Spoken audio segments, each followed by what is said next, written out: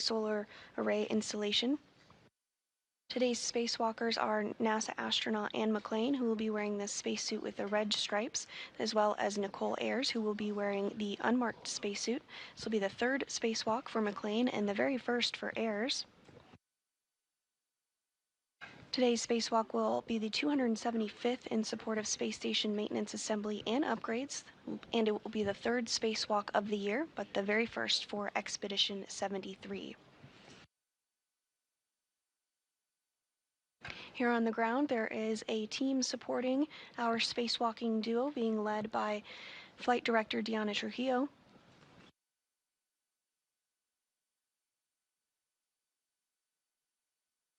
At this time, McClain and Ayers are suited up in their spacesuits and are preparing for depressurization here shortly.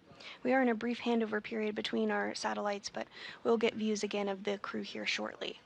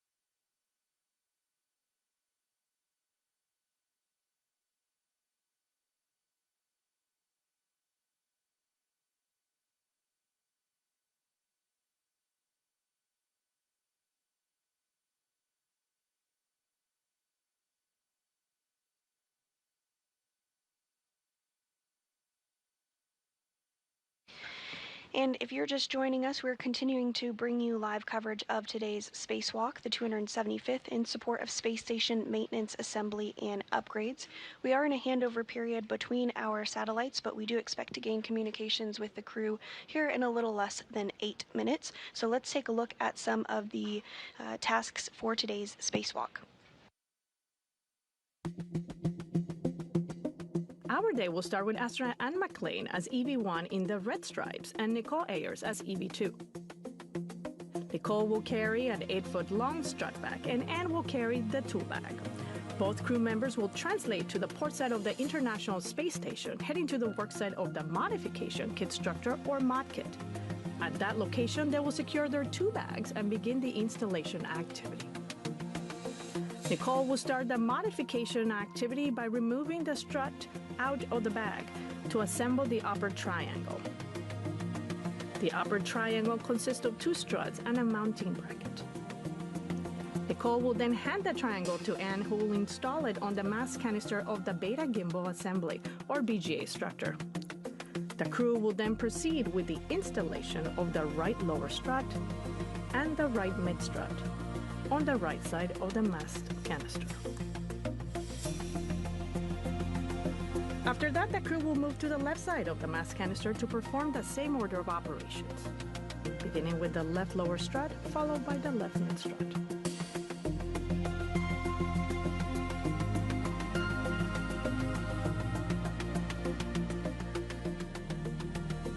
Once all the struts are installed, the crew will cover both mid-struts with multi-layer insulation or MLI and route the cables of the roll-out solar array in support of future spacewalks.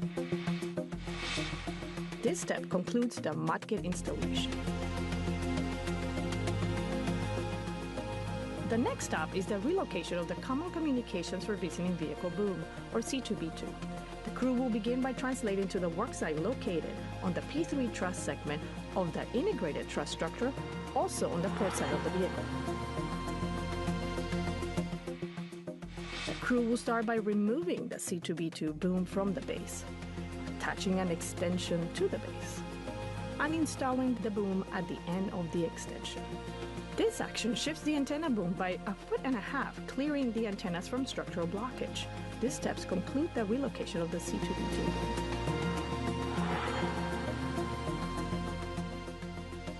Finally, Nicole translates back to the P4 location to pick up the tool bag, while Anne starts her translation back to the airlock.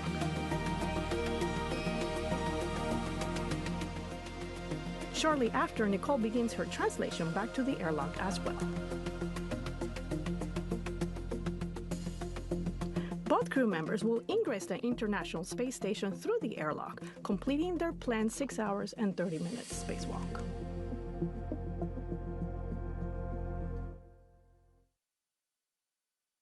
And that was an overview of some of the tasks that we can expect during today's spacewalk. Today's team here in Mission Control Houston is being led by Flight Director Deanna Trujillo.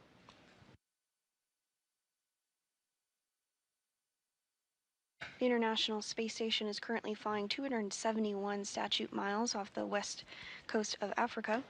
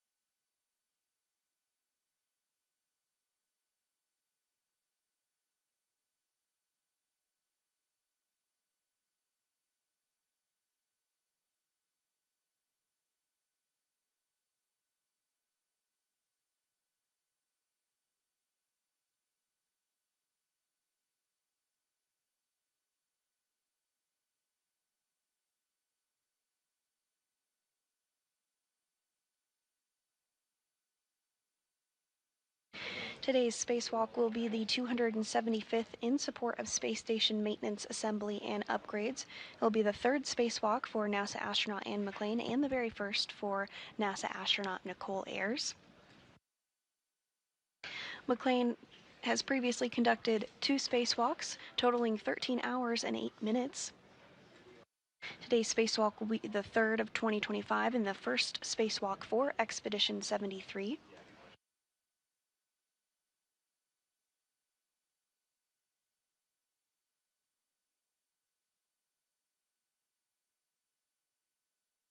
McClain and Ayers arrived to the International Space Station on the SpaceX Crew Dragon Endurance on March 15th, following their launch the day prior. They are currently suited up and stepping through procedures ahead of exiting the airlock today. And there on your screen you do see a graphic of some of the spacecraft that are currently docked to the International Space Station. One of the tasks during today's spacewalk is to relocate a communications antenna, common communications for visiting vehicle antenna, just 1.5 feet over to provide better redundancy for communications for all of those visiting spacecraft that you did just see on your screen.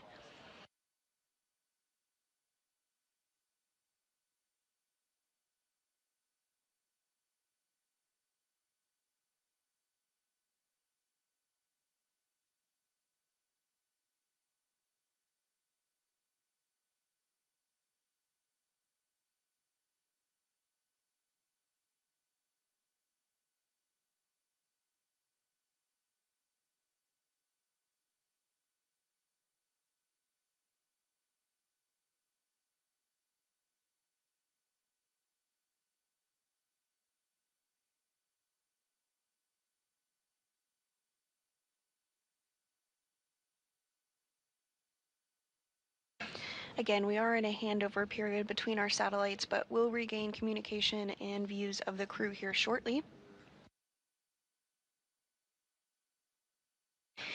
And right on cue, we do have a view inside the International Space Station of our spacewalkers today. NASA astronaut Anne McClain is wearing the spacesuit with red stripes, and NASA astronaut Nicole Ayers will be wearing the unmarked spacesuit today.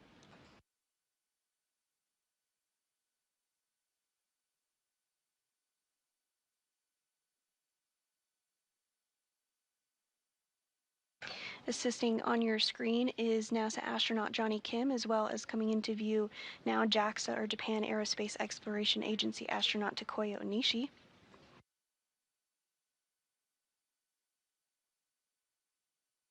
They've helped to get McClain and Ayers suited up and get their SAFERs, or Simplified Aid for EVA Rescue, installed onto their spacesuits, and have performed checks to ensure that everything is as it should be ahead of depressurization.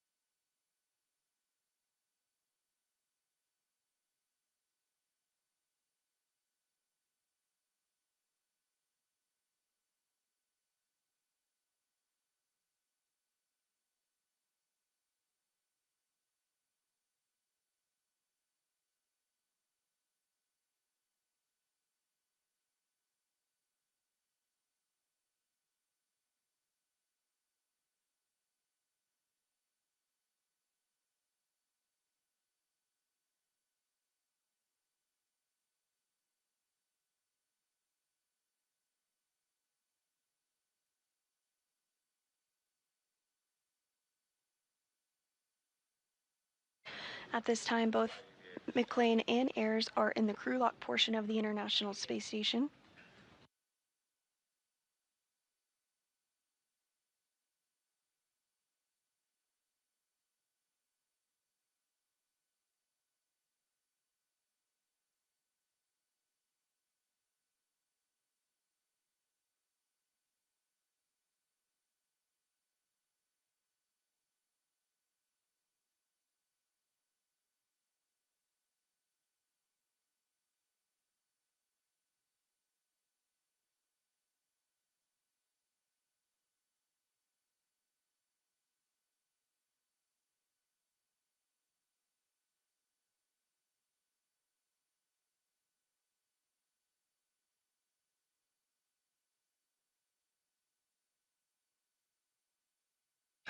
And as Onishi and Kim continue to step through procedures ahead of depressurization, the crew is about 25 minutes down on the timeline today, so we are expecting the spacewalk to begin around 7:40 a.m. Central Time this morning.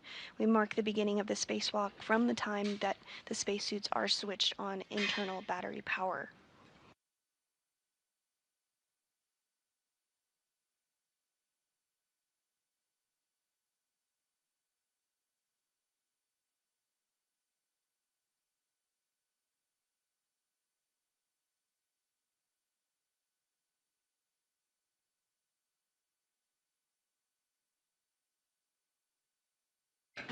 And we are seeing Onishi prepare to close the hatch. Some waves goodbye. See you soon, more like it.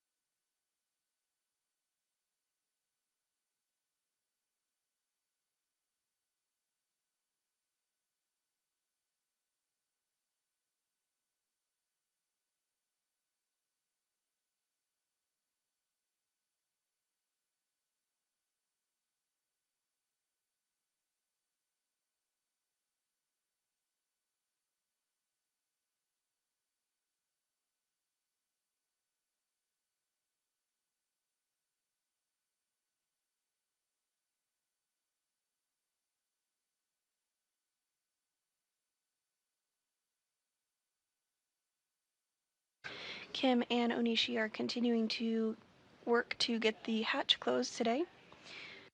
Following this, McLean and Ayers, who are in the crew lock portion of the International Space Station, will complete some communications checks before getting the go for depressurization.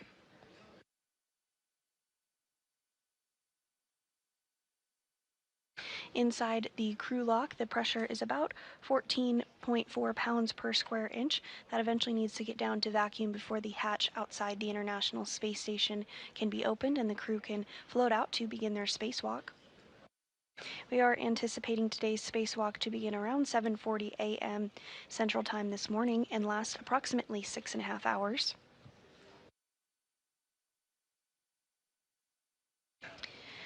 The main tasks for today's spacewalk are to install a modification kit in preparation for ongoing solar array upgrades to the space station, as well as relocate a communications antenna for visiting spacecraft to the orbiting lab.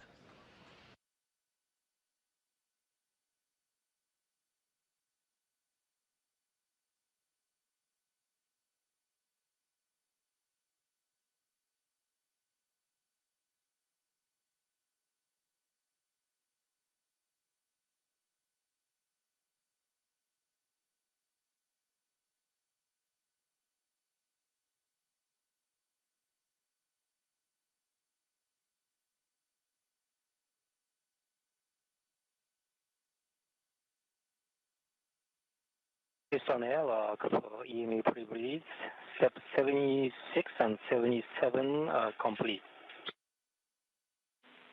We copy. We'll put 78 through 80 in work.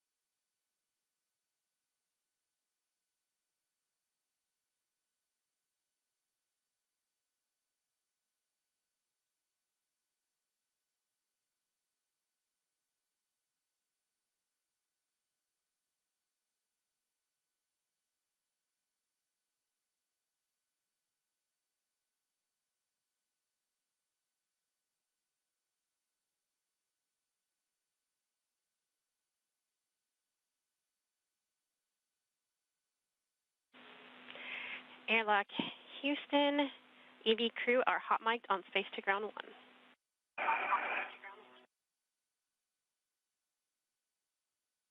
Airlock copies.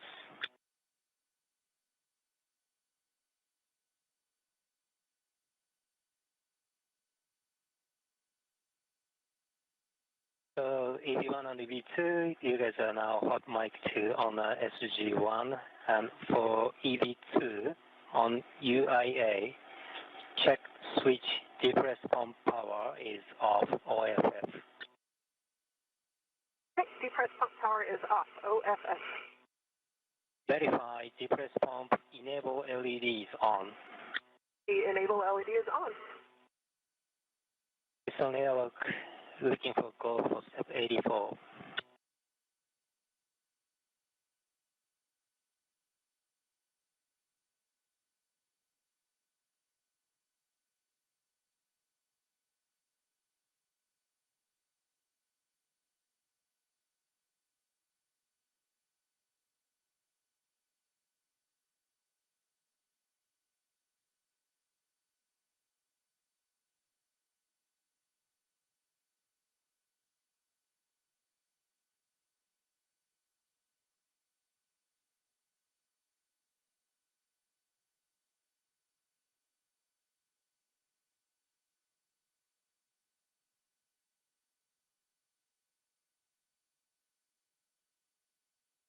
Houston Airlock on 1 com check.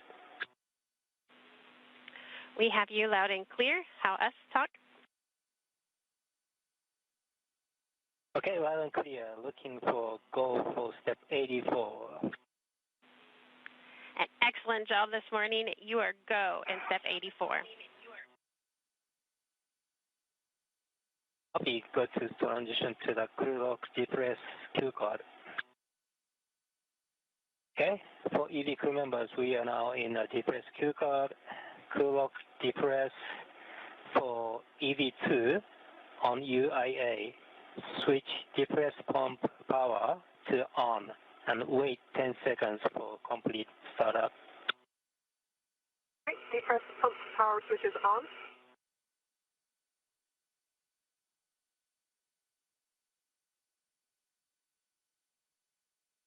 And Okay, for EV2, you can open depress pump manual isolation valve and EV crew expect alert tone.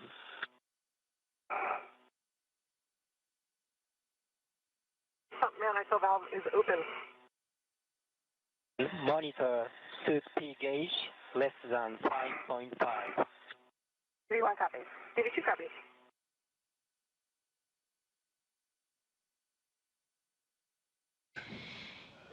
Ann McLean and Ayers did get the go for depressurization, so they're stepping through procedures with Onishi as well as the team here on the ground.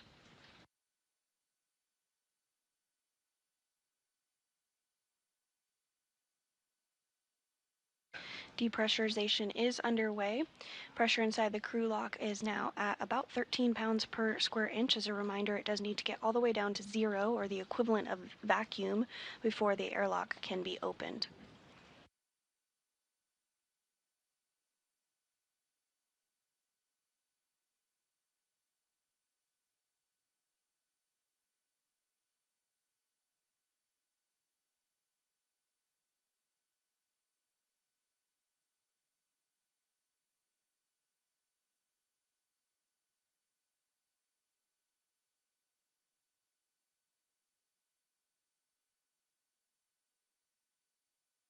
Depressurization does take place in a two-stage fashion. The pressure inside the airlock will get down to 5 pounds per square inch, at which point they'll pause depressurization to do a system check, make sure everything is configured properly before continuing to depress down to 0 or vacuum. Once it does get to vacuum, McLean and Ayers will conduct another suit and communication check with Mission Control Houston before they put their... Houston on 1, can we read the star block in step 2 of the Q card? Copy that. So for both EV crew, if suit P gauge is greater than 5.5, stop, depress, and check NCCH. EV1 copy, suit gauges 5 and steady. EV2 copy and same, 5 and steady.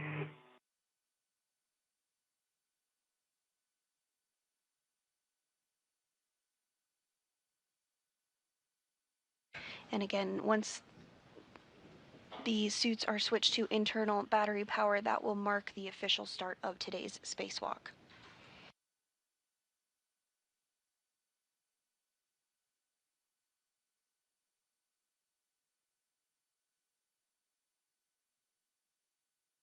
Depressurization is continuing as expected inside the airlock. The pressure is now approaching 10 pounds per square inch.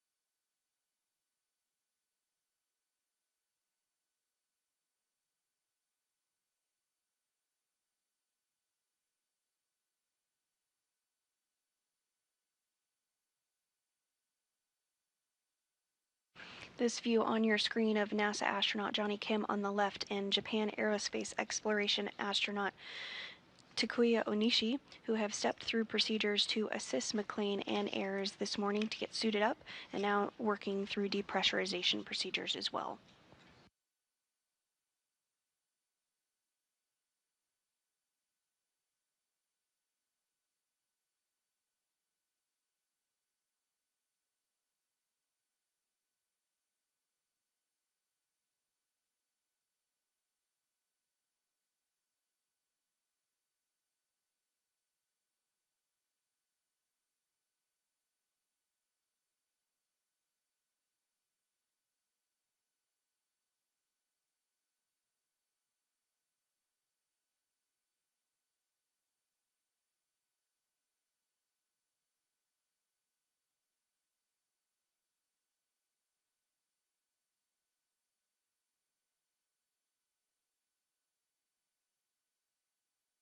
For both crew members, when crew lock at 6.0, EV crew expect alert tone. EV1 copy, EV2 copy.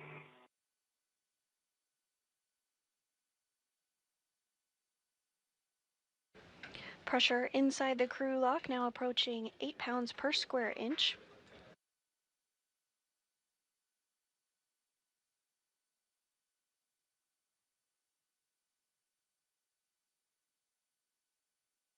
As a reminder, once pressure reaches 5 pounds per square inch, depressurization will pause for some communications and systems checks.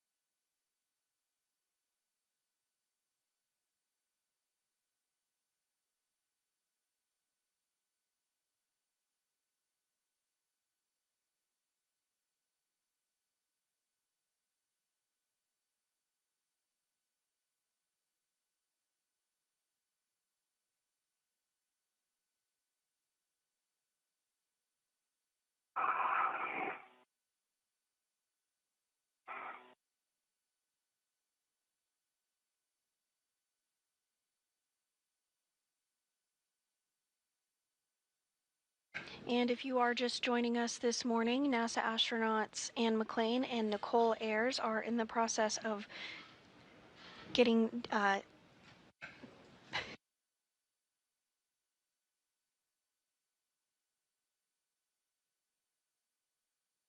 Again, if you're just joining us this morning, NASA astronauts Anne McLean and Nicole Ayres are stepping through procedures to get the crew lock down to vacuum.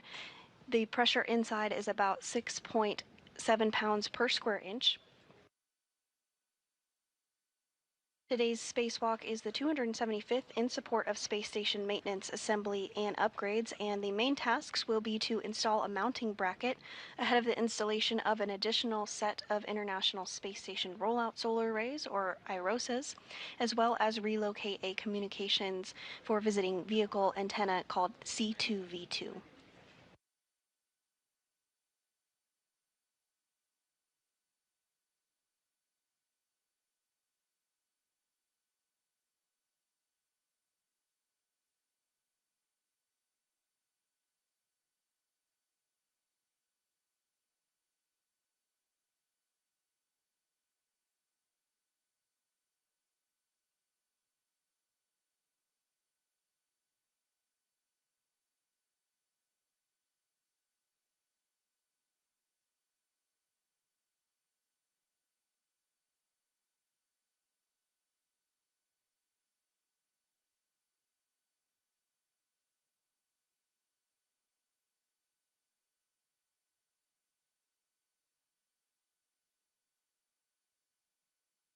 The next step is for EV2. When crew lock pressure is at 5.0, you can close depress pump manual isolation valve and EV expect alert tone. Copy.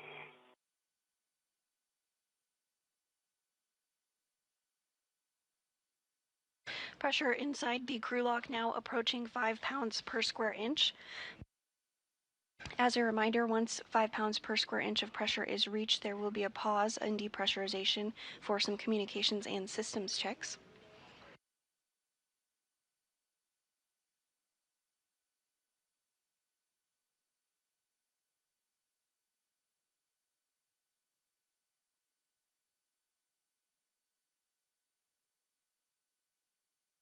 For EV2, I'm not seeing the airlock key on my DCS anymore, so can you let me know when it's at 5?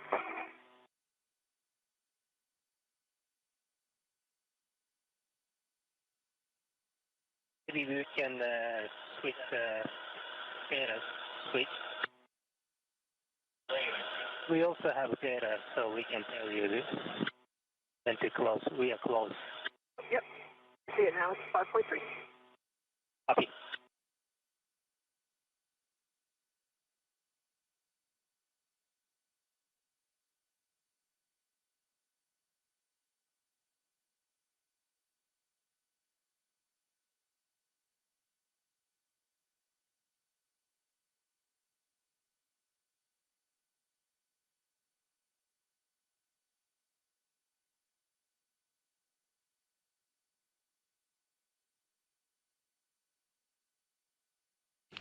And we are seeing that the crew lock is now at 5 psi. And ISO valve is closed. Copy that. For both crew members on DCM, switch display switch to status until leak check question mark displayed, and hold yes for 2 seconds and follow displayed instructions for leak check. Okay, EV1 is starting leak check. And leak check wait.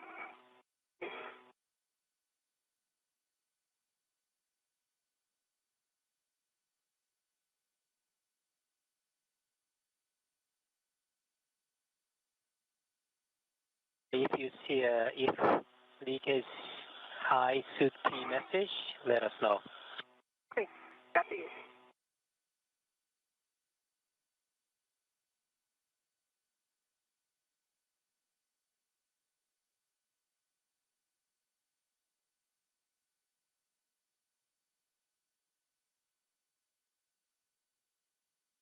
And Ayers and McLean are now working through some procedures to do a leak check ahead of continuing depressurization down to vacuum.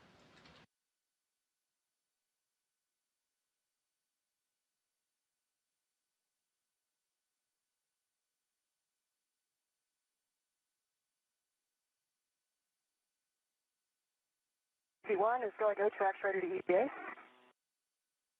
2, same. Good call. So for both crew members, set O2 actuator to EVA.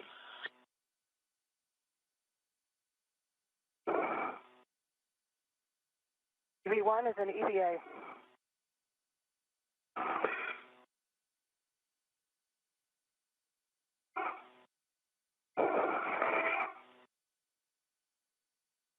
Yes, so just double check EV2, your auto actuator is also in EVA, right?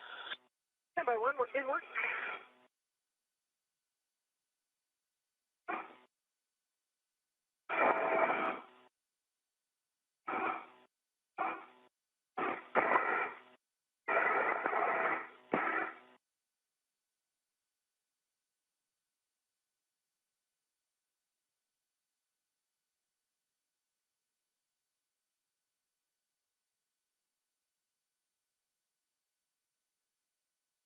And Vapor, while you're working that, just wanted for baseline glove check. On my right index finger, I just noticed a small slice about 2 millimeters long in the RTV. And through it, I can see one single white string.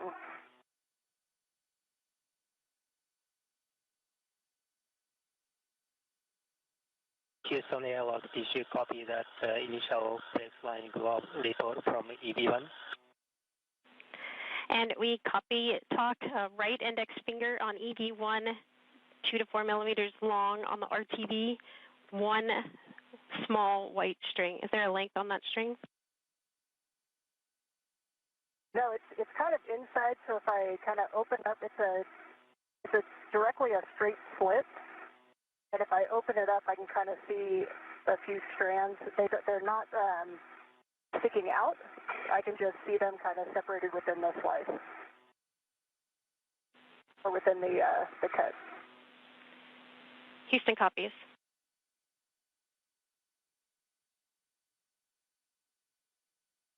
And it was in EVA. Nice job, Beck.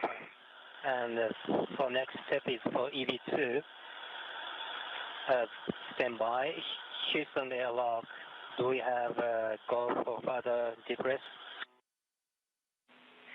And talk, we have additional question for Anne for her right index finger on that string. Is it cut or loose in any way? I'm trying to evaluate. I can't tell if it's cut. It does not look like as tightly woven as the other white string, if you will. I assume, are you allowed to look at HECA right now?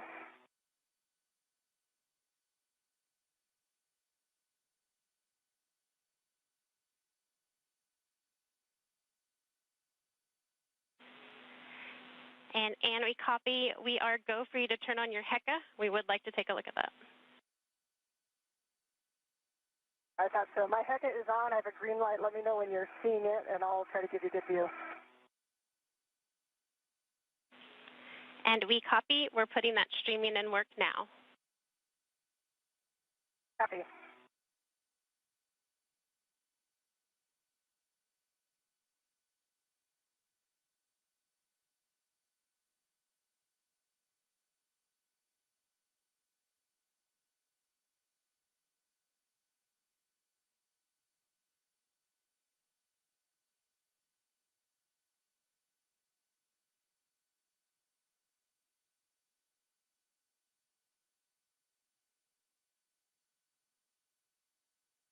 And as part of a baseline glove and HAP check, NASA astronaut Anne McClain did report out some wear on one of her gloves.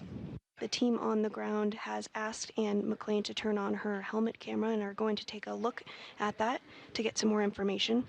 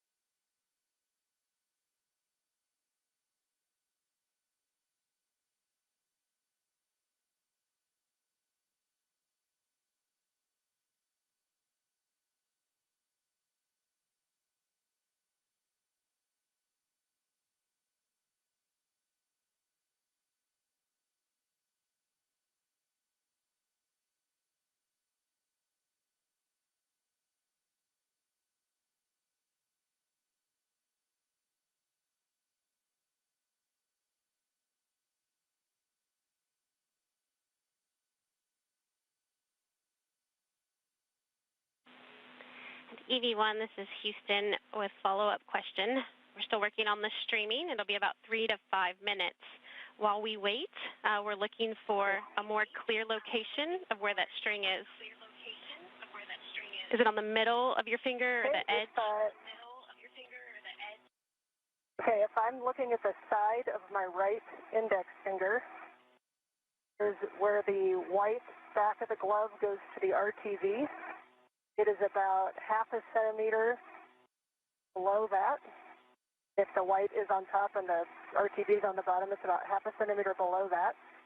And it is not in the very first gap in the RTV toward the fingertip. It's in the next one down. Right on the, kind of on the edge of where the finger bends. We copy, Ann. Thank you.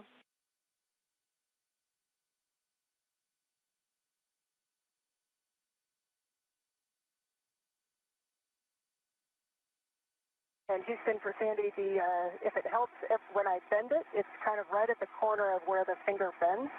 So when I bend it, it kind of opens, the little cut opens up.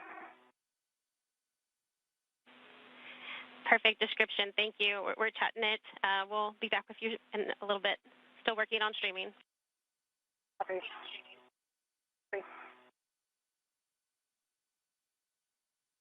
And again, the team here on the ground is working to configure helmet cameras to get a better look after NASA astronaut Ann McClain reported a slice in her right index finger glove. The team on the ground, again, is working to configure those cameras just to get a better look at that.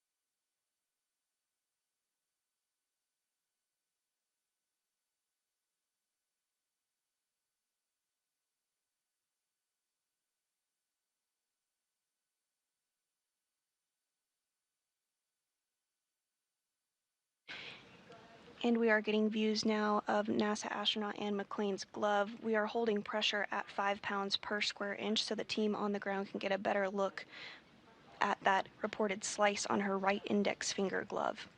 AV1, this is Houston. We do have streaming and we can see your glove now. If you want to move it a little closer, we can maybe get a closer view. Okay, and they can kind of see it's right at the bend. If I'm putting it in the wrong place, just let me know which direction to move. When it's straight, it's if you could move closed. it away from the light, it's kind of bleaching it out, so more across your body. Perfect, and stand there.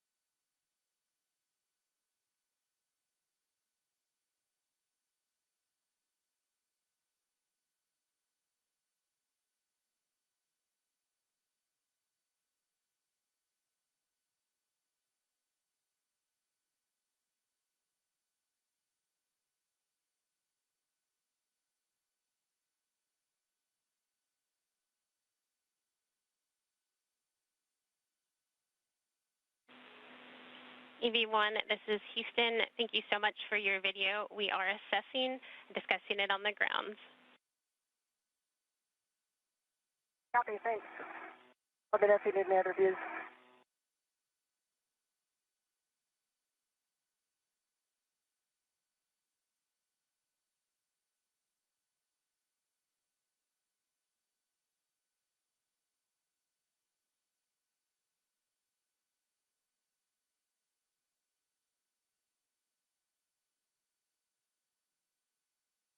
And if you are just joining us this morning, we are holding at 5 pounds per square inch of pressure as the team here on the ground has turned on the helmet camera of NASA astronaut Anne McClain as she reported out a slice on her right index finger glove. The team is continuing to assess on the ground and get some more visual inspection of the glove.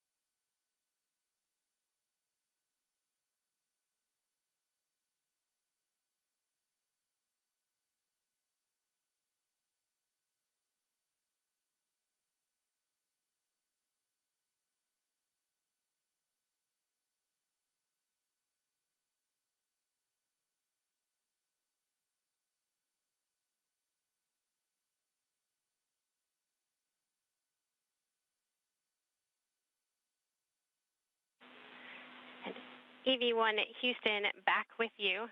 Thank you so much for that video. Taking a look, it is a string from the turtle skin along your finger, along the seam of your finger. So we are go to continue with that being the case. Please check and keep an eye on it during your glove checks, but no additional checks needed other than keep reporting if you see anything more off nominal. When you are ready, we are go for you to turn your HECA off. Thank you. Okay, I will turn that HECA off. Thank you. It is off.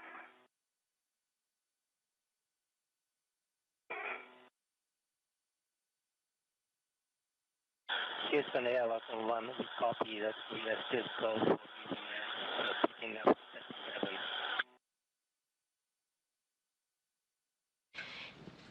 Airlock Houston, we are ready for you to resume the depress. Copy that. So for EV2, you can open depress pump manual isolation valve and EV expect alert pump. Depress pump manual valve is open. And we will open emergency MCAB open on this side.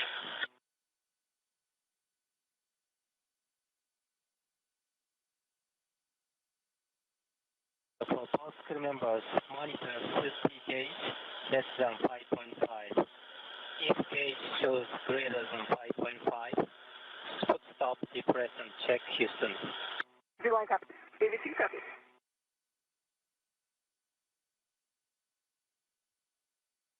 And following visual inspection using the helmet camera on NASA astronaut Anne McClain's spacesuit, the team on the ground is comfortable with proceeding with today's spacewalk following a slice reported by NASA astronaut Anne McClain on her right glove. Depressurization has continued and is now back underway, pressure approaching 4 pounds per square inch.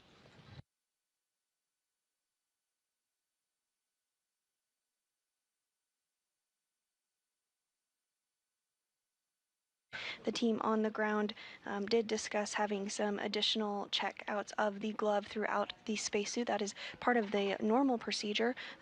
We have glove and what is called HAP, or helmet absorption pad checks, regularly throughout the entire spacewalk.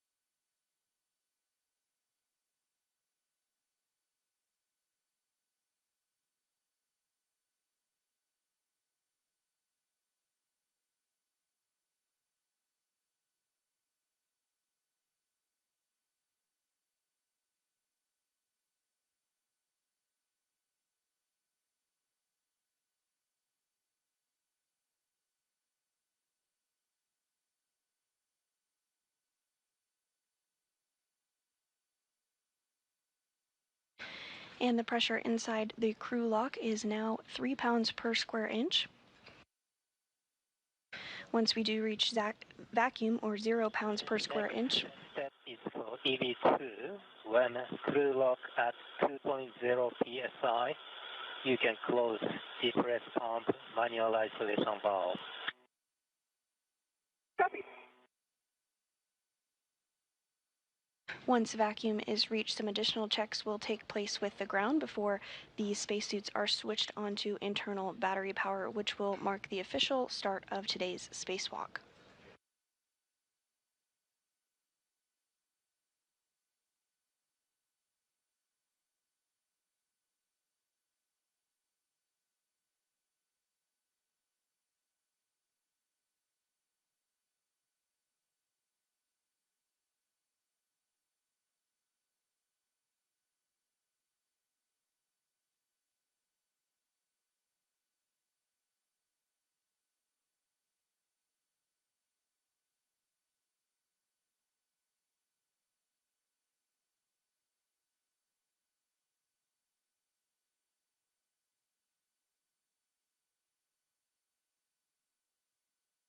NASA astronaut Johnny Kim and JAXA astronaut Kuya Anushi are continuing to step through procedures ahead of depressurization. We're nearing 2 pounds per square inch of pressure inside the crew lock at this time.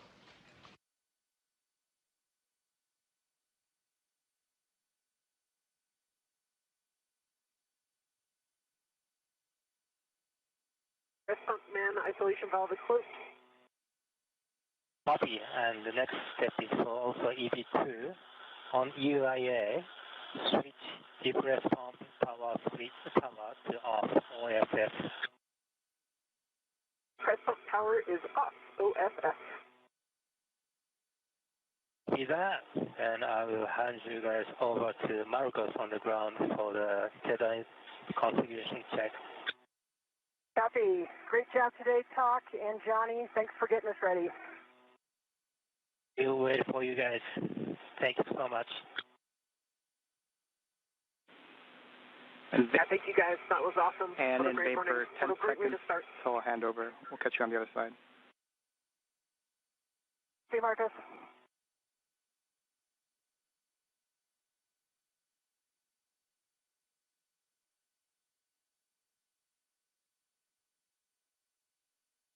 And as pressure in the crew lock approaches 1 pound per square inch, we did have a handover to our ground IV, who is NASA astronaut Marcos Barrios, who is going to be communicating with NASA astronauts Anne McClain and Nicole Ayers during today's spacewalk.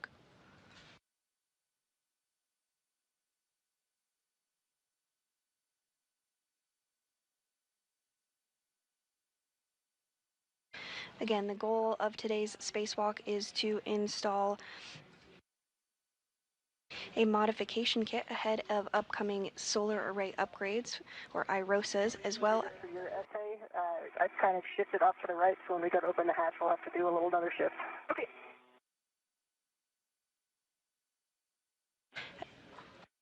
Good morning, Anne and Vapor. The sun is shining outside the airlock right now, and we're ready to continue. So with that, we'll have you report our initial tether configuration.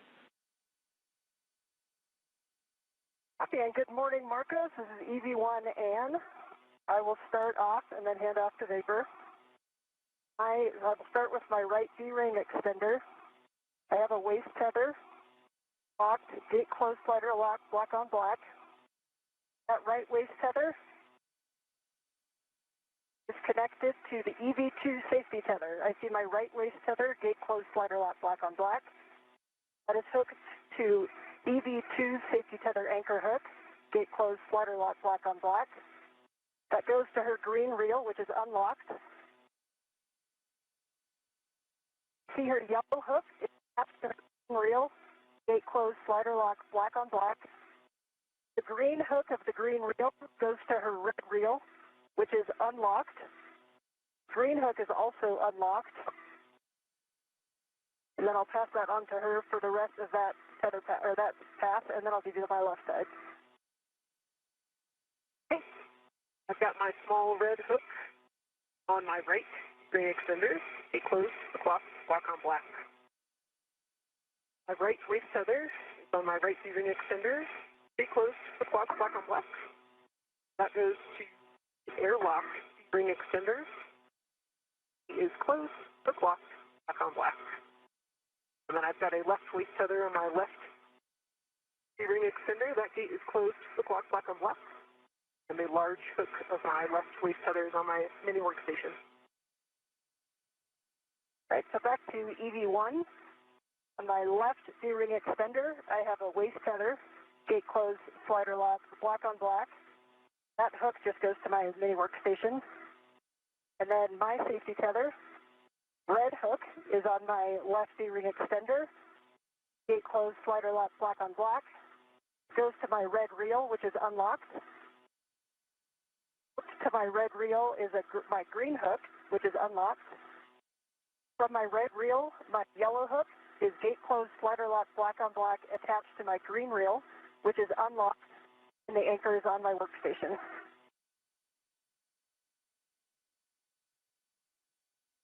I also have a single waist tether hooked to the airlock D-ring extender, and that's just hooked back to a handrail. Copy, Anne and Vapor, and that is a good configuration. So next, when the change of pressure in the crew lock is approximately 0, expect an alert tone. D1 copies. D2 copies. And just as a reminder, we are going to pause for data review and a go from MCC before proceeding with hatch operations, Anne. D1 copies. And then as the airlock pressure drops below 0, there are 2 messages that you might get, just for your awareness. The first one is suit P high. If either of your met rates are very low, that is expected, no action. And the other is H2O is off. If the switch is in the off position for over a certain amount of time, that's also expected, no action needed on your part. D1 copies. Thanks, Marcos. D2 copies.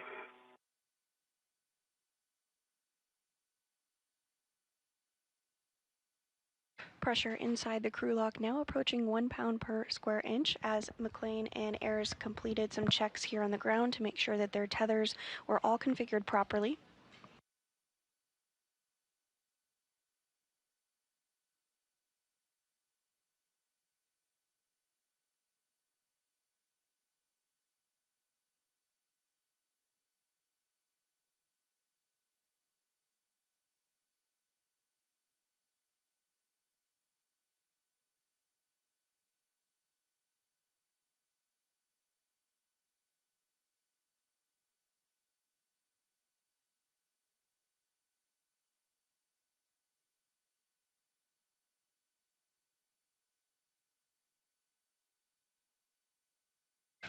Pressure now less than 1 pound per square inch inside the crew lock with NASA astronauts Anne McClain and Nicole Ayers. Once the crew lock does reach vacuum, the duo will get the go to switch their suits onto battery power, which will mark the official beginning of today's spacewalk.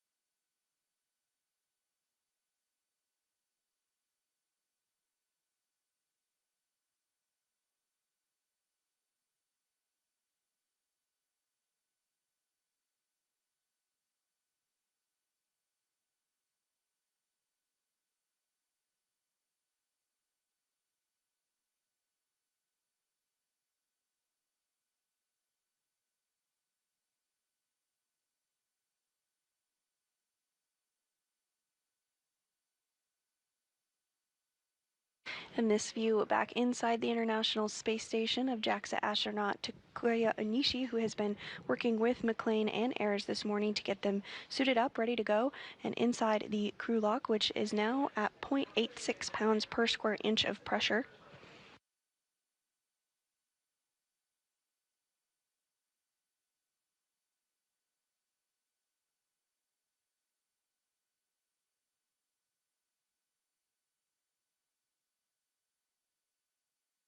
Today's spacewalk will be the third for McClain and the first for Ayers, and the 275th spacewalk in support of space station maintenance, assembly, and upgrades. During today's spacewalk, McClain and Ayers will complete tasks to build and install a mounting bracket on the 2A power channel in preparation for the next delivery of ISS rollout solar arrays, or IROSAs, which will be delivered on a future flight. Additionally, they will relocate a communications antenna for visiting spacecraft to the International Space Station.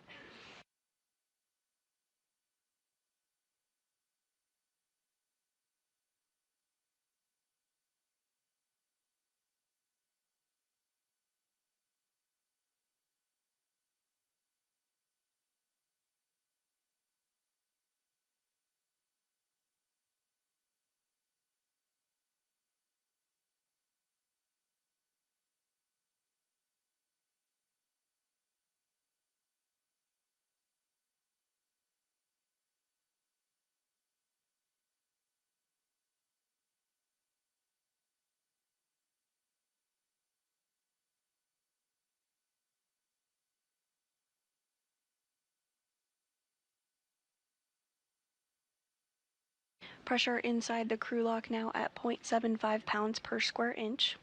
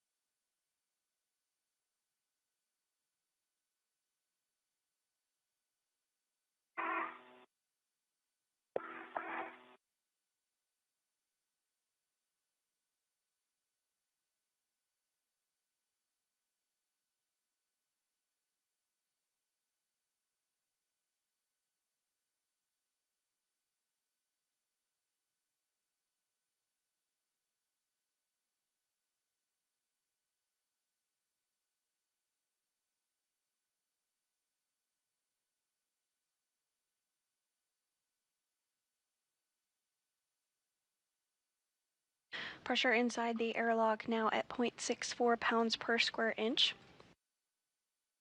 Once pressure does reach a vacuum, which is 0 pounds per square inch, the crew will be able to turn their spacesuits onto battery power, which will mark the official begin of today's spacewalk.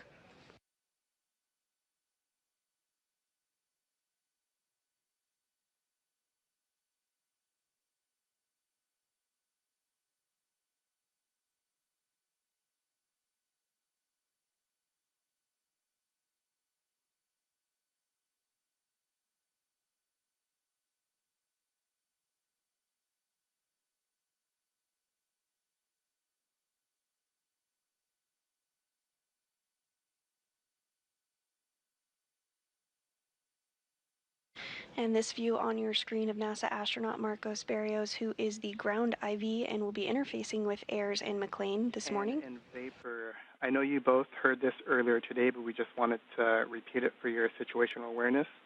Throughout the EVA, we're going to have 4 prolonged KU band loss of signal. And so the impact there is that we will not have your HECA or station camera views.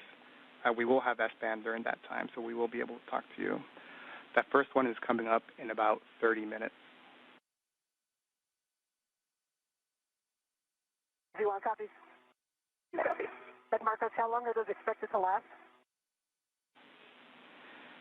And anywhere between 20 to 35, 40 minutes. We'll give you a heads up as to how long. The first one will be approximately 20 minutes.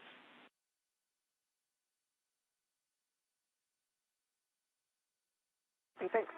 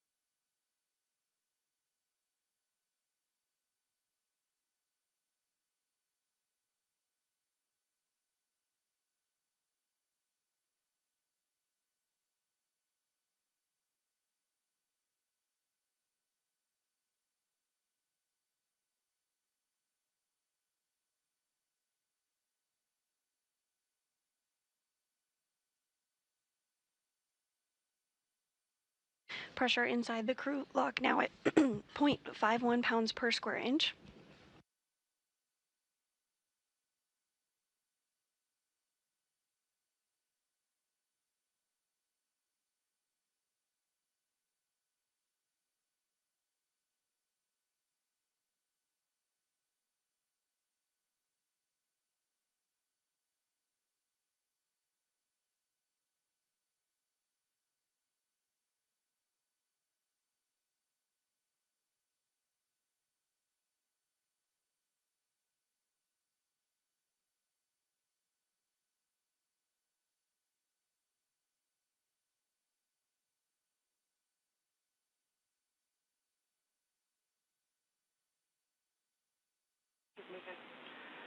And in Vapor, we're showing the crew lock pressure less than 0.5, and we have a go from MCC to proceed with hatch operations. Copy, I see the hatch gauge is reading 0.5. Copy, and hatch gauge is less than 6 psi. You can open the EV hatch and stow it. Copy and work. All right, Grape, I'm going to shimmy your way a little. Yep, you got room.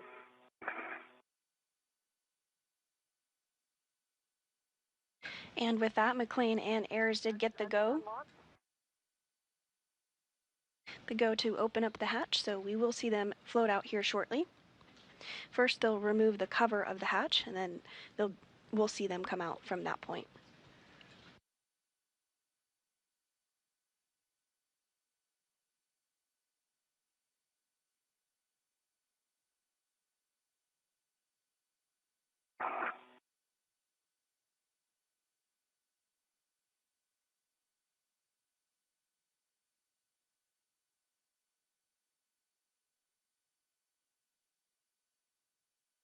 coming down your way a little more. Okay.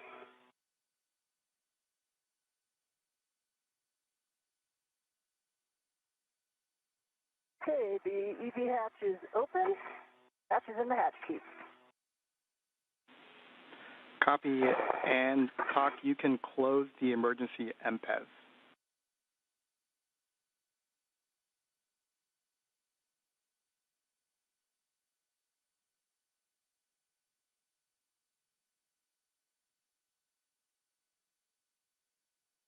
Emergency MPEV is closed.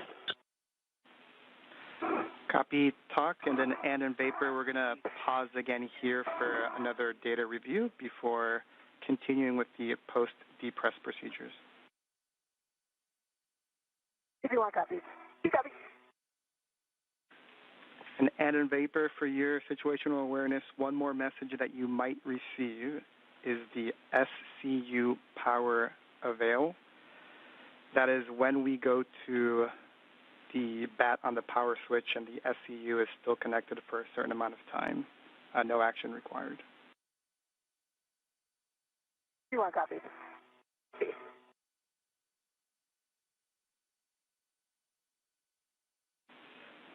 And in Vapor, data review is complete. We have to go to continue. So on your DCM, we're going to stagger these switch throws, and you will go first. Take your power switch to bat. Expect a warning tone. Power switch to bat. And I got the warning tone.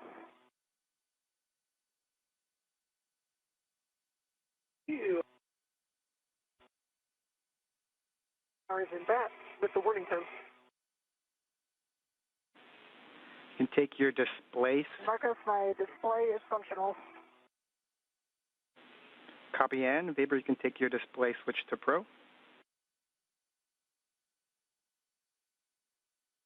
Display functional.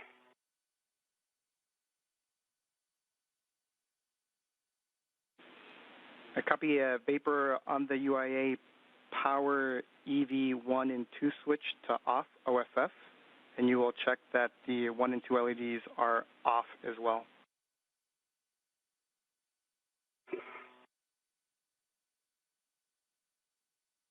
Right, EV1 power is off. LEDs are off and volts are showing 0. There's the H2O is off message for EV1, that's expected. And the power for EV2 is off, LEDs are off, and volts are showing 0. I also got the H2O is off and the 2P high. Copy those messages. All right, for the both of you, you can disconnect your SCU from the DCM. You'll install the cover, and you'll stow the SCU in the pouch.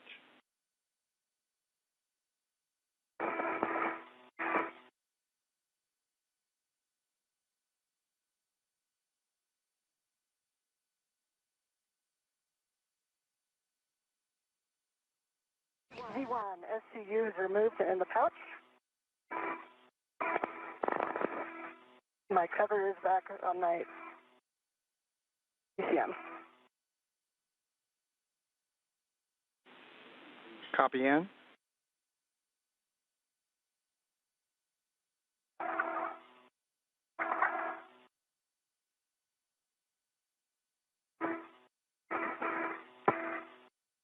And we are awaiting hatch opening here this morning.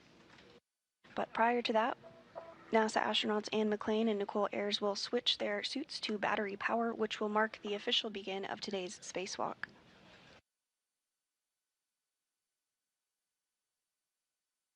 Right, EVT SC is removed from the DCM in the pouch and cover is on.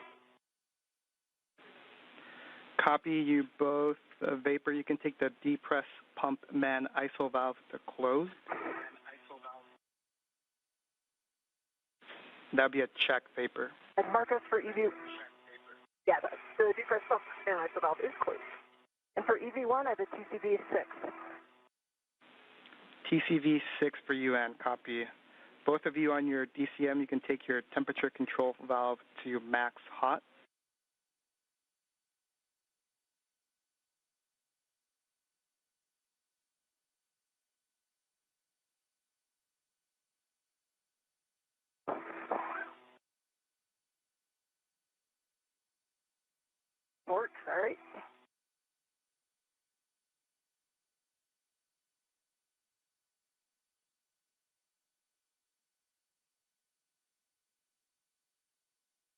right, EV1 has temperature control valve and max hot. EV2 same. Take your water switch to on. EV1, water is on. Water on. Check that your DCM is blank, bites off. DCM is blank for EV1, no bites.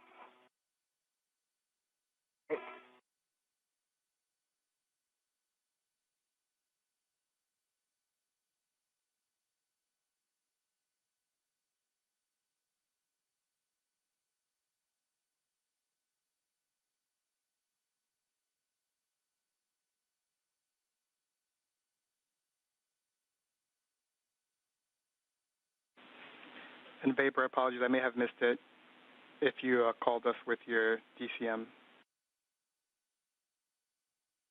I'm sorry, the DCM is blank, by lights off.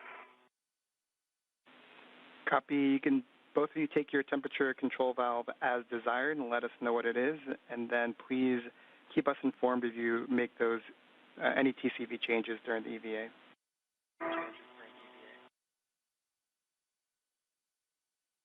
Copy, and EV1 is at TCV 6.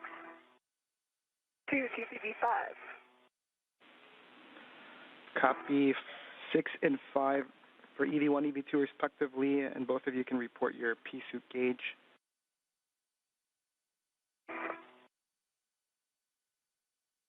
EV1, CP gauge 4.2. Here's gauge 4.2. Copy. 4.2 for the both of you. Visors as required. The sun is out for the next 28 minutes.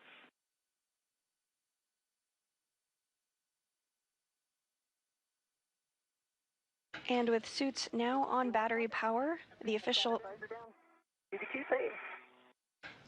start time of today's spacewalk is 8:05 a.m. Central Time this morning. He's ready.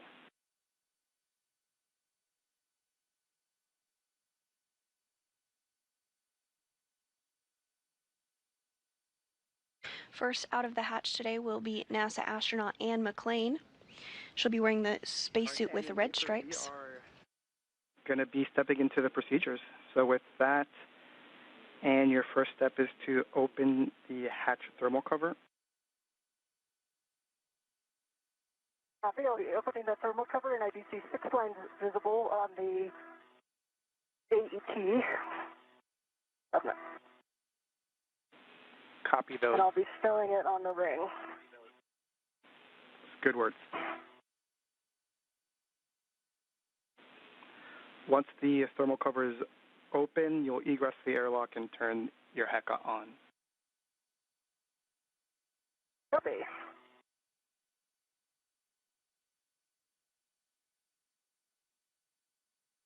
Right, it is spilled back onto the ring, and I still see 1, 2, 3, 4, 5, 6. We copy? And the thermal cover is now open.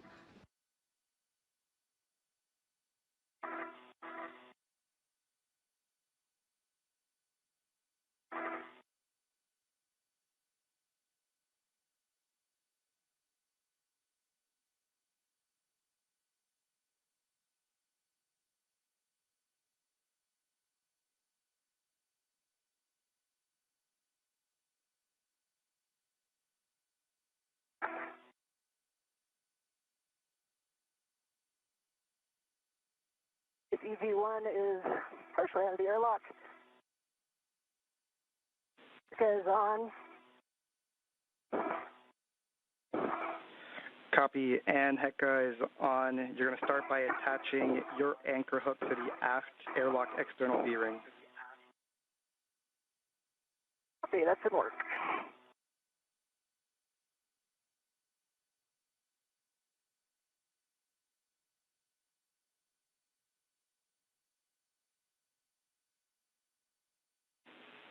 And Vapor, for you as you wait. Vapor.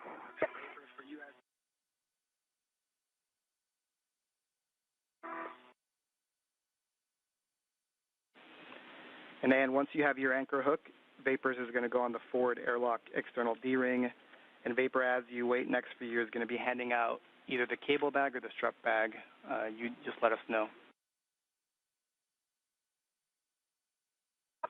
All right, Marcos, my safety tether is attached to the aft, D-ring extender, and gate close slider lock black on black.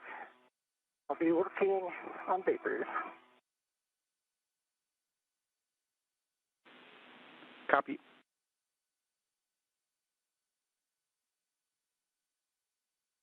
And first out of the airlock is NASA astronaut Anne McClain. This is the third spacewalk of her career. She's again wearing the spacesuit with the red stripes. Next up will be Nicole Ayers, her first spacewalk today. She'll be wearing the unmarked spacesuit.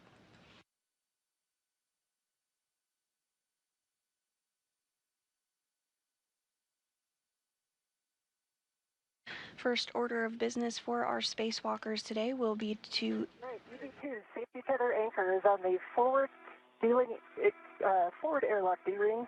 Gate closed, slider locked, black on black. Copy. And you can give Vapor a go to release her waist tether from the airlock D-ring extender when it's applicable, and then next will be to receive the bag from Vapor. Okay. So Vapor, you can do your waist tether anytime you want. You have a good tether path. Okay, copy that. I've got the cable bag. I see it. Out, ready for you. I'm coming into a good position to grab it here. Okay, 1 by 1. First order of business for McClain and Ayers will be to get the 8-foot-long strut bag out of the airlock, as well as the tool bag that will be utilized during today's spacewalk. They'll then translate to the port side of the International Space Station, heading to the work site of the Modification Kit Structure, or Mod Kit. Okay, so we're going to cable back first. Copy.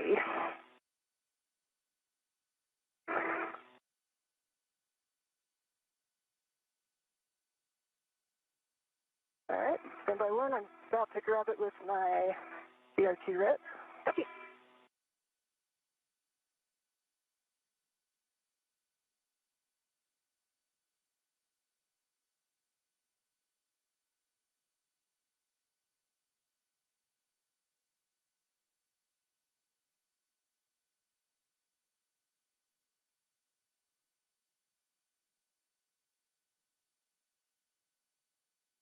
All right, my BRT ret is on the cable bag. You are going to release the airlock, large, small. And I have my BRT on that as well. Okay, the airlock ret is released. Copy. So this for translation, and then my hand to help you with EV3. And Vapor, you'll put that ret on the airlock D-ring extender. Marcus, I threw it on the airlock D-ring to leave the extender free. That works. Copy that. That works. Thanks. And if you're just joining us, we are now 12 minutes into the 275th spacewalk outside the International Space Station. I kind of need back up toward you a little bit. Okay. Today's spacewalk began at 8:05 a.m. Central. NASA astronaut Anne McClain is outside of the airlock. She's wearing the spacesuit with the red stripes. Nicole Ayers is working to get out of the airlock as well. She'll be wearing the unmarked spacesuit today. The goal of today's spacewalk is to complete a modification kit build and installation on the International Space Station ahead of upcoming solar array upgrades, as well as relocate a common communications for visiting vehicles antenna, otherwise known as C2V2. And then it kind of got pulled aft. Okay, I do have a hand on it. I'm not ready to it, so not ready to let go.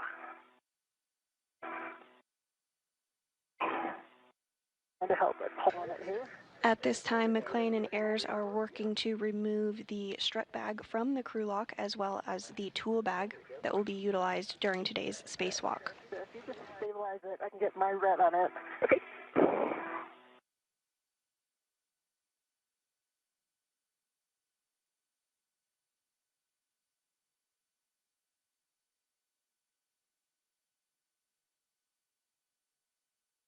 Okay, I have a ret on it. Copy. We'll release the airlock ret. Okay.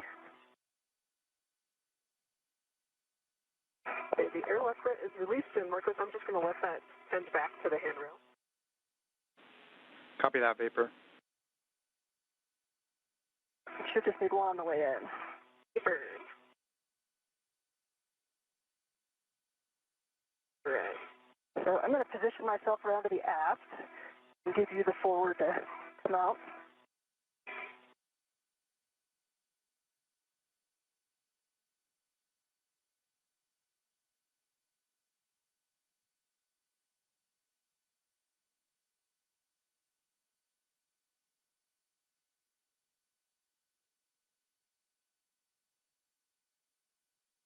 The strut bag that McLean and Ayers are working to get out of the airlock is about 8 feet long, Okay. and it contains the pieces of the modification kit that will be assembled during today's spacewalk.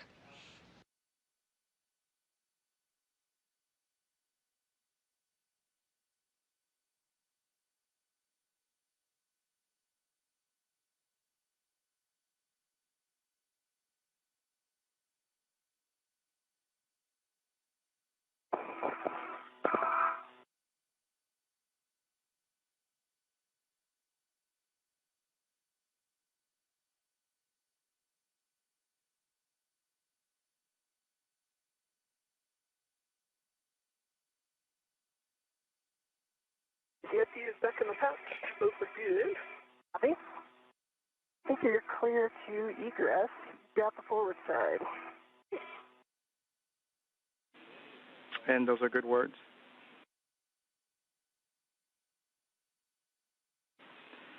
And Anne, if you have a free hand, it looks like your HECA was turned off, so if you can turn it back on for us, we'd appreciate it. Okay, it's back on. Green light. Copy.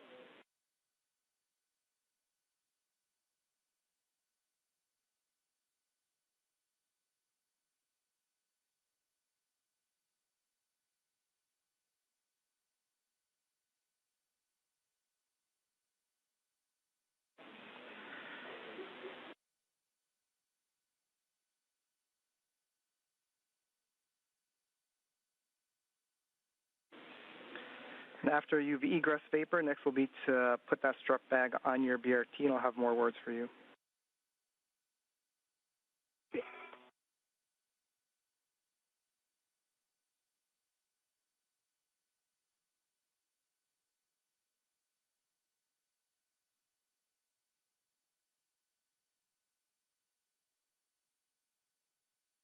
And now out of the hatch is NASA astronaut Nicole Ayers. Again, today is her first spacewalk, and this is the third for NASA astronaut Anne McLean in the suit with the red stripes. And everything gets situated before we hand off. And a Vapor question for you, whether or not you wanted to do the translation adaptation with or without the strut bag.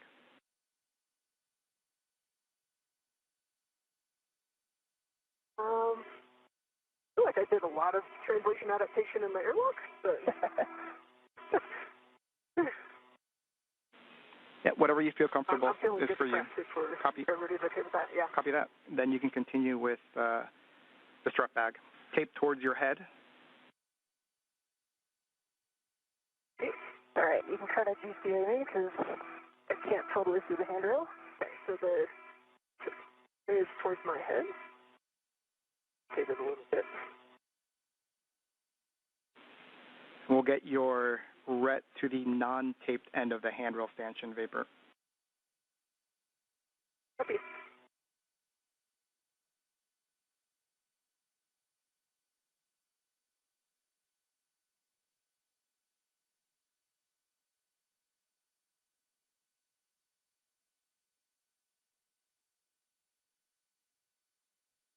And now move it, hold it right there. Okay, we're good. Yep.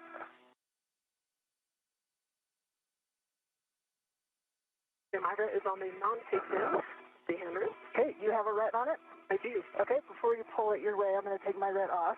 Copy. Okay, my ret's off.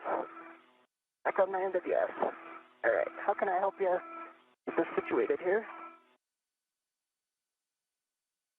my DRT on it now.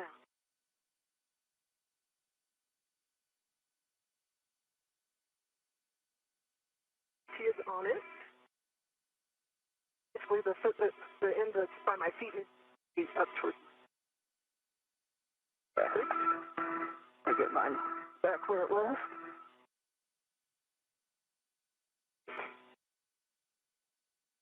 Out there, I'm going to put this adjustable on my spinning workstation. Okay. And now out of the airlock is also that strut bag, that long 8-foot long strut bag that has the pieces of the modification kit that will be assembled and installed during today's spacewalk.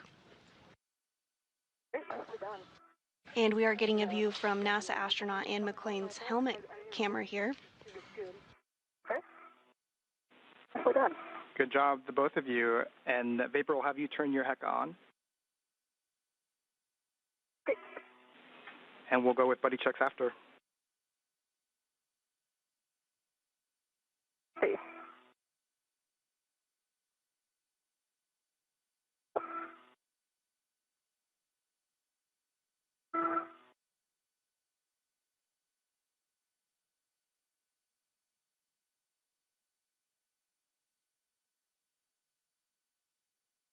With the strut bag and the tool bag out of the airlock, McClain and Ayers will now work to translate to the port side of the space station. I can see your spacer handles down. I can see your HEC light.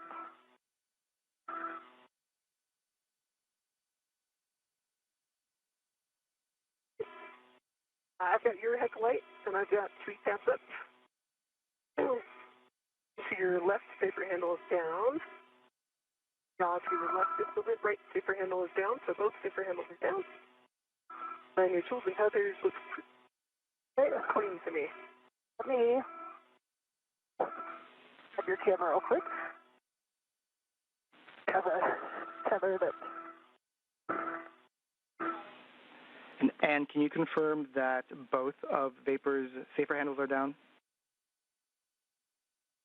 Yes, her safer handles are down. Copy that. We'll get a baseline HAP check from the both of you. And my HAP for EV1 is dry.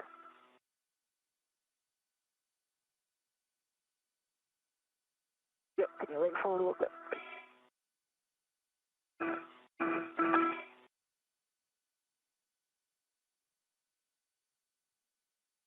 My HAP is dry as well for EV2. All right, back on. Nicely done. Copy that. Nicely done. We can close the thermal cover now, and as that's being closed, I'll read 2 cautions before you start translating. Vapor, for you with a strut bag on, we're going to limit your translation speed, so think very slow, 0.7 feet per second. And then just as a reminder, you've got the tusk cables on phase 1, and nadir and zenith where the cedar rails are. Copy. It's 2 minutes until TDRS handover and also KU handover, so we'll lose video for 16 minutes.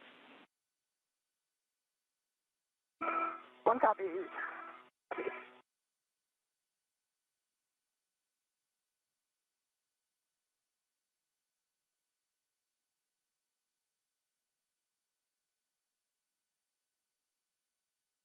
Thermal covers closed. Copy, thermal covers closed. We can start translating port for the both of you. Vapor, you are going to lead. First step is going to be green hook drop off. Okay,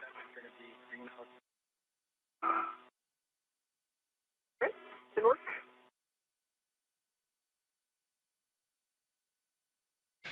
And with the thermal cover now closed, both McClain and Ayers will work to translate to the port side of the International Space Station, which is the work site of the modification kit structure for today.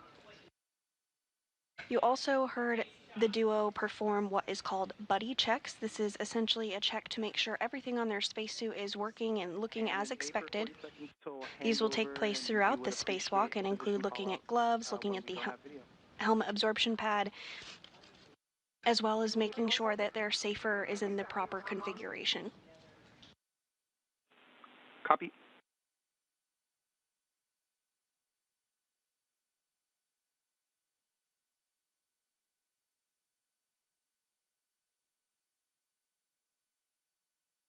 We are approaching a period of time where we will not have visual of the crew during a longer handover period. It will last about 16 minutes.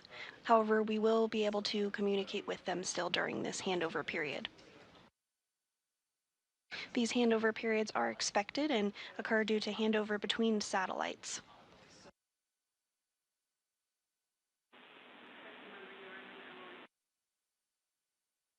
On the speed of right.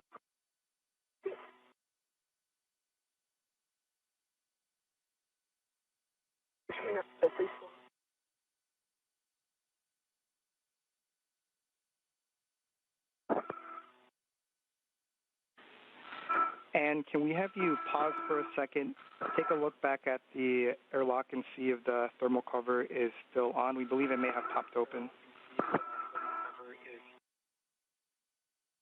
It popped open. Copy that. If you don't mind going back to close it, we'd appreciate it. More.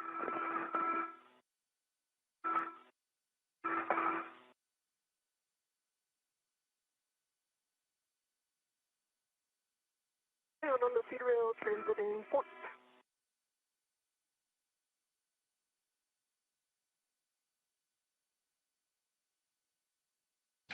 And before the loss of signal, the team on the ground did notice that the thermal cover had opened back up, so McLean is going to translate back over to the airlock to ensure that that thermal cover is closed.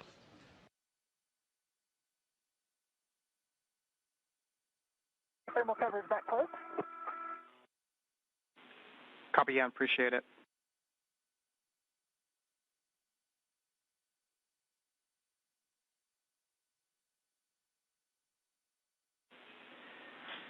In Vapor, as you approach the FHRC, your green hook is going to be handrail 3651. It is the nadir one.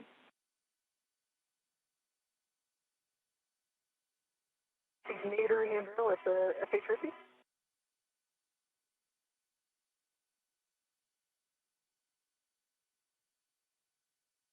Can I come back up to see the spur? Copy, Ann.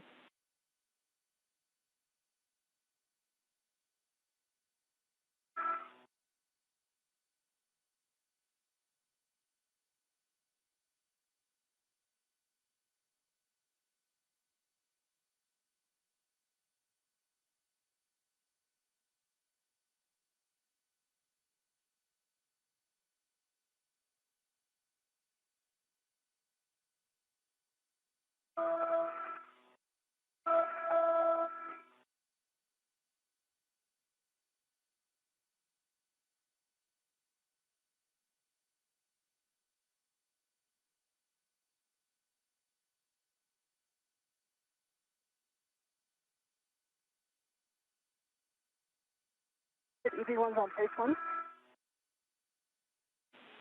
Copy, Ann. You'll continue port to your green hook location. It'll be the Zenith handrail 3652. Copy.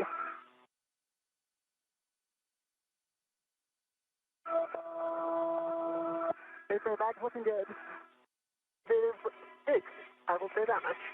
What? It's a large bag. Yes, it is.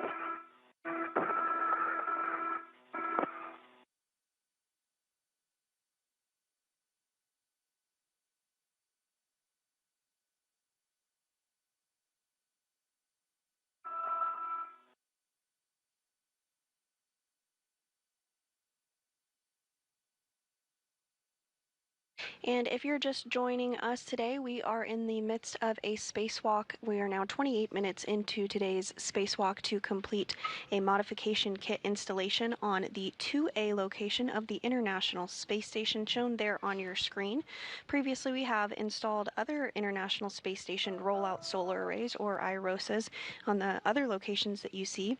At this time, NASA astronauts Anne McLean and Nicole Ayers, who are doing their third and first spacewalk respectively are translating to the 2A location, where they will begin to build the modification kit and attach it to that location that you see on your screen.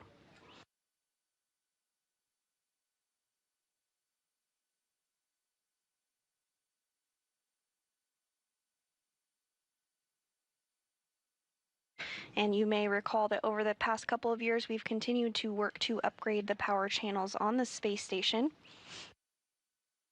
Today's mounting bracket installation on 2A sets us up to have that array installed at a later date.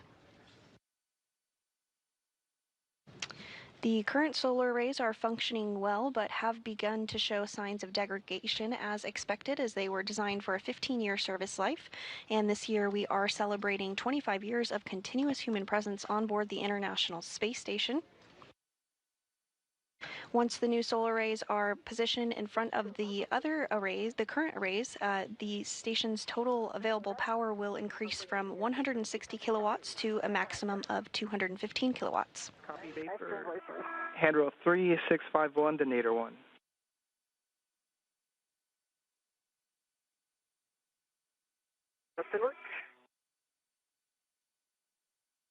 Additionally, during today's spacewalk, McLean and Ayers will work to relocate a common communications for visiting vehicle antenna, or C2V2, 1.5 feet over, to provide better redundancy for visiting spacecraft at the International Space Station.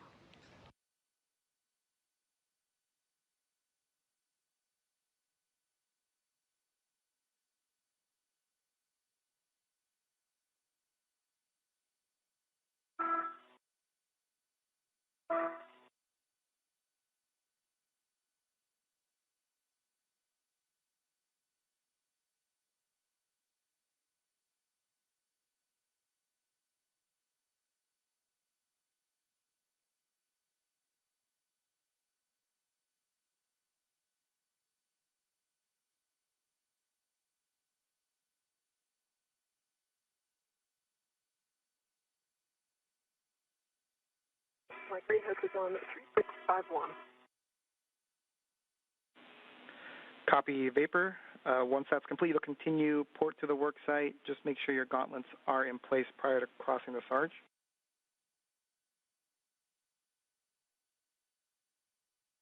Gauntlets are in place.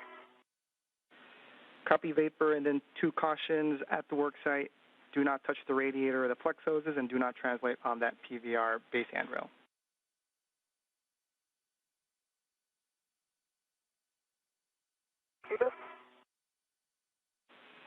And I'm at 3652 and working on the green hook. we copy and thanks.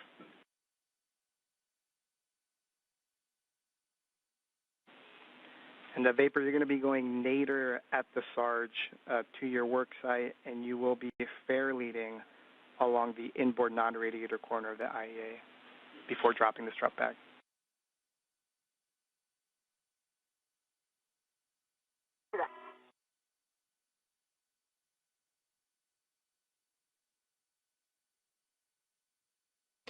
At this time, McLean and Ayers are continuing to translate to the port side of the International Space Station, heading to the work site of the modification kit structure for today. Once they are at that location, they will secure their 2 bags, the tool bag and the 8-foot-long strut bag, and begin the installation activity. Ayers will start the modification activity by removing the strut out of the bag and assembling what is called an upper triangle, consisting of several pieces. It consists of 2 struts and a mounting bracket. Ayers will then hand that assembled triangle to McLean, who will install it on the mass canister of the Beta Gimbal Assembly, or BGA. The duo will be utilizing the pistol grip tool, or PGT, to secure it to the Beta Gimbal Assembly.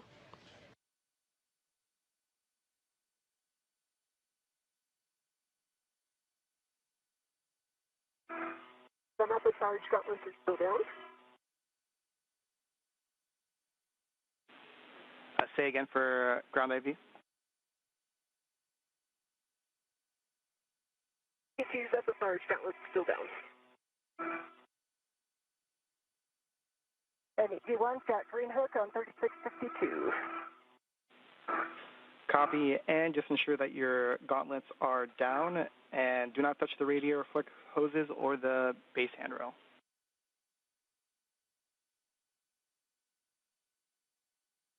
G1 copy. Gauntlets are down. Copy gauntlets.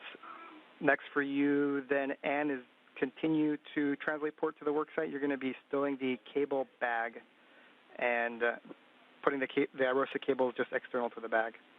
No fair lead required.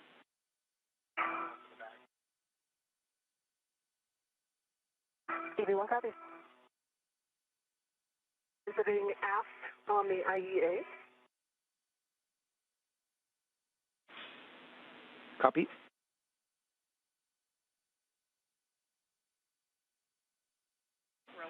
And as a reminder, you'll fair lead there at that inboard corner vapor, and then you'll proceed with the strut bag drop-off.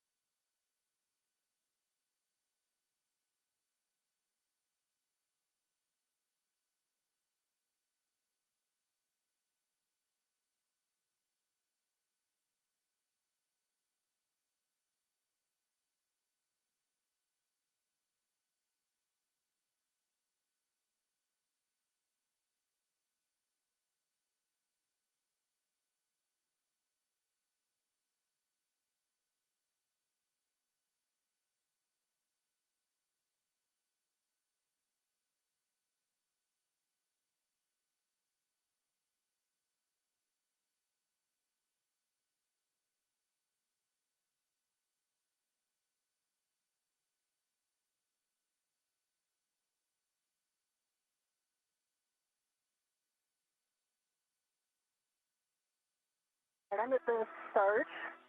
Gauntlets are in place. Copy, and you'll go nadir to your worksite.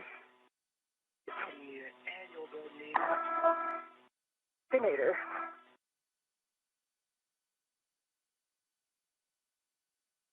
I'm looking at handrail 5136. I tried to put a and you'll have to take a look at it when you get there. Make sure it's not in your way. Okay. Sounds good.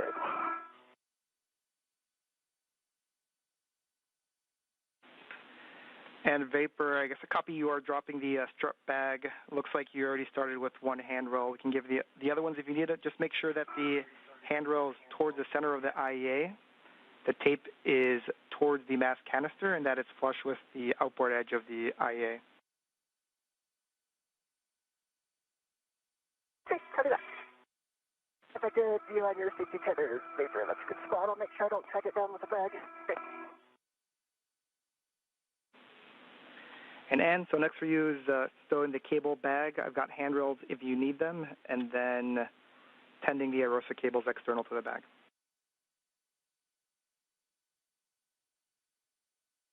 See.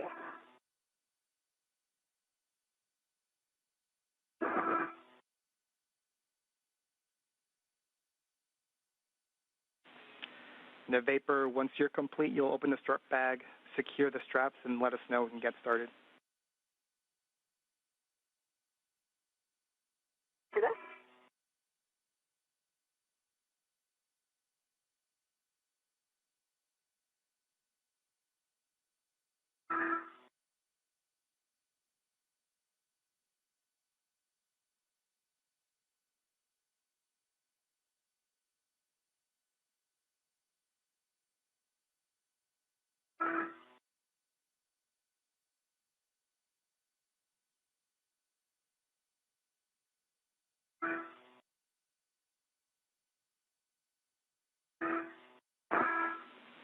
And in vapor, 2 minutes until a TDRS handover.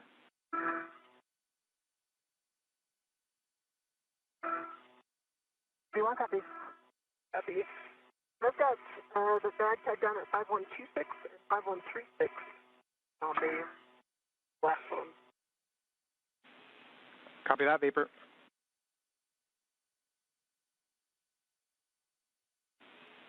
Vapor, after opening the bag, you will retrieve the mounting bracket and the right upper strut.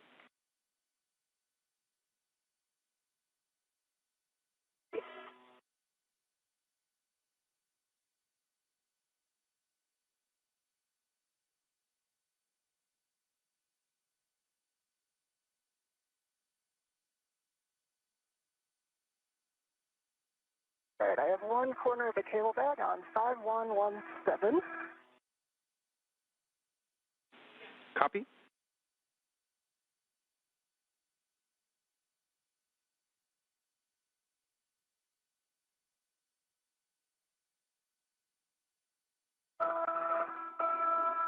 And if I verified your tether is still free.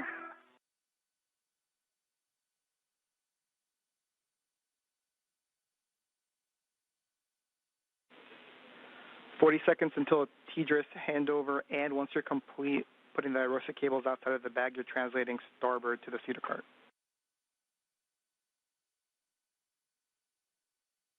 Copy.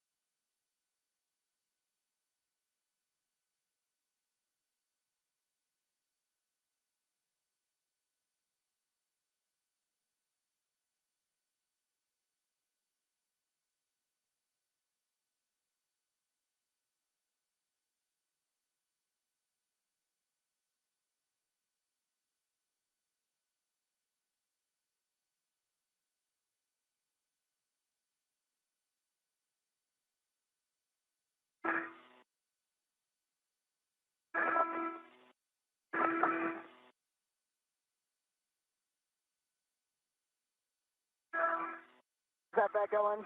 Okay, I just cinched down the tie downs just to hold it a little bit better. Okay. I'm just getting a second tie down here on the cable bed. And in Vapor, we're back with you. And we have your heck of views. Awesome.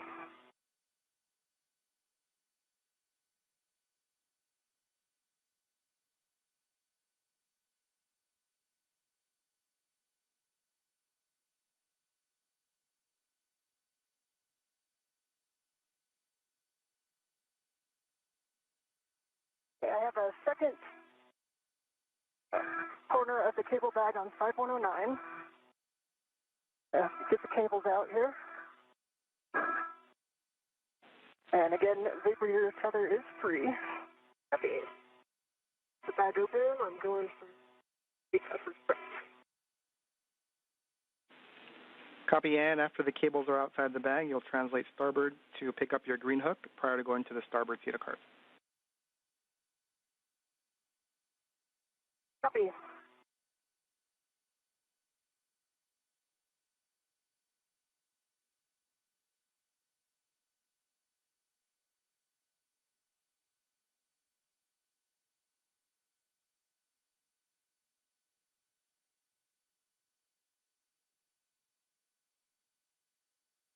All right, cables are out.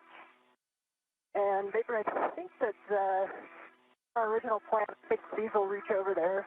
Okay, you need it. And we are getting some views now on our screen of some of those cables that NASA astronaut Ann McClain is working to remove ahead of the build of the modification kit this morning.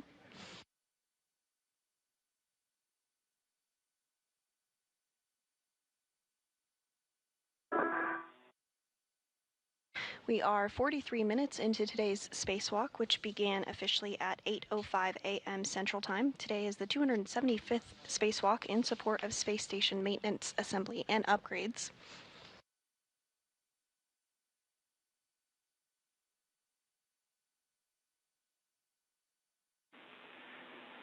And we are not receiving your HECA stream. Do you mind pressing the HECA button again? Sure.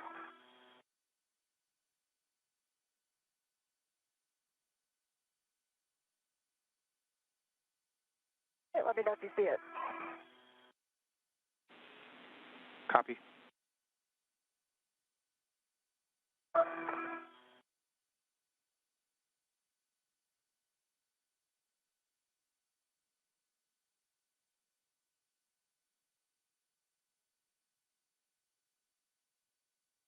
All right, Vapor, I'm going to go on a little walk. I'll see you shortly. All right, have fun.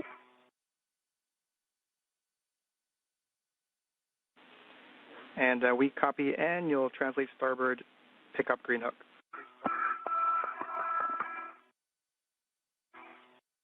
Copy and work. Okay, so I've got the right upper strut out. 13 and 14. And my gauntlets are in place, Marco. Copy, and appreciate that. And just remember the tusk cable's on phase 1. Copy, Vapor. You've got the mounting bracket and the right upper strut. Make sure that the EV3 PGT is available for you, and you're going to be aligning the right upper strut with the mounting bracket. Is nearby. And Vapor, there should be a groove on the mounting bracket where the alignment tab is going into, and then on the side of the mounting bracket, you'll have black lines to let you know that you're aligned.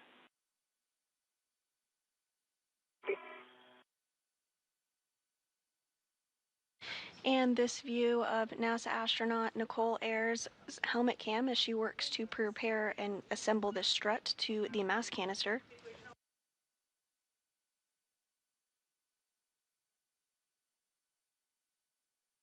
The upper triangle consists of 2 struts and a mounting bracket. Ayers will use the pistol grip tool, or PGT, to secure these pieces together before installing it onto the mod kit structure.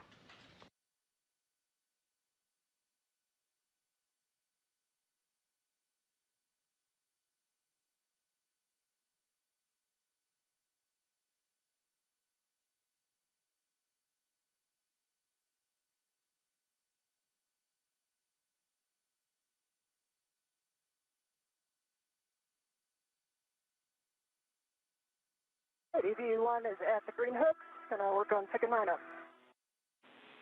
Copy, Ann. After you'll go to the starboard cedar cart to pick up the bundle. It's WIF 1. It's inboard and nadir, down and right. Copy, thank you.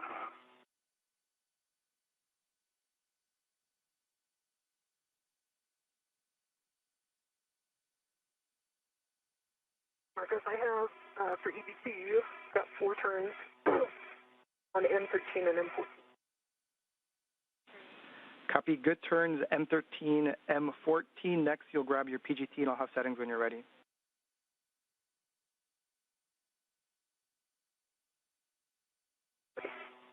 My next bolt is 17.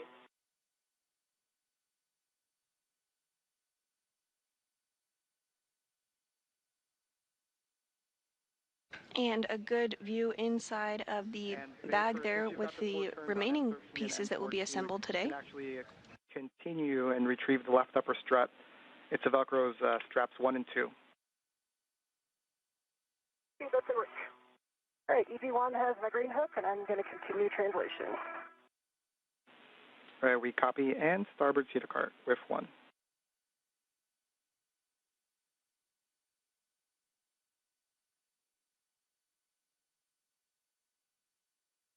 While Ayers is working on assembly of the modification kit, NASA astronaut Anne McLean is translating to pick up an APFR, or articulating portable foot restraint, that will be utilized during later portions of today's spacewalk to help secure the assembled triangle to the modification kit.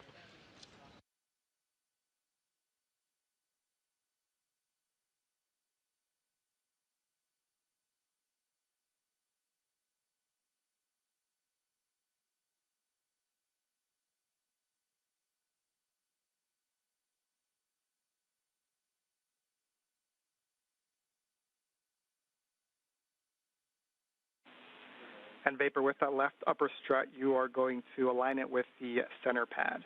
And you'll check that the pit pin lanyard is free of the clevis before we do PGT ops. The pit pin lanyard is clear of the clevis.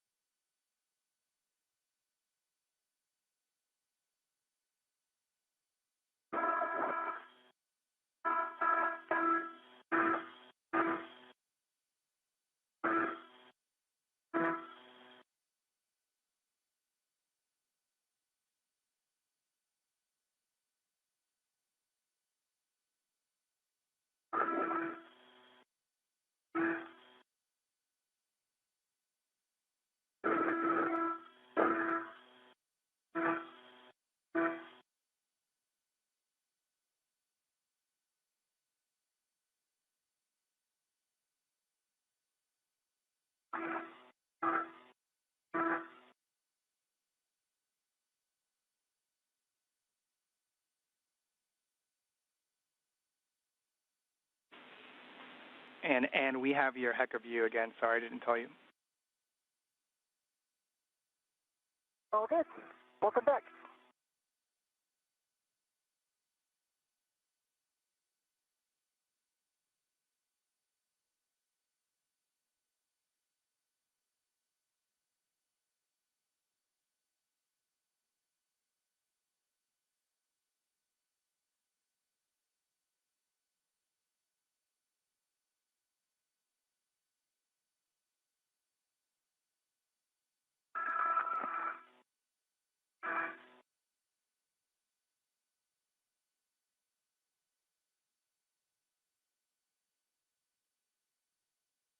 Just passing the seat of spur.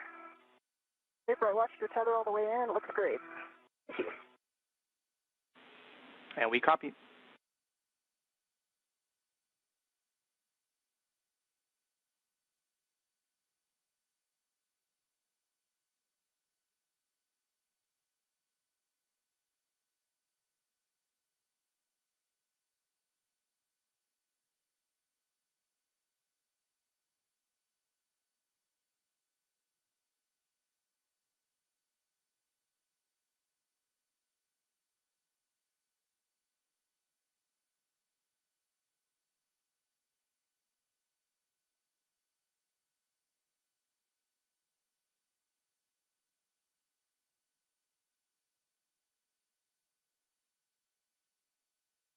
Passing the port seater cart.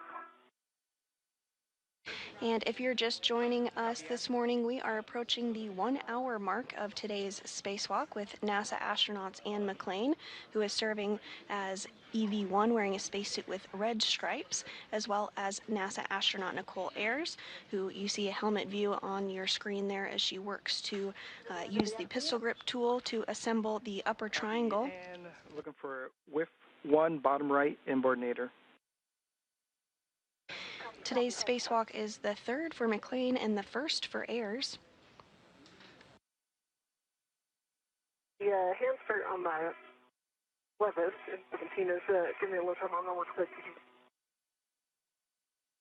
The goal of today's spacewalk is to install a modification kit in preparation for ongoing solar array upgrades to the International Space Station and relocate a communications antenna for visiting spacecraft to the orbiting lab.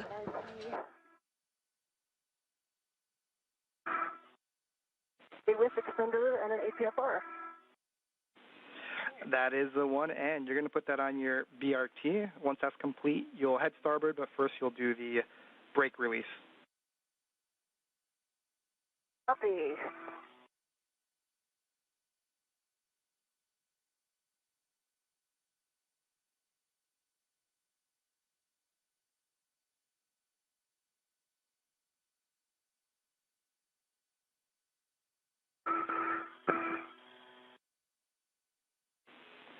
And Vapor, from your heck of view, it looks like there may be a ret that is situated in a way that it's making it difficult to hold the upper triangle in place. So a recommendation is for you to lock the ret if you think it's necessary. And on the screen here now, we see views of both NASA astronaut Anne McClain and Nicole Ayers' helmet cameras. Airs is continuing to, on the right of your screen, is continuing to assemble the upper triangle portion of the modification kit. Meanwhile, NASA astronaut Anne McClain on the left of your screen is working to translate to a CETA cart, where she will install the articulating portable foot restraint that she picked up previously. Copy that, Anne.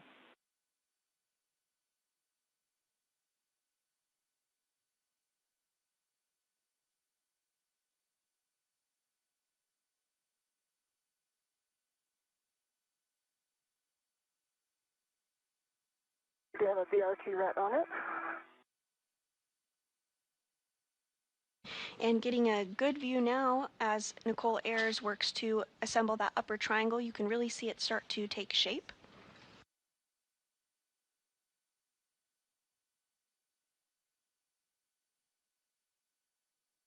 The upper triangle does consist of 2 struts and a mounting bracket.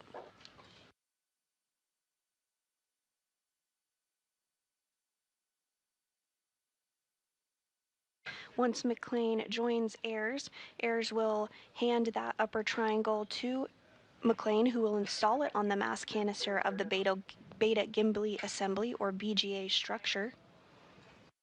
Say again, Vapor. So EVT has 2 turns started on the Vapor, we heard 2 turns started on M17. Looks like you have your PGT settings are Bravo 1 clockwise 2.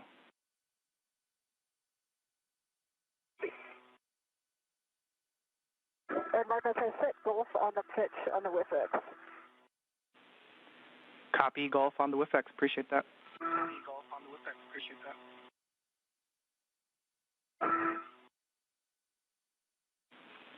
And again, Ann, once that's complete, you'll be headed back to your work site. Green hook, but first CETA brakes. Copy. On my EV, the good calendar, are we set? And 41.7. And Vapor, can you say again, you're coming in kind of broken? Got a good cal test on the PG 41.2 volts. A good LED test. I've got Bravo 1 clockwise 2 set. Copy good cal, Bravo 1 clockwise 2. Looking for an additional 5 to 7 turns. You'll drive M17 to torque.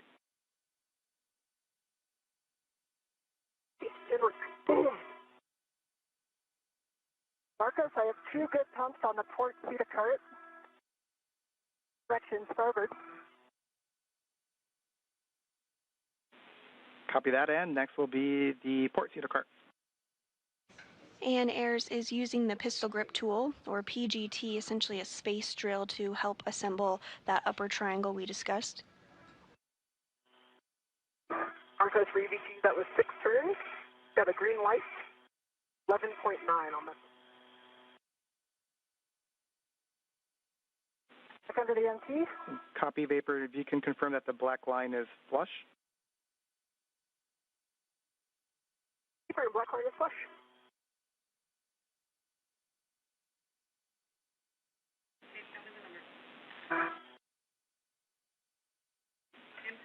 And Vapor, that is a good M17. You can release the ret from the right upper strut.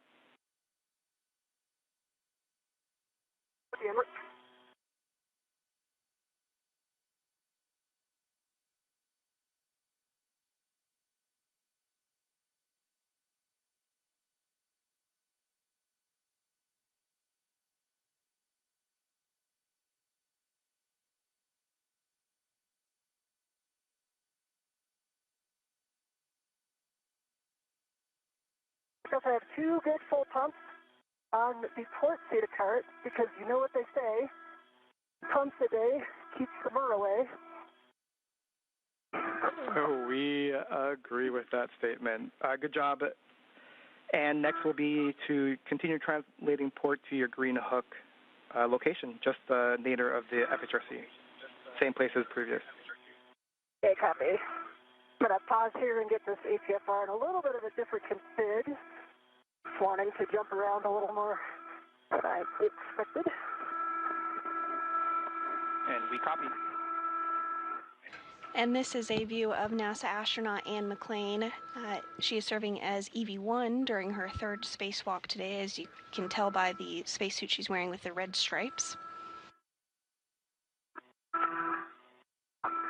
She is working to readjust the APFR, or articulating portable foot restraint. And Vapor, just catching up with you. Come back out your way, Vapor. She will utilize this to help install the upper triangle that Airs is building as we speak.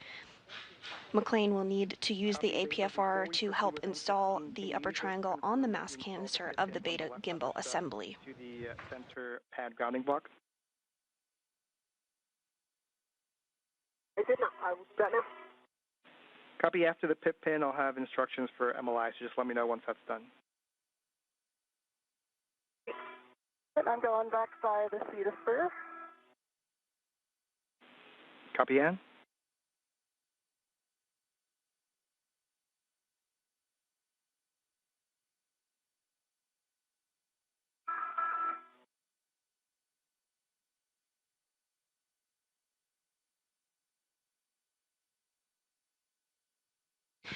And as we get this pan of the International Space Station truss structure, you're getting a good view of the handrails, which is what the crew utilizes when they translate or move from one location of the International Space Station to the other.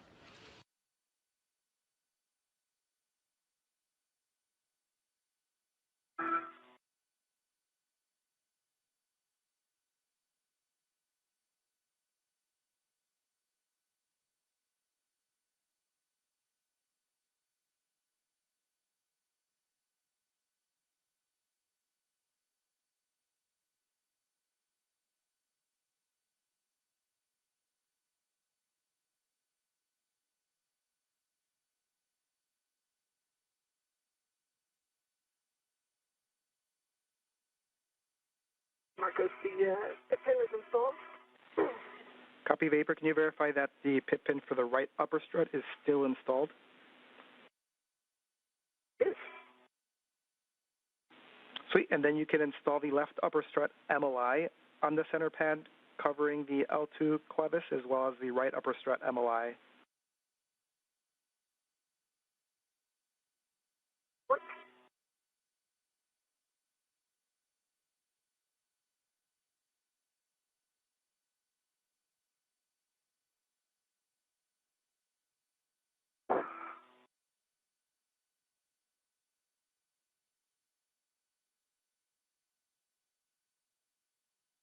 All right, Marcus, I am back at 3652. Work on the green hook again. Copy. And after that, you'll be continuing starboard to your work site to install the bundle. In this view of Nicole Ayers' helmet cam of the upper triangle, she has been in the process of installing multi-layer insulation, or MLI, around the upper triangle. It's that white fabric material that you do see. How many turns you started on M15? 4. Copy. That's good turns on M15. We'll work on M16. I've got PGT settings when you're ready.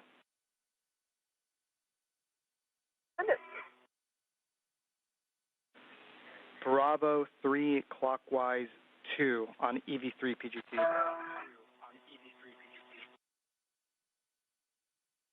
I've got Bravo 3. Clockwise 2. Copy. You're going to be driving M16 to torque. Expect 24 to 25 turns, and we'll get the black line flush call.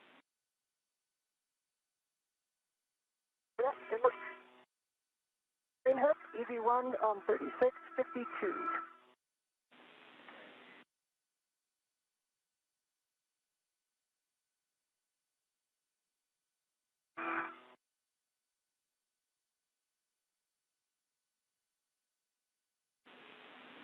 And I copied your last, and just ensure that your gauntlets are down prior to crossing the Sarge. Copy, will do.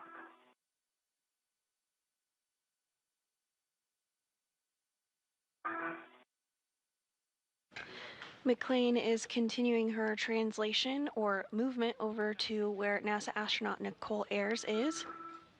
Once there, she will assist her in finishing up the build of the upper triangle portion before they work together to install it on the mass canister.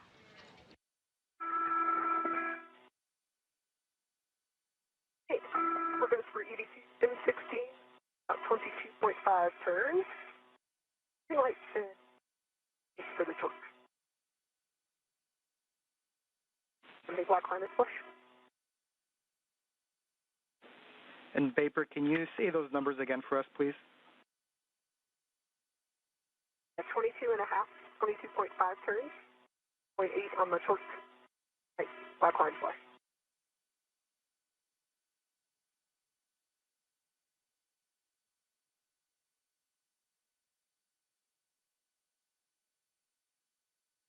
For EV1, my gauntlets are in place. I'm switching to Sarge. And Vapor, we're talking here on the ground real quick, and copy your gauntlets are down. You're proceeding to the work site. Just note you've got the radiator and the PVR handrail. Do not touch, and you'll be dropping off the bundle on with 25. 20, actually.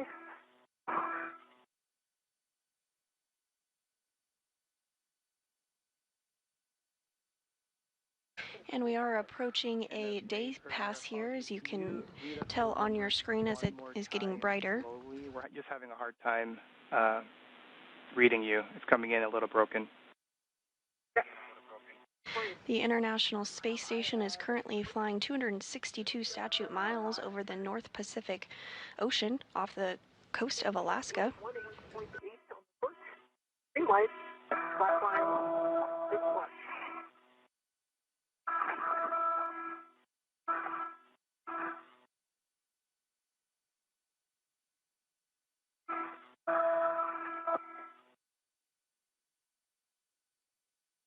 All right, I'm back on the IA with you. With you.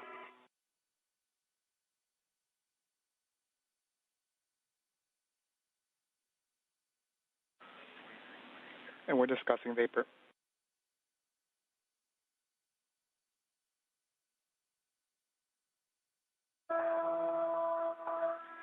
And Vapor, we're expecting 24 turns. We got about 22 and a half. So we'd like you to hit M16 one more time to torque. Okay. And a really great view here of NASA astronaut Anne McLean as well as NASA astronaut Nicole Ayers. Ayers is on the left and building that triangle. McLean is on the right in the spacesuit with the red stripes, and you can see the articulating portable foot restraint that she brought over to assist in the build.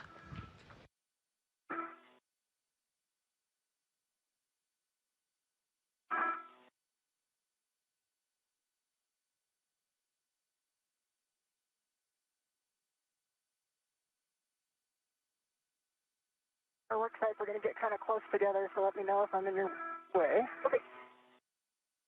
That's for easy. Scout 18.3, light, and that was no turn. Copy, no additional turns. We'll discuss.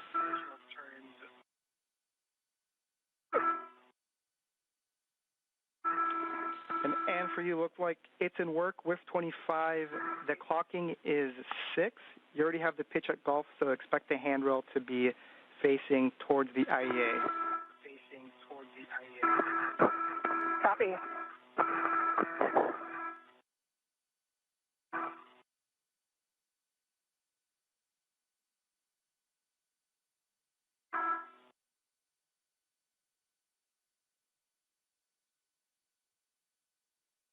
I'm stopping at 5145 to get a rich man's fairly in.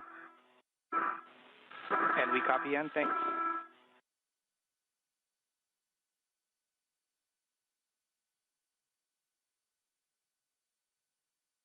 So CD2 for your essay, the PD during count is 22.98. That's my basic.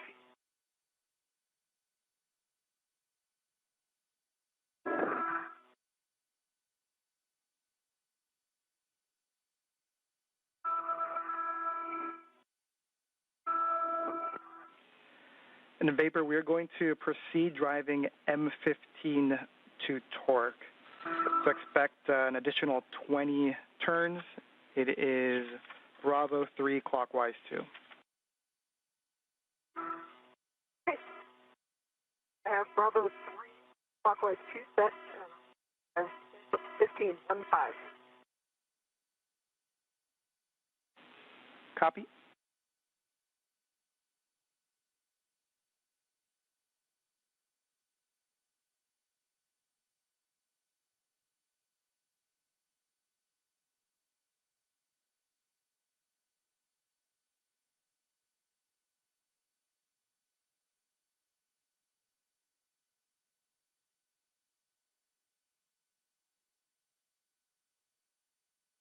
If you're just joining us this morning, you're looking at a live view of two NASA astronauts outside the International Space Station performing a spacewalk. On your left of your screen is NASA astronaut Nicole Ayers completing her very first spacewalk today. On the right of your screen is NASA astronaut Anne McClain with a spacesuit in red stripes on her third spacewalk.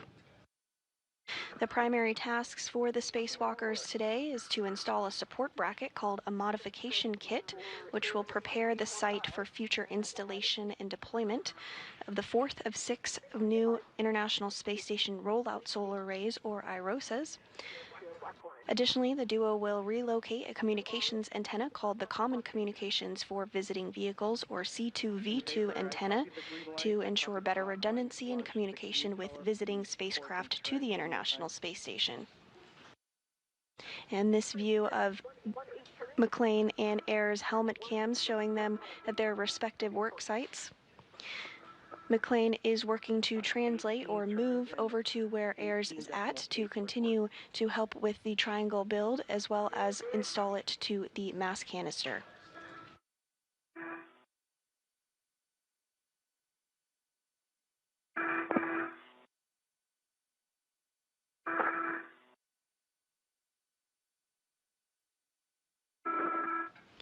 And through McClain's helmet camera on the left of your screen, you do see the Earth as the International Space Station flies 262 statute miles overhead.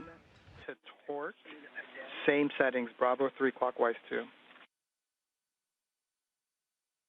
Bravo 3 clockwise 2, looking M15 on 5 again.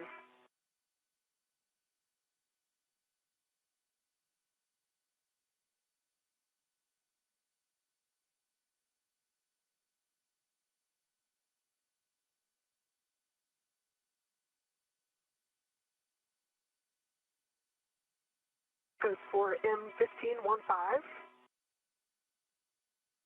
I have a green light already up, but I have a green light with 18.4 on the torque and no additional turns. Copy, no additional turns, Vapor, we're discussing.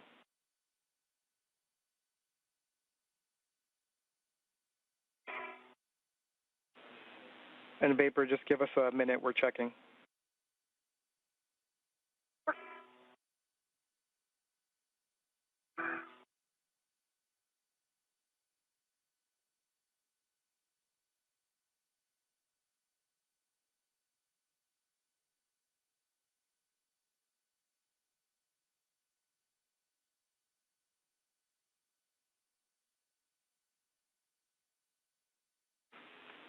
And Vapor, we have a troubleshooting step for you. Can you look at the interface of the struts and just make sure that nothing is caught in between, no MLI, and that it is flush?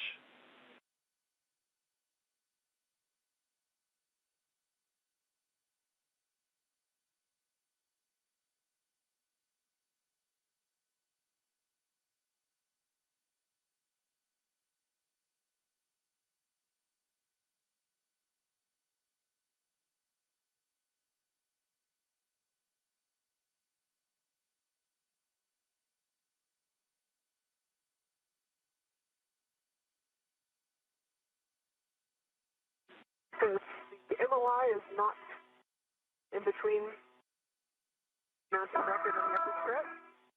These black lines are aligned. Oh, it's flush. We copy all vapor, and the reason we're asking, we're just expecting one more turn on each of those bulbs, so we're discussing.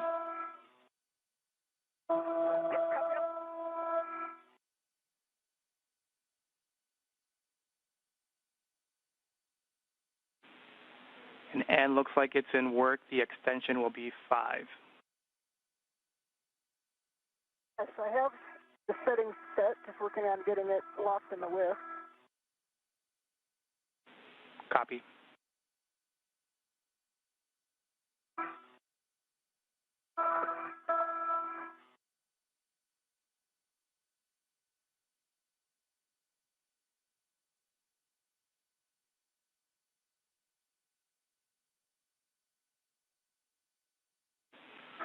Now, vapor, good news. We are calling both of those bolts, M15 and M16, good. We will proceed. We'll have you release the ret from the left upper strut. Okay. See, good bolts and all right, Marcus, I have 6 set on the whiff extender, good pull and twist test. Got a golf on the pitch and a 5 on the extension. And I've got 12 Tango Tango, box 12 on the APFR. We copy, and I may have missed it, but can you confirm that the pitch knob of the APFR can be depressed? Yes, I will go do that now. And this view from Air's helmet camera as she works to continue the build of the upper triangle.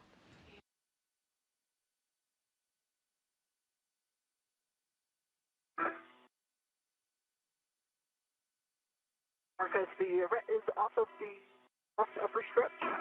Got the MLI over the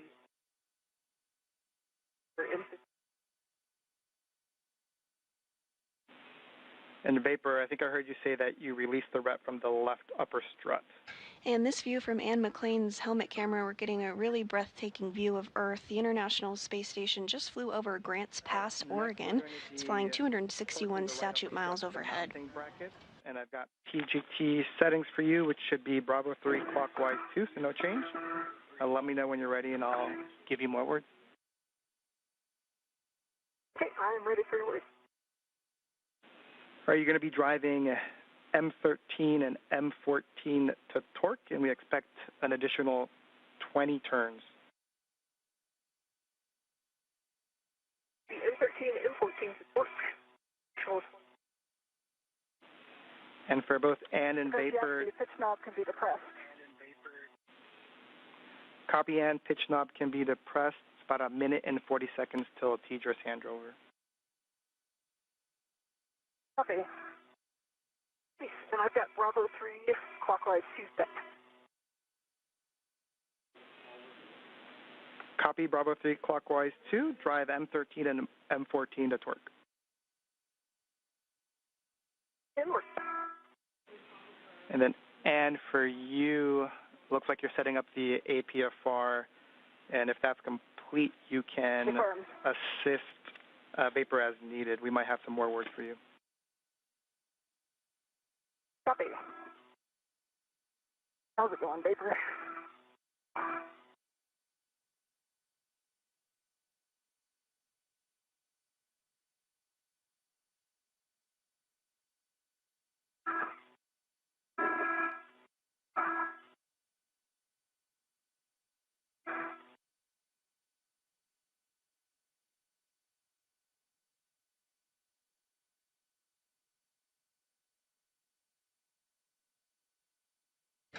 And we are seeing that upper triangle that NASA astronaut Nicole Ayers has been working to build. She's wrapping up that task as we speak.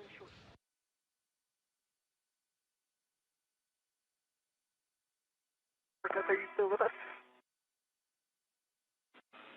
I am with you. Say again. M13 was 8 additional turns. The green light 8.3, 28.3. And these black lines, flush. Vapor, I heard torque 18.3, turns 18, green light, black line flush for M13.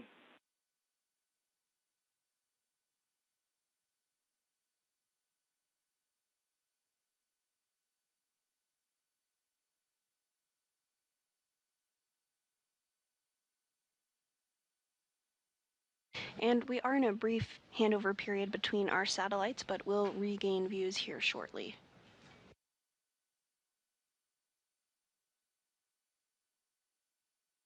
The team here in Mission Control Houston is being led by Flight Director Diana Trujillo today.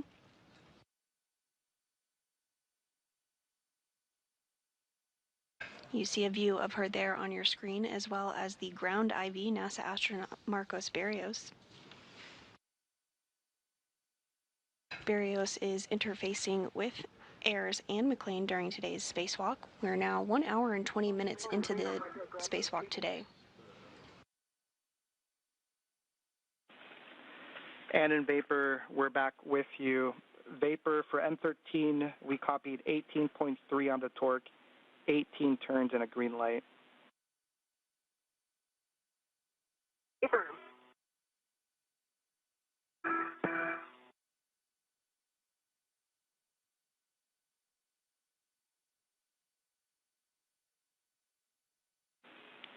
And Vapor, that's a turn short, but we're going to press to M14. So you can drive M14. It should be an additional 20 turns.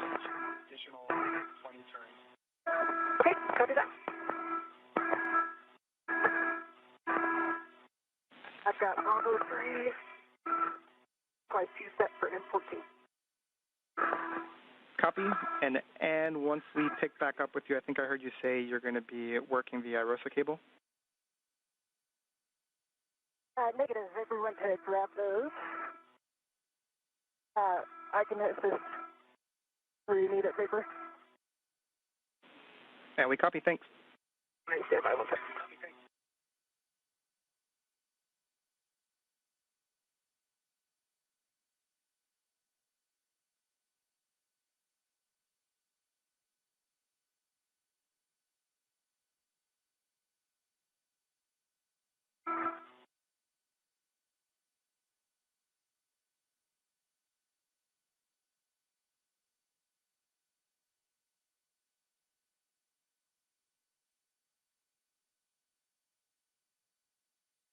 Marcos, for M14, I've got 18 additional turns, 1/8, 8.4 for the actual torque and the green light.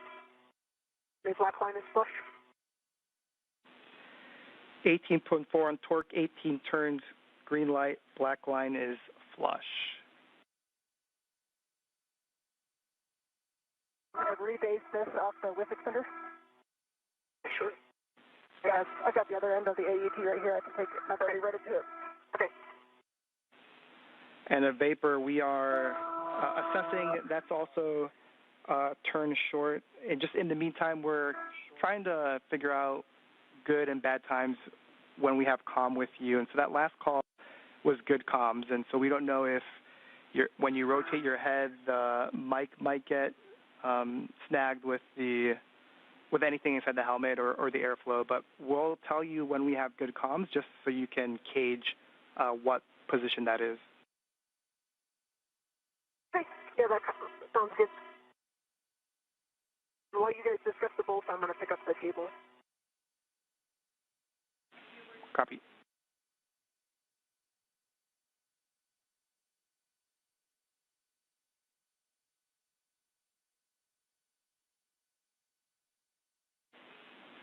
And Vapor, those are good bolts for M13 and M14. So next for you is to just tend the EV3 PGT back to the strut bag, unless you are moving it to the WIFX.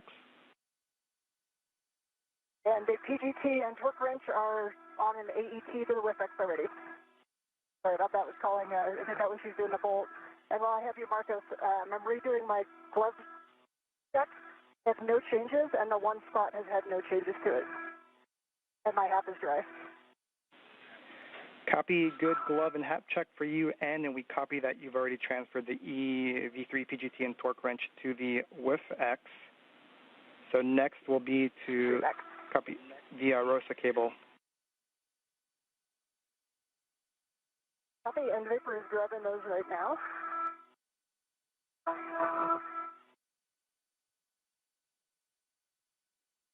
After the completion of the upper triangle build by Egress, she's now working to remove some of the cables that will be installed. You see her on the left of your screen there, gathering those cables. Okay, come this triangle back to her first.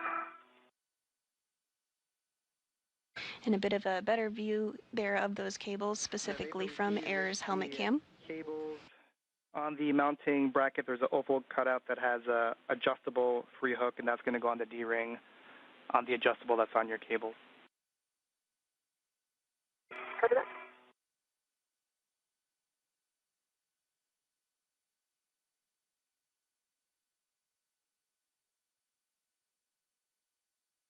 These cables will be routed on the rollout, so will be routed for future installation for the rollout solar array.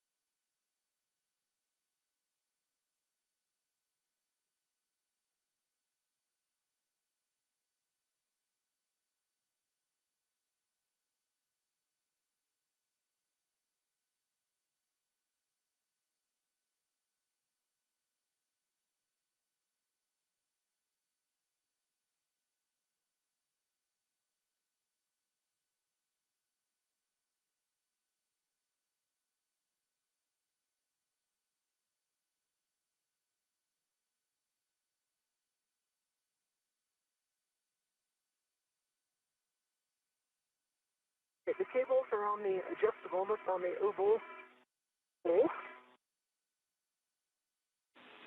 Copy, Vapor, and if you can, you can get... And we were just getting a view of the solar arrays that the IROSA will eventually be placed over, so we'll stand by and potentially get another good look of that solar array location.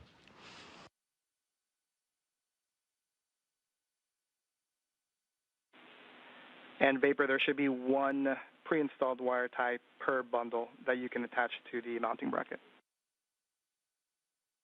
Yeah, that's in order.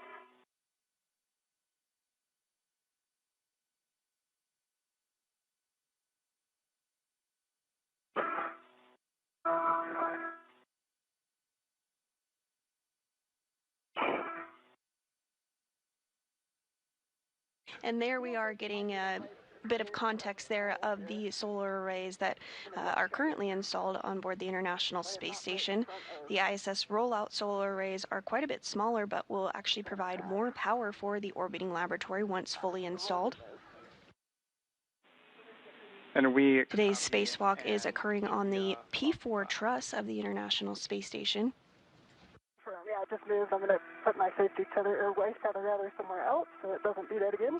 Once the modification kit is wrapped up and installed, the duo will translate to the P3 truss to complete the relocation of the Common Communication for Visiting Vehicles antenna, or C2V2 antenna, to ensure better redundancy for visiting spacecraft to the International Space Station.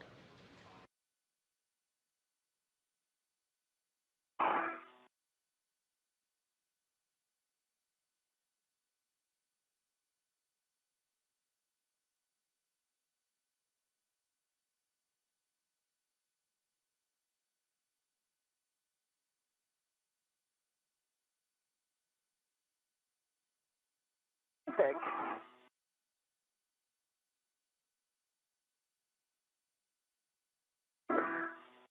And you do see there in the center of your screen NASA astronaut Anne McLean. She is at the location where the triangle and mounting bracket that has been built will be installed. That's the mass canister of the Beta Gimbal Assembly, or BGA structure.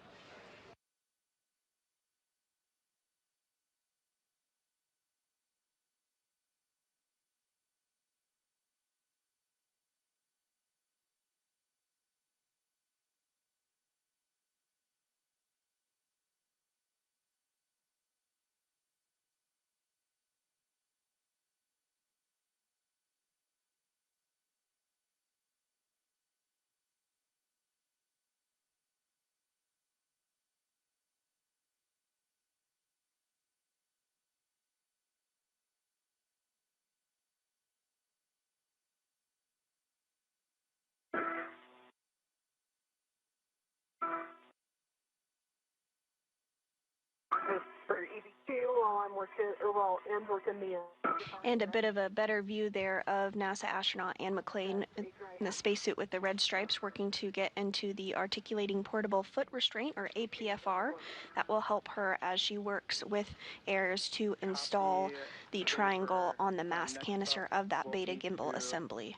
Hand the upper triangle to Ann, and we'll have more words for you with cautions before we proceed. Yeah, and Vapor, you just verify my feet, please. Yeah, let me get into a better spot here where I can see.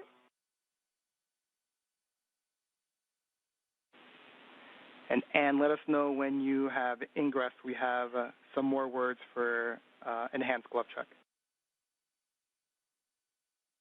Copy, and I'm just having Vapor verify my feet. I believe I'm in. Yeah, they both look good from touch to see your left heel, but your right heel is in. I'm sorry? Your left heel is touch to see, but your right heel is in. And I'm sorry, one more time on the left heel. Tough to see? Oh, tough to see. I see. Okay.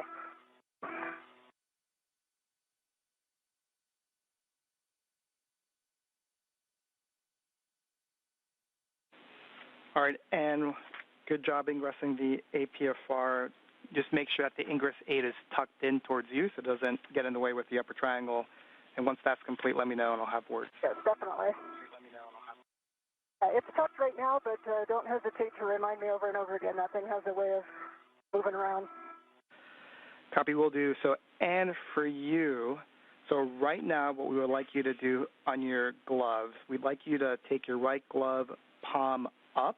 We want you to flex your right index finger away, so overextend it, and provide that view to us via the HECA camera. Okay, let me know, is that a good view in the HECA? That is a good view at the HECA.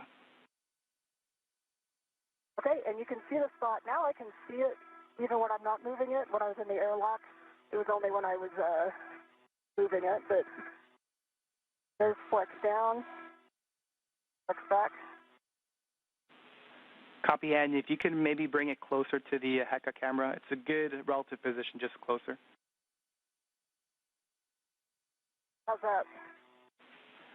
That's a good view.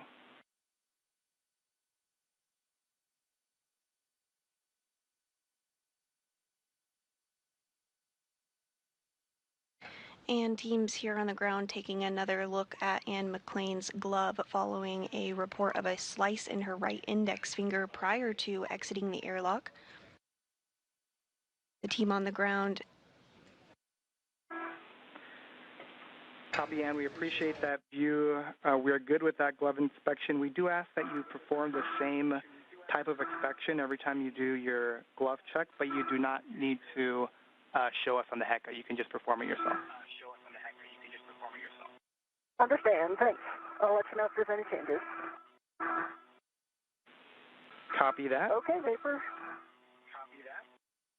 And the team on the ground reports that the glove is looking good. McClain is in the articulating portable foot restraint and will receive the triangle from Airs next. Thinking very slow, so slower than when you were translating with a strut bag on the BGA. Avoid cyclic loading on the mass canister in BGA. Max lateral loads is 40 pounds. And do not impart any forces into the mod kit struts before they're fully installed. Give me one copy. Please. All right, next, Vapor, you can present the left or non-tethered end of the upper triangle to Ann. So let me know, I can't really see. We'll go in off here. Yeah, just 1 second, I'm getting my workstation. Okay, out of the way here. Walk up, okay. Go up about another 12 inches, I think. I have a hand on it. Okay.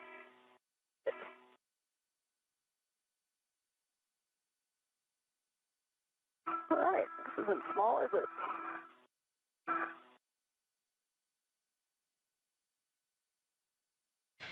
And Airs has handed the upper triangle to McClain following her build of it. Installing a center pad on the mass canister, arrow up. McClain will now install it on the mass canister of the beta gimbal assembly, or BGA structure. Your mini workstation tabs And for soft engagement left to right, which is what you're doing, and once that's complete, you can rotate the upper triangle so it's neutral and you have access to the bolts.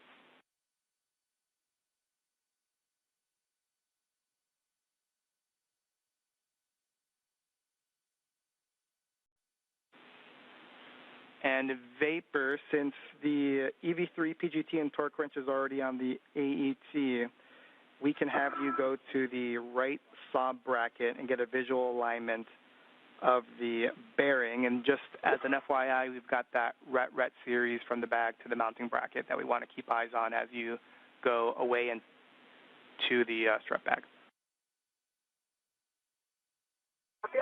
Center pad is soft dock. I'm going for my PGT, I believe 2 turns on each. It'll be alpha 2 clockwise 2 and is exactly. And this view of Ann McLean's helmet camera as she positions the upper triangle on the beta gimbal assembly. All right, for the Fairchild fasteners. If you're just tuning in with us this morning, we are 1 hour and 35 minutes into the 275th Spacewalk in support of space station maintenance, assembly, and upgrades. This morning, the spacewalking duo, which consists of NASA astronaut Ann McLean and Nicole Ayers, worked to build the upper triangle portion that you do see on your screen there that is going to be installed on the mass canister of the beta gimbal assembly.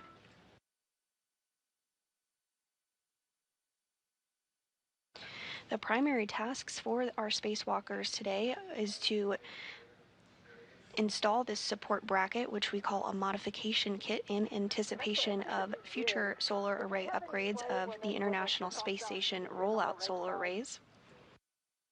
The duo will also work to relocate a communications antenna called the Common Communications for Visiting Vehicles, or C2V2 antenna, to ensure better redundancy in communication with visiting spacecraft to the space station.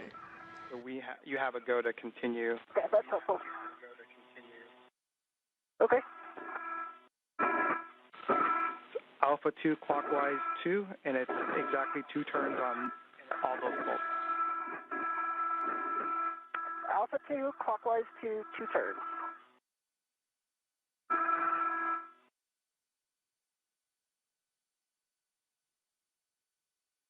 This is for EV2, the right stop bearing looks pretty thin. So it's at and parallel with. And we copy vapor, and just for your SA, that last comm is in and out.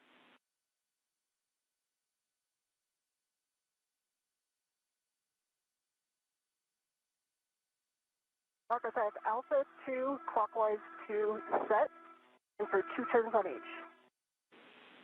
Good words.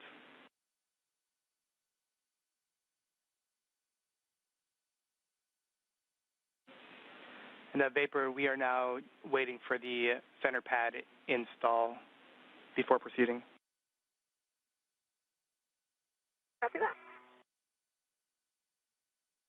I have 2 turns on M6 and M5, going for 2 turns on M8. Copy, good turns on 5 and 6.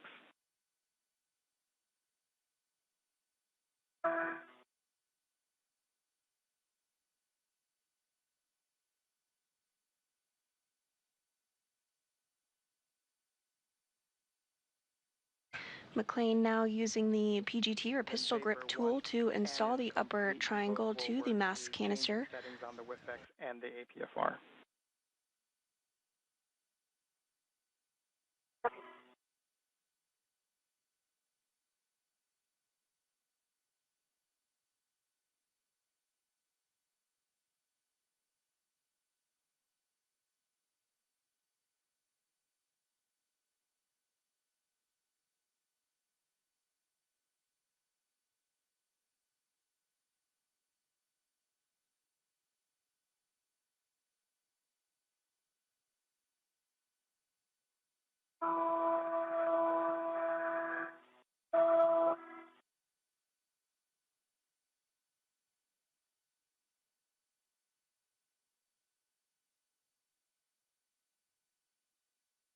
I have 2 turns on 8 and 5, especially top back out. I don't think it was all the way in to get those 2 turns again. And we concur, Ann. Thanks.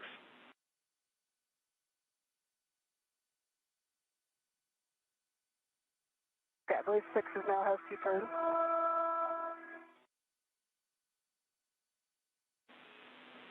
And copy, Ann. We're following.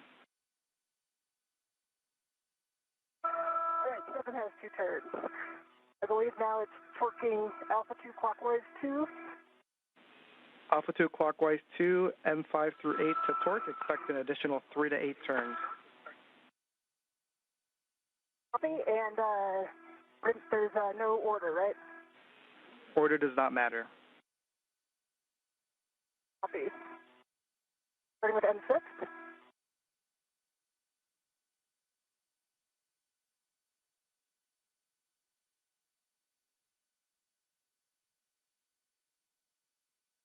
Okay, M6 got 5 turns, 3.6 torque green light.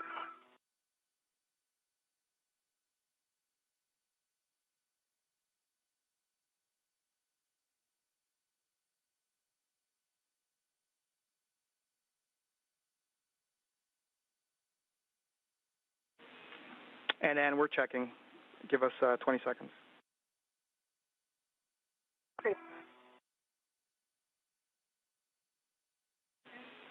That's a good M6. You can proceed, Ann. Copy, good M6.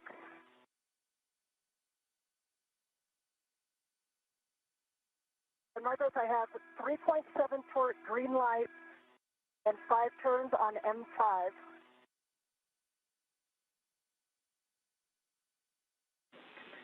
That is a good M5. Proceed. Copy, good M5. Going with M8.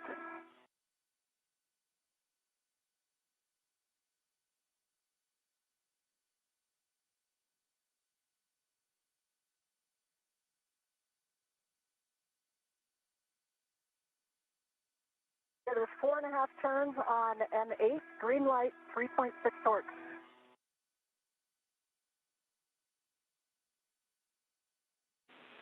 It's a good M8. Copy. Last golden work.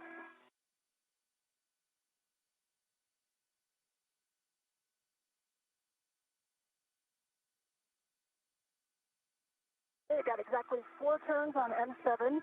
3.8 torque, green light.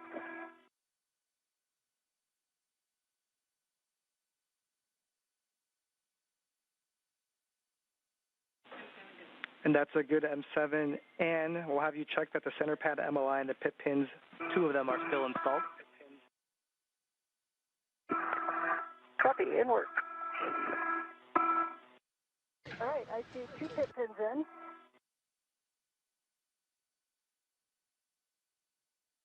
Good job on the MLI. Vapors nice and tight. And with those 4 bolts being driven by NASA astronaut Ann McClain on the mass canister, the next steps will be to install the left and right lower and upper struts to continue to attach the triangle to the mass canister.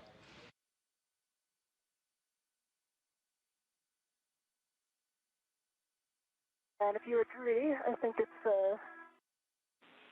And that's a good upper triangle install. And yep, you're going to get out of the APFR, and you will be changing the WIFX and APFR settings. First, WIFX is going to be shortened to an extension of 1. Copy. This again. There's no workout at the gym that prepares you for that twist.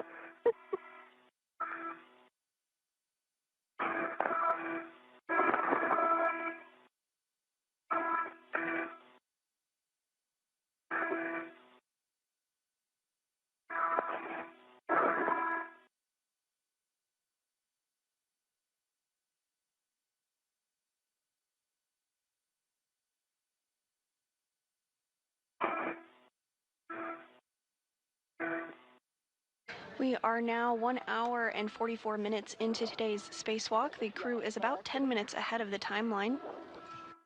The upper triangle has successfully been installed to the beta gimbal assemble. we go, I'm free. And for the both of you, just be aware that you still have that ret going from the bag to the mounting bracket. The crew will now proceed with the installation of the right lower strut and right mid strut on the right side of the mass canister before doing the same on the left side.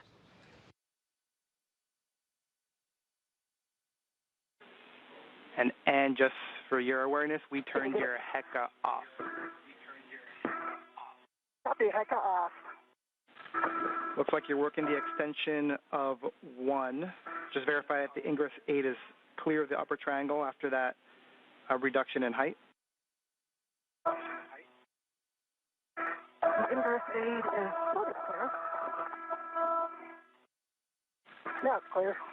Copy, thanks, Ann. And then we're looking for a pitch of Papa Papa and a roll of Charlie for the APFR. Copy. 6 is at 1. Remind me, is the yaw still 6 or 12 rather? The yaw should still be 12, correct. Okay.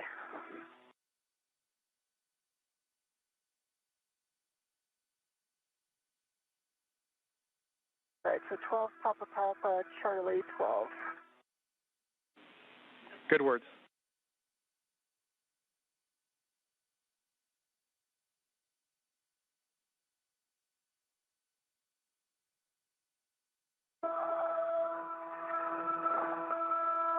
There's Charlie 12.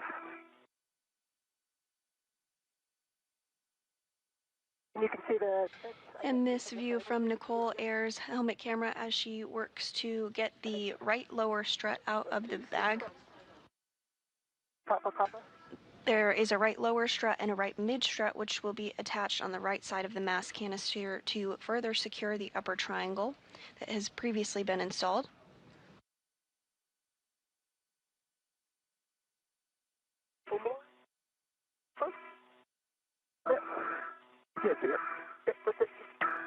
That was blind.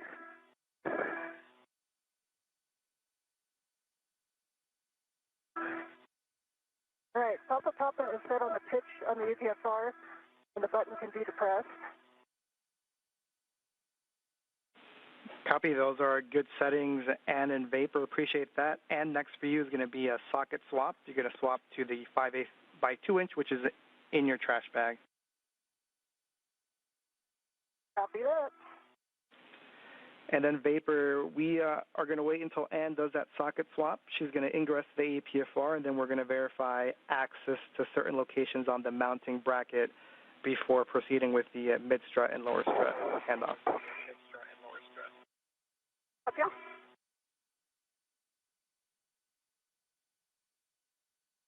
And Marcos, if it's okay, I'm going to get in the APFR and then do the socket swap while I have 2 hands. Sounds like a great plan, Ann. And just another reminder on the Ingress 8 and the upper triangle. Copy that.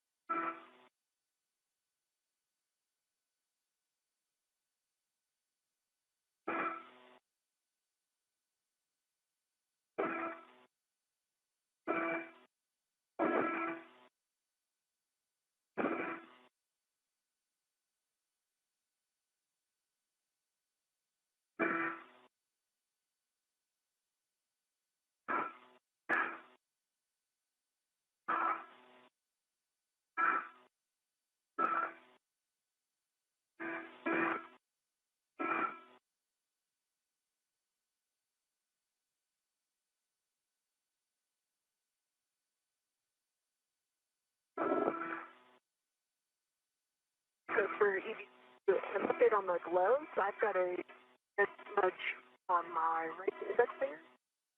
It looks like the shirt marks at the bag. And I've got several other black smudges on the tips of several fingers. And Vapor, I think I heard you have several smudges, black smudges, on your gloves that you think came from the strut bag. Is that accurate? Paper, mostly black and one red. One black and one red. All right, we'll discuss you on the ground. Marcus, it's several black smudges. Copy. Several black smudges, and if you don't mind, if you can, one hand at a time, just put it over your heka.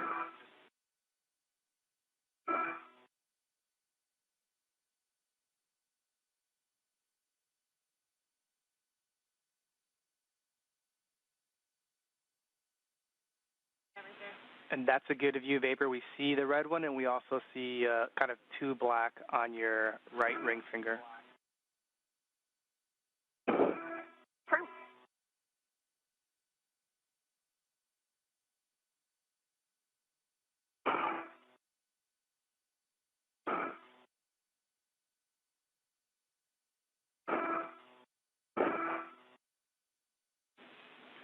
And Vapor, appreciate those views. We are good to press.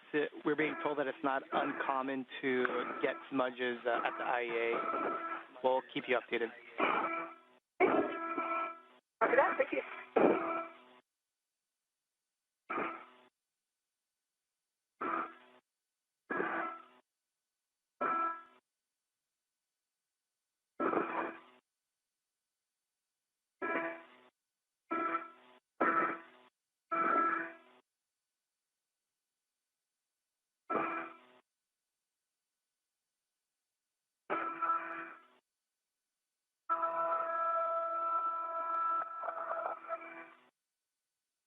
You were just to the right of the two loop, like you might have yachted a little bit. Okay.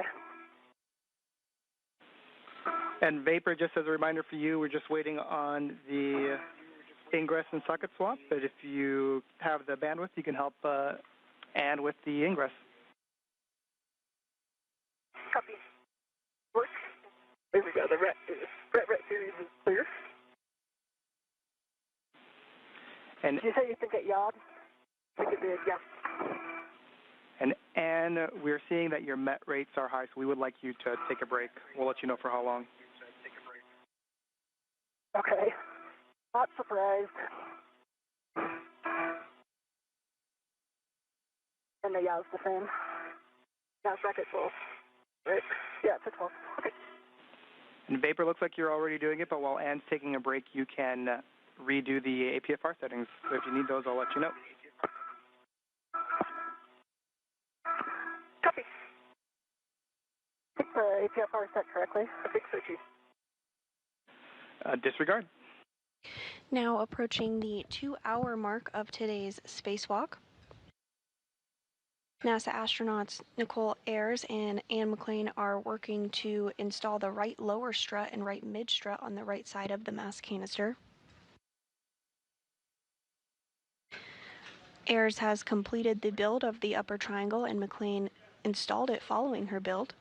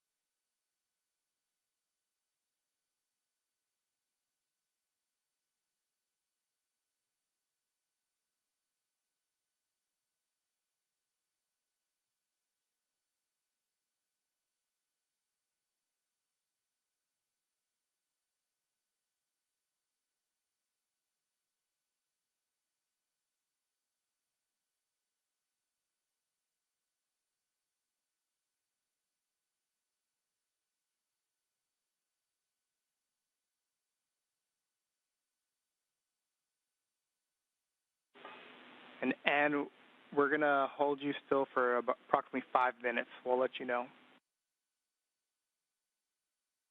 Okay, I understand. 5 minutes. Is there anything useful I can do during that time?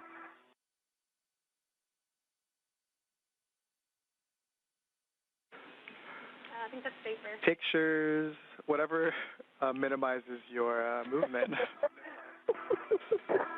Copy and Smile, understand. yeah, laugh. So we'll take in the views.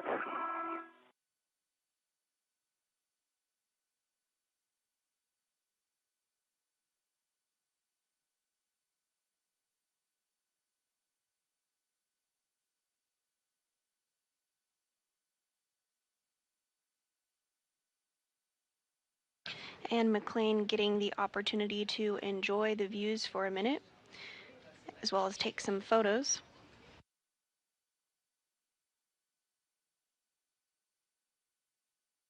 The International Space Station is currently flying 272 statute miles off the southern tip of Africa.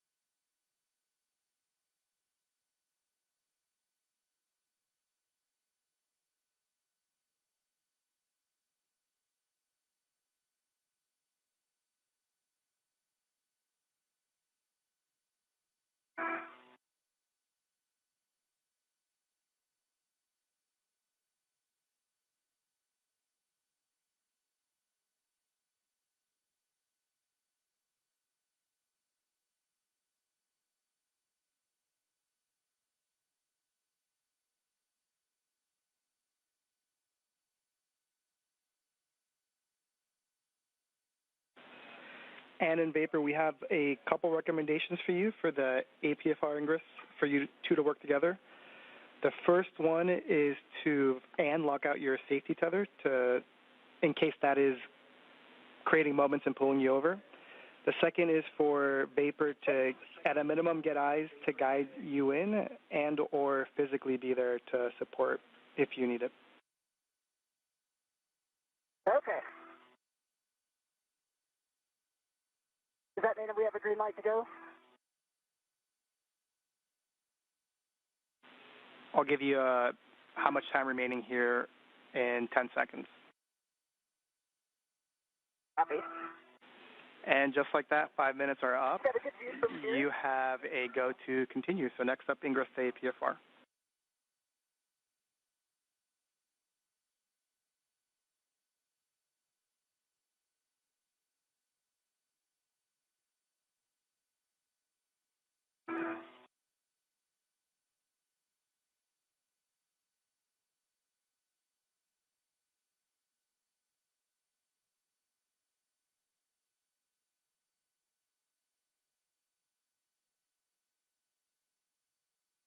NASA astronaut Anne McLean now going to work to get back into the APFR, or articulating portable foot restraint, there in the center of your screen. 2 minutes until a T-dress handover. Reel's locked.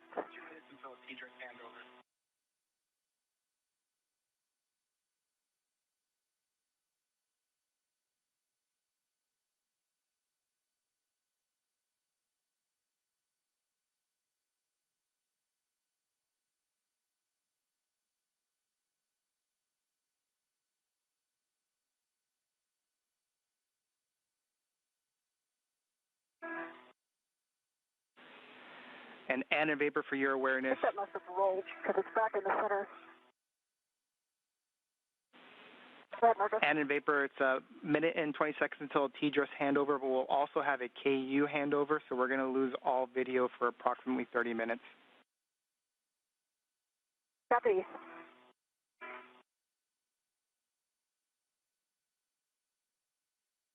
Tethers look clear on my legs. Apron. Yep. And before this handover for the both of you, we'd like Vapor to come over and help out with the APFR Ingress. We'll get you on the other side.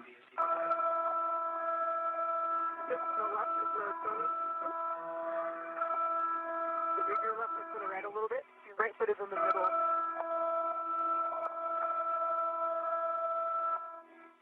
Move your right foot to the right a little bit.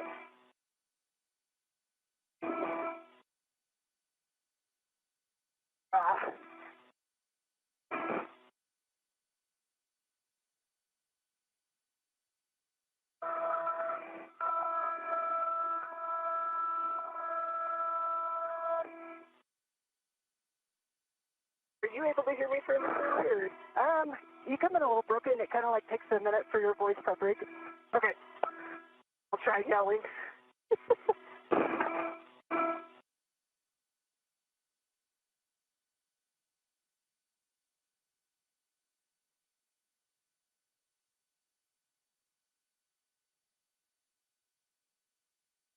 And we are in a handover period between our satellites.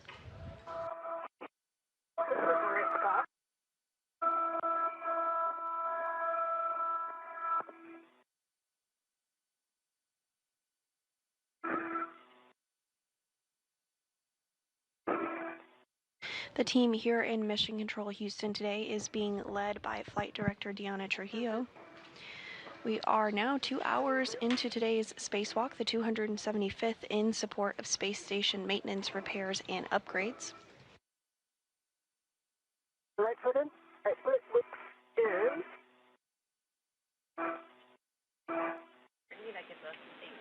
And in Vapor, we're back with you with left comms. Still out, or your right foot in? The left is not in?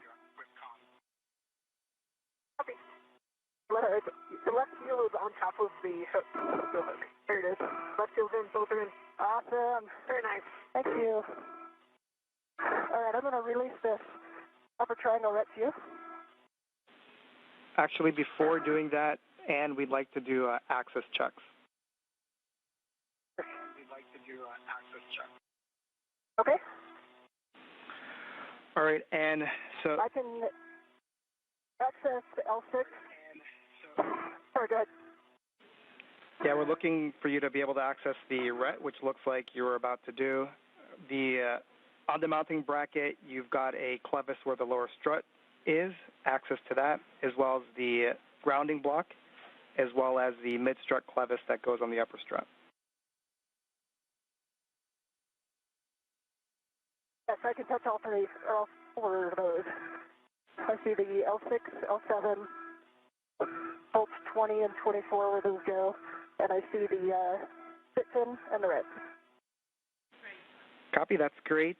And you can perform the socket swap as well as release the mounting bracket red. Okay, it's for the red. Ready. It's coming back.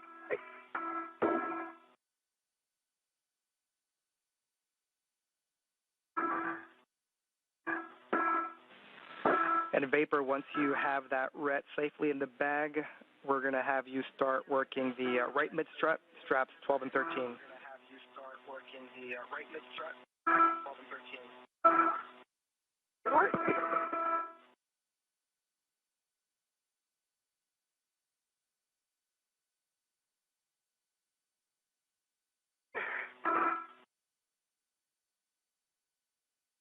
Are you working the socket swap right now? And during this handover period between our satellites, we will have communications with the crew. However, we will not have visuals of them. This loss of signal period has about 40 minutes left in it until we have visual of the crew again.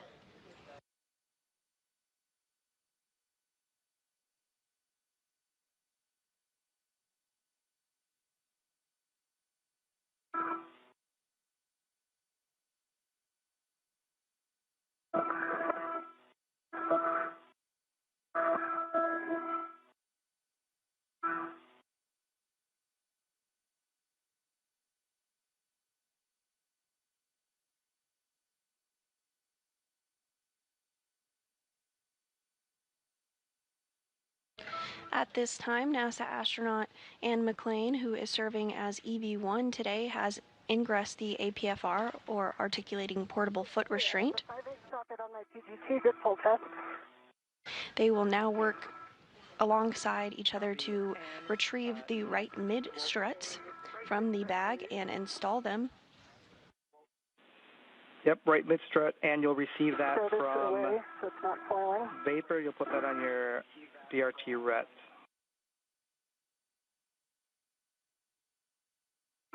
Copy.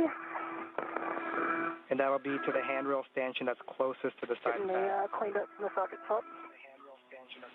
Copy that, Ann.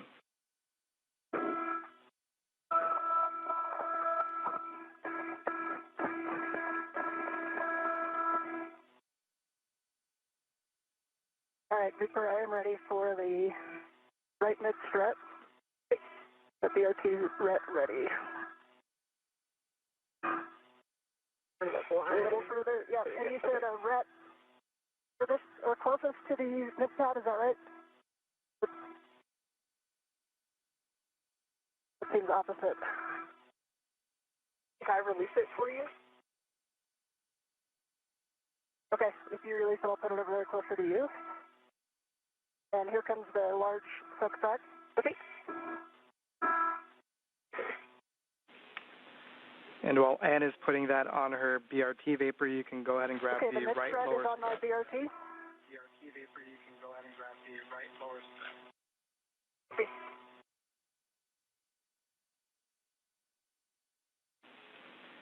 And you're going to receive the right lower strut, and you're going to leave the strut bag ret attached. Okay, strut bag ret attached.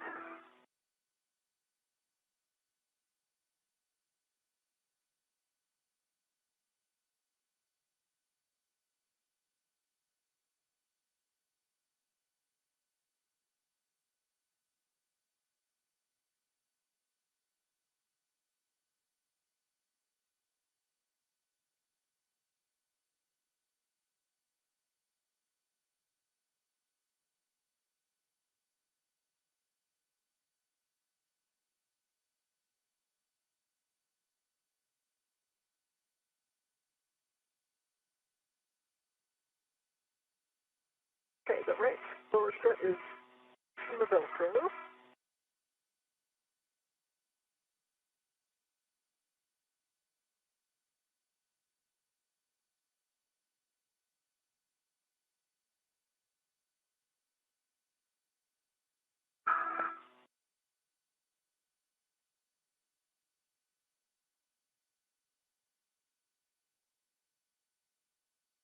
Now pivot the, that looks like that ret swapped out. And if you're just joining us today, we are 2 hours and 7 minutes into a spacewalk where NASA astronauts Ann McClain and Nicole Ayers are working to install a modification kit ahead of upcoming deployment of the fourth of the 6 new International Space Station rollout solar arrays, or IROSAs. Additionally, the duo will relocate a communications antenna called the Common Communications for Visiting Vehicles, or C2V2 antenna, which will ensure better redundancy in communication with visiting spacecraft to the space station. I think I have the cell bolt in my hand. So far this morning, NASA astronaut Nicole Ayers worked to start the modification activity by building the upper triangle portion of the modification kit, which consists of 2 struts and a mounting bracket. McClain then installed the upper triangle on the mass canister of the beta gimbal assembly, or BGA structure. And the crew is now working to install the right lower strut, and then we'll move on to the right mid strut on the right side of the mass canister before doing the same on the left side. Once the handoff is complete, we are in a handover period where we do not have views of the crew. We have about 35 minutes left in this loss of signal, but we do have communications with the crew at this time.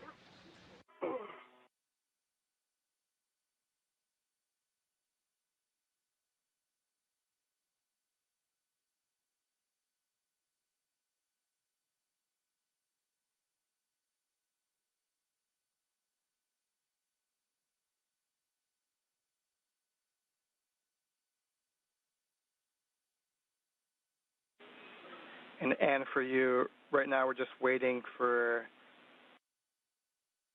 vapor to drive the bolt at the saw before continuing with your portion of the strut. Copy and understand.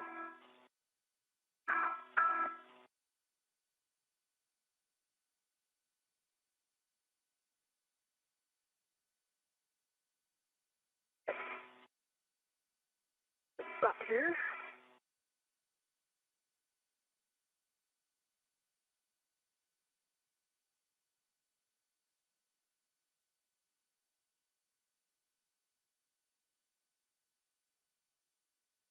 I'm ready to, okay.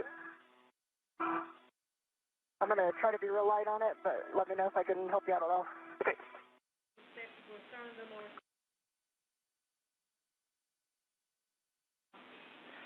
And Tilt it towards the bolt for me.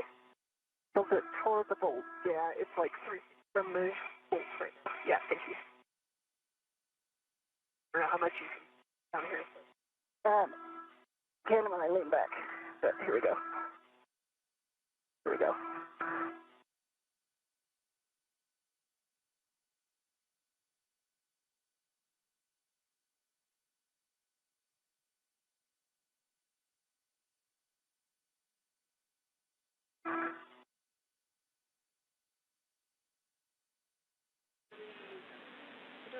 And in Vapor, just as a reminder, I misspoke that we will not have video for 30 minutes. It's actually 50 minutes. And so we won't have any video for the next about 30 minutes. Okay. Vapor's working the sob right now. Copy that. I'll have a warning to read before we start doing any bolt operations. Okay, we're ready for the warning. Copy. So it's a pinch point warning, Vapor. You want make sure you keep your fingers clear of that interface, strut, and BGA.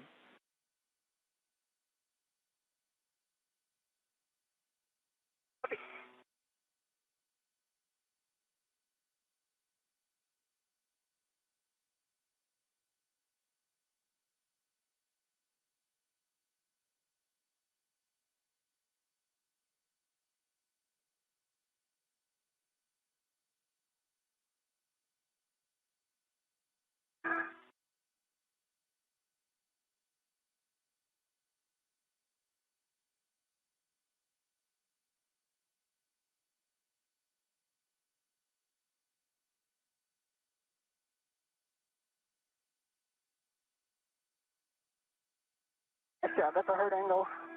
Yeah.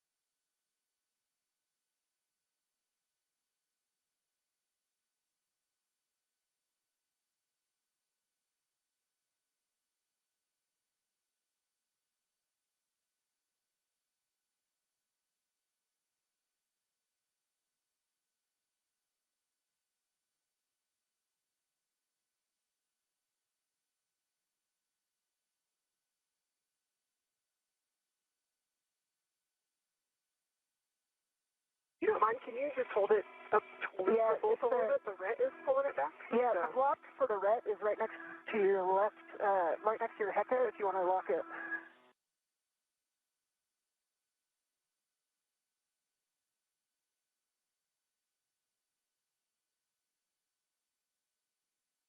There we go. Now it's staying in place.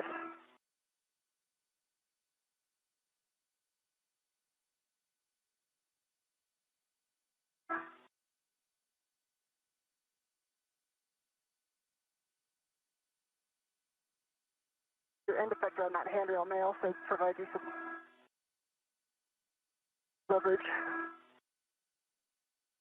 It's for the just getting it turned without it popping out. I see. If you're just joining us today, we are 2 hours and 14 minutes into the 275th spacewalk in support of space station maintenance, assembly, and upgrades. This is the third spacewalk of the year, and also the third spacewalk for NASA astronaut Anne McClain, and the very first for Nicole Ayers. This is the first spacewalk of Expedition 73. The primary tasks for the spacewalkers today is to install a support bracket called a modification kit, which will prepare for future installation and deployment of the fourth of 6 new solar arrays called IROSAs. The crew will also work to relocate a communications antenna called the Common Communications for Visiting Vehicles, which will provide better redundancy in communication with visiting spacecraft to the International Space Station. Once Vapor is done finishing with the turns, you'll be driving M20 exactly 2 turns. Okay, exactly 2 turns on M20 until 6. So far this morning, the duo has worked to build and install a upper triangle portion of the modification kit and are now working to install the right lower strut and the right mid strut on the right side of the mass canister. 2 additional turns.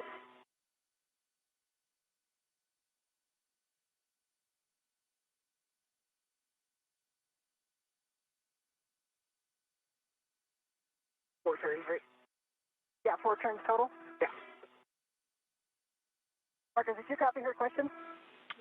It is 4 turns total, so 2 hand start and then 2 with the PGT. Thank you. Okay, there's your 4 turns total. Copy 4 turns total. Vapor will have you hold tight and just want to make sure that the pit pin lanyard is free of the clevis before we start driving bolts. Copy. I will grab the pit pin out. I see the pit pin. It is free of the clevis. And I have M20 in 2 turns. Am I good to put the pit pin in? Can you repeat, Vapor? And did you say you've already driven M20 2 turns? No, so the pit pin is free of the clevis, and I've driven M20, not driven, hand started 2 turns. Copy. You hand started M20 2 turns. Is that correct? Vapor. That's correct. All right, copy Vapor with that. PGT settings for you, Bravo 7, clockwise 2. Let me know when you have that. I'm set. Bravo 7, clockwise 2. And you're going to be driving M19 to torque. Expect an additional 10 to 11 turns, Vapor. Okay, driving a torque 10 to 11 turns. So Marcos, can I put the pit pin in? Negative, not yet, but you can take your PGT to Bravo 1 clockwise 2. Okay. But you can take your PGT to Bravo 1 clockwise. Bravo 1 clockwise 2.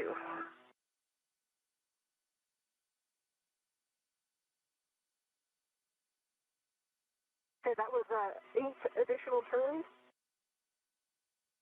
on the stop bolt. Got the green light. 55.5 on the torque.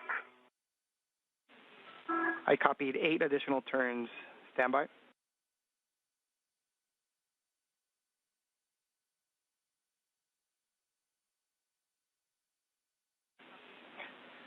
Vapor, that's a good PGT. We'll go for the torque wrench.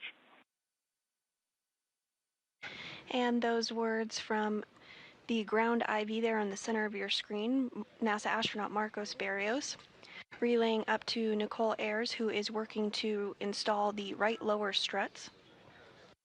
Last check, I've got a torque wrench. Ayers is using the PGT or pistol grip tool to secure the strut. And I'm ready to drive when you guys are.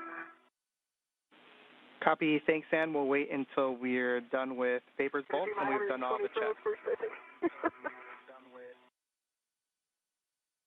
See, I am standing by.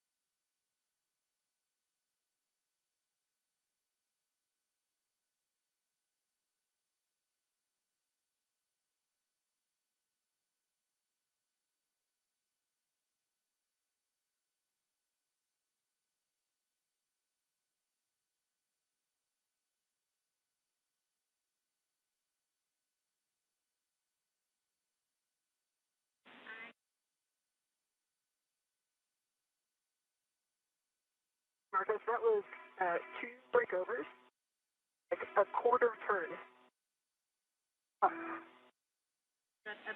2 breakovers, quarter turn, we'll discuss. And for the both of you, just for our latest consumables check, limiting consumable is Medox for EV1 with a PET of 622.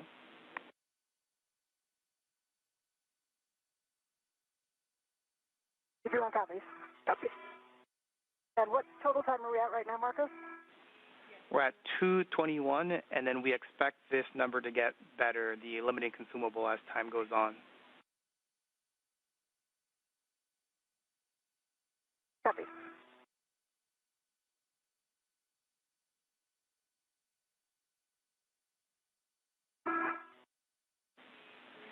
And Vapor, we're still talking the torque wrench.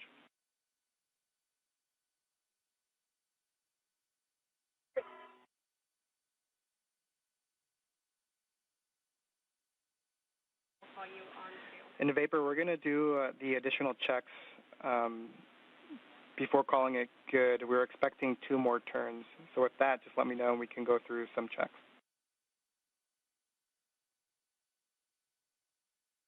I see the black line is flush. The gap check actually looks good. And can you give it a wiggle? Yep. Again. Yeah, and the wiggle test is good too. Copy black line, no gap, good wiggle test. Just looking for the lower strut MLIs covering the strut pad.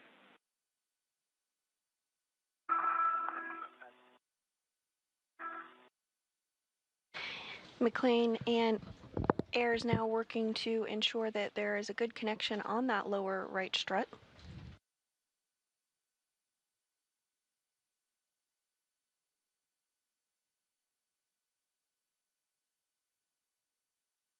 Okay, the lower MLI is covering the strut pad. Copy about the MLI. We were just told that that is a good M19, and so, and you have a go to drive M20 to torque. Expect an additional 5 to 7 turns. Bravo 1 clockwise 2.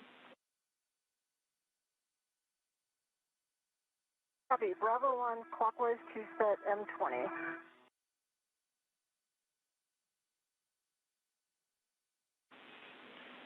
And Vapor, you can release the rep from the lower strut. McLean now using the pistol grip tool to secure the lower strut to the mounting bracket. 12.1 torque, green lights on M20.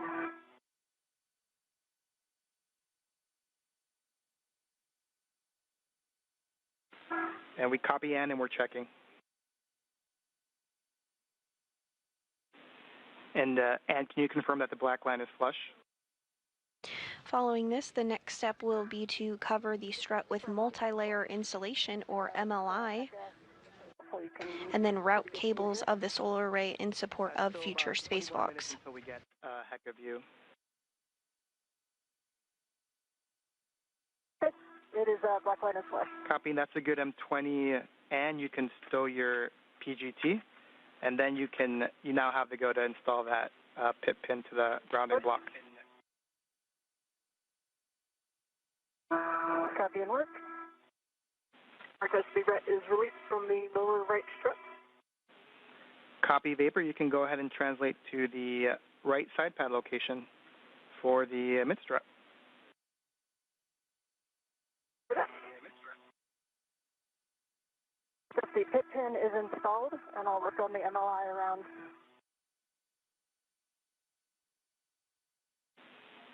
Copy, and just let us know.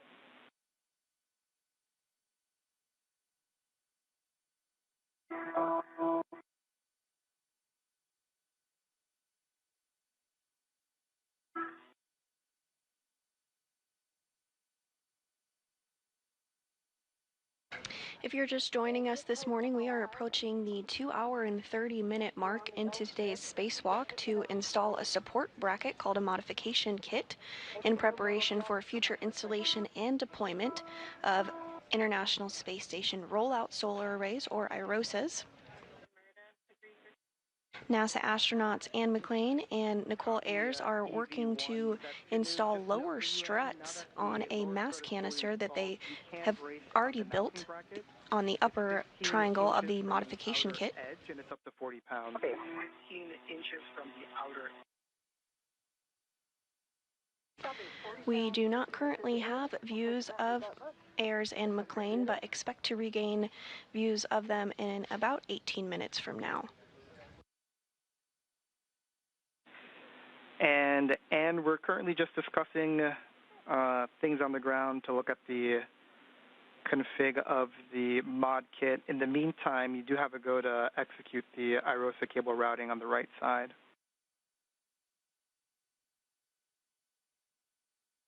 Okay. And Vapor wants to... And I do have the IROSA's wire tied with 3 wire ties. Go ahead. Nope, just going to give Vapor more words that once she's on that right kind of mid-strut location, just to hold still.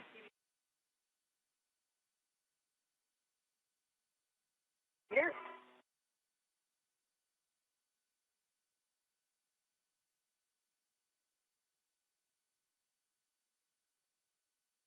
Marcus, the wires, IROSA wires, released 1 coil turn. So the black mark is now wire tied with 3 twists and set to low profile on the LR handrail at the lower strut. That's great, Ann. Appreciate it.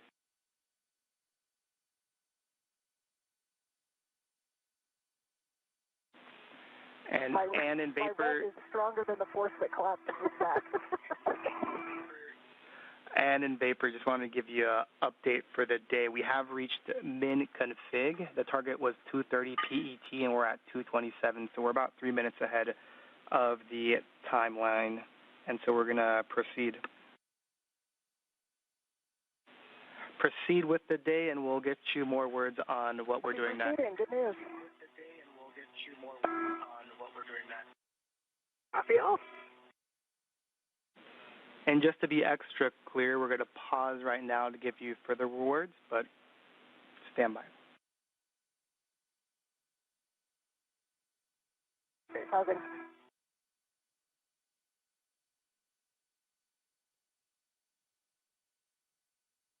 NASA astronaut Anne McLean has successfully routed cables on the right IROSA strut.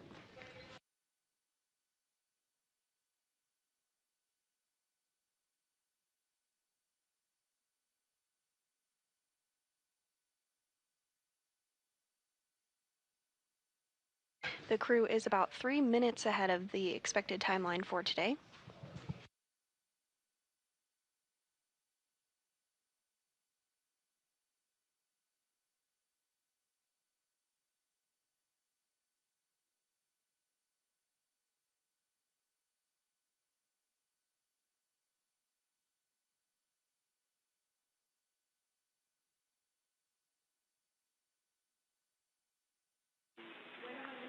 And in Vapor, we're still discussing what our going ahead plan is.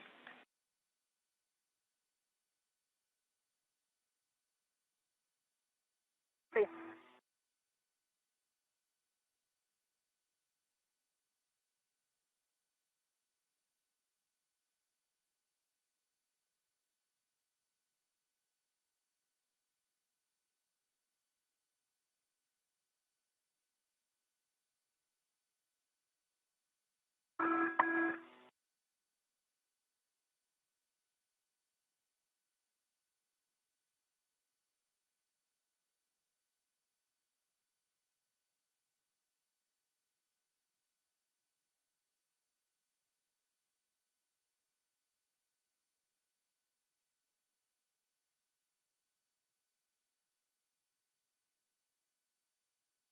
Look this way.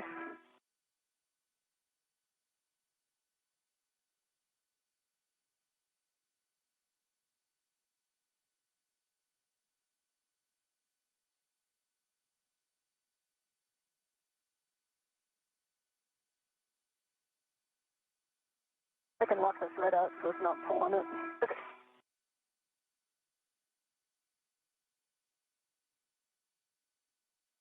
All right. Go.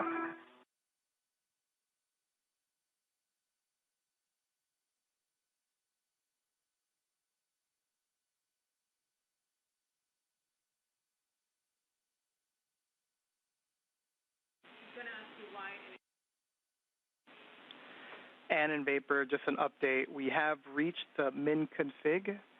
We have decided to clean up and prioritize the C2 V2, and we're going to get additional words to you soon.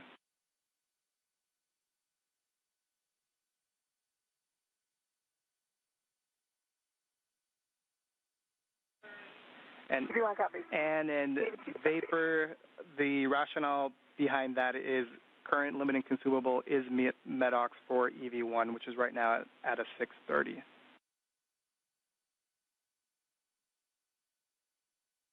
Understand.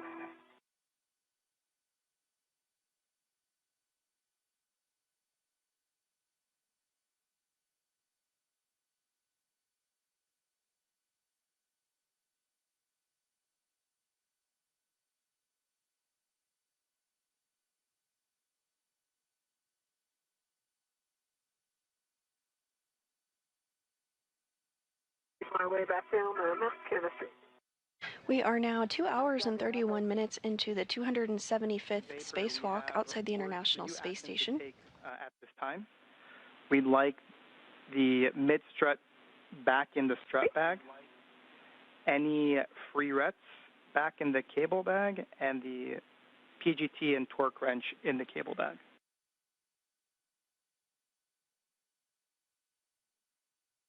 Okay, copy. So mid-strut is going back to the bag, and then the wrench going cable back. And I've got the mid-strut when you want it cut off your right hand. Okay. Good words, Vapor.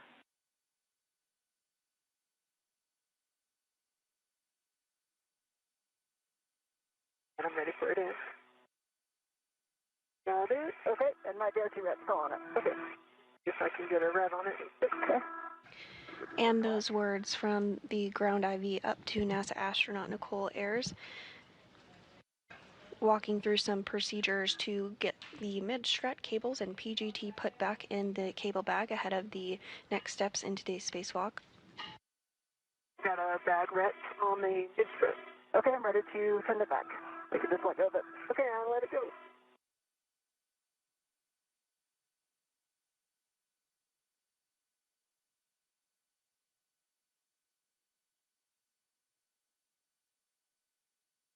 Because the mid-strut is ready to the bag. I'm not sure I'm going to be able to feed this Velcro through the D-rings in a specific glove hand.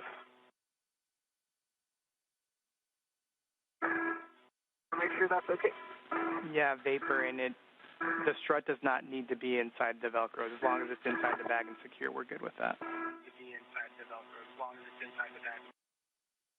Okay. And Marcus, I assume I'm not staying up here anymore. I'm going to hop off.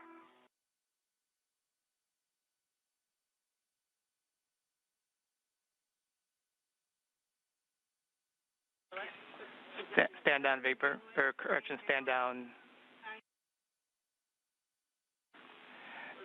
And you can go ahead and get out of the APFR. Copy, I'm pausing. Copy.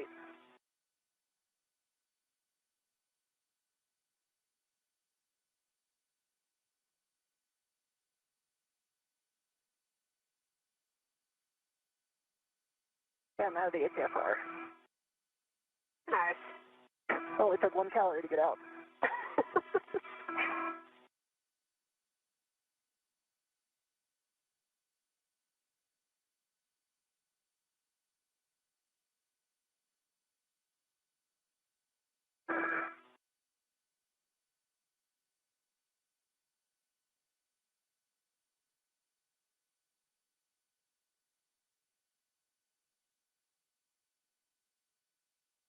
Unlocks my reel, I'm thinking about it.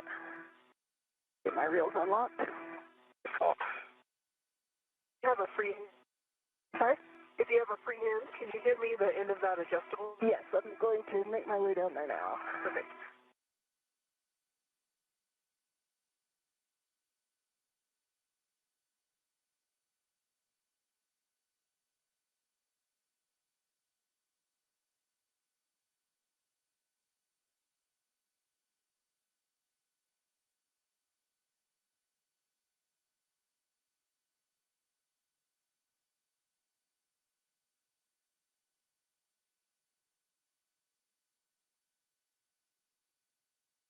All right, here it comes.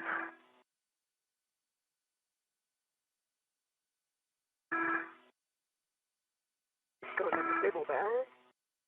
And we are now 2 hours and 36 minutes into today's spacewalk. NASA astronauts Anne McLean and Nicole Ayers have completed the lower right strut installation, which is the minimum configuration for the mod kit. Given the high priority of the common communications for visiting vehicles antenna relocation, the team has been directed to stop working on the mod kit, clean up the IROSA work site, and move on to the C2V2 relocation task. Copy. Copy. And Marcus, I'm sure you're discussing what's going to go out and what's going to stay out and go in. We know we're putting the torque wrench and the PGT back in the strut bag. Those are going into the cable bag. So the PGT and the torque wrench into the cable bag. Going into the cable bag. So the PGT and the copy cable bag. I think it'll be more helpful if I come around to the cable bag. What do you think? Sure. Yeah. So all I have to do is close the bag and then get these in the cable bag. Okay. Yeah.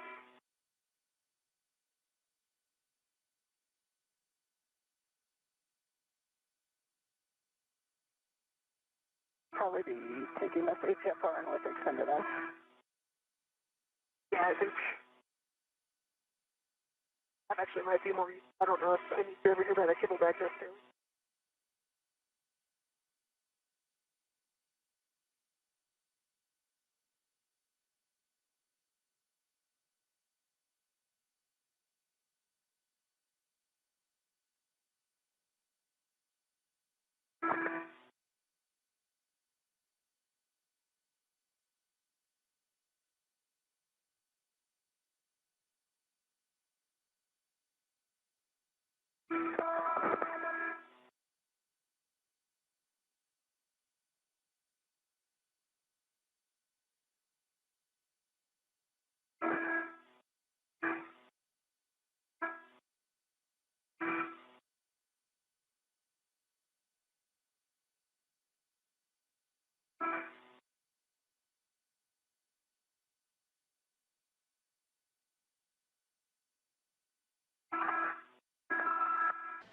At this time, NASA astronauts Anne McLean and Nicole Ayers are working to reconfigure the work site, including adding the mid-struts, cables, and PGTs back in the cable bag as they clean up this work site and prepare for the common communications for visiting vehicle antenna relocation task.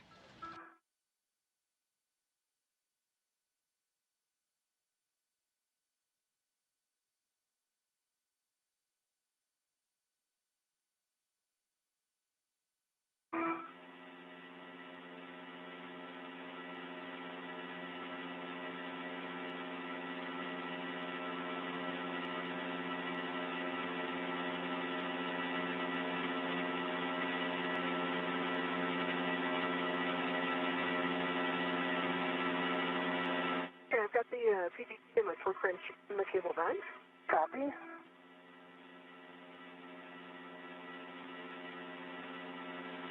Move it back to the strut bag. And in vapor, in about 4 minutes. And the HFR to lower profile for transmission. In about 4 minutes, we're going to have a Egress handover of approximately 18 minutes. During this time, we're just going to ask you to enjoy the view and take pictures. If you both can right now, turn off your HECA, and we'll pick up with C2V2 once we're done.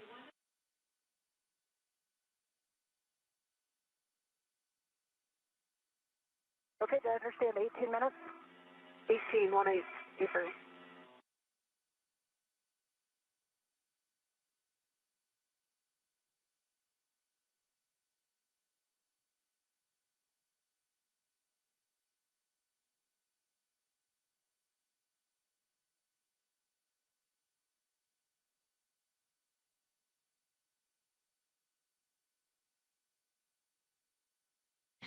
McLean and Ayers are continuing to clean up the ModKit worksite ahead of the C2V2 or Common Communications for Visiting Vehicle Antenna Relocation task.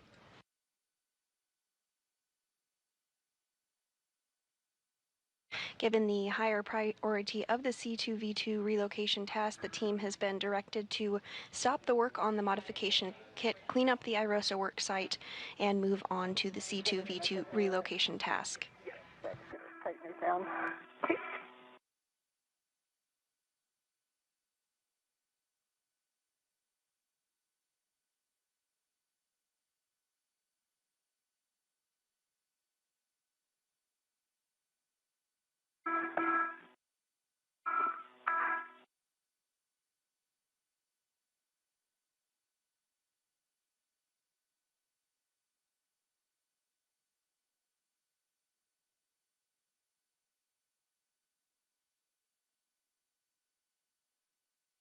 They want an inventory before we close that out. Okay. Marcus, did you want a ret by ret inventory of the strut bag? Let's do it.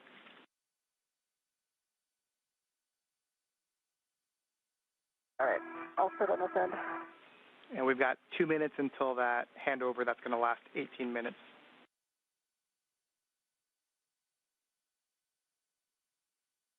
Okay, and just understand that's just KU. A negative. This will be S-band. We'll lose comms with you for 18 minutes, and so we're just going to have you pause, take pictures, and enjoy the view.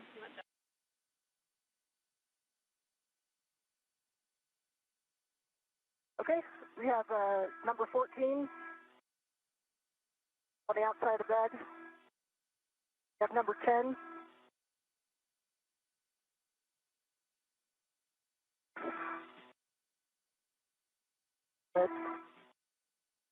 Number 4.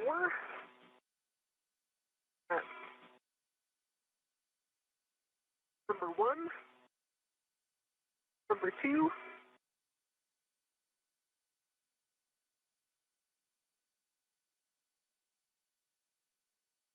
Number 3. That's 13.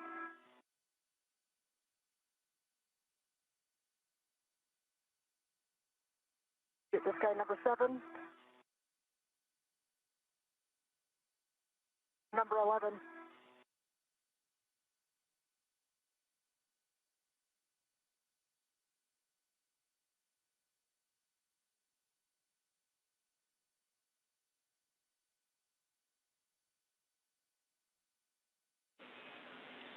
Handover in 20 seconds.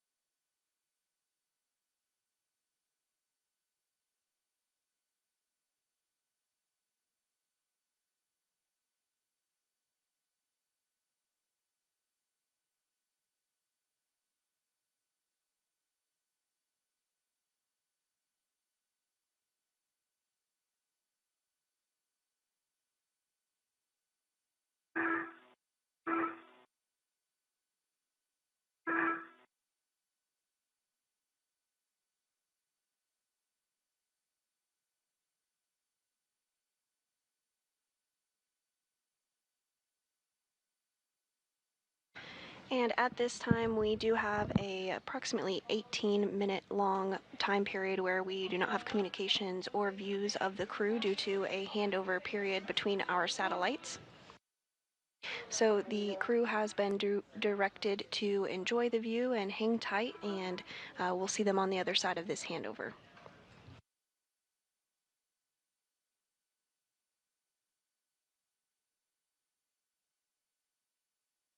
If you are just joining us, we are 2 hours and 45 minutes into today's spacewalk.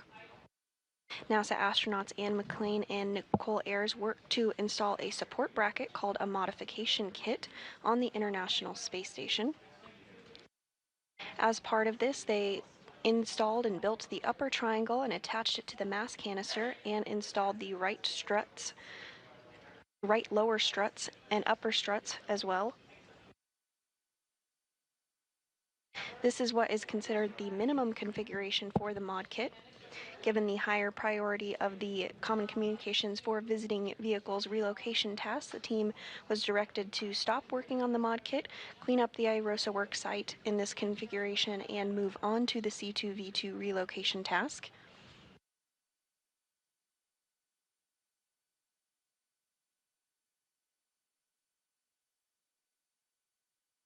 Today's spacewalk is the 275th in support of space station maintenance, assemblies, and upgrades. It's the third spacewalk for NASA astronaut Anne McClain, who previously has conducted 2 spacewalks totaling 13 hours and 8 minutes. Today's spacewalk is the very first for Nicole Ayers, and this is the third spacewalk of the year and the very first of Expedition 73. Sorry? 18 minutes is a long time. It's a really long time. Right? The airport's really cool right now.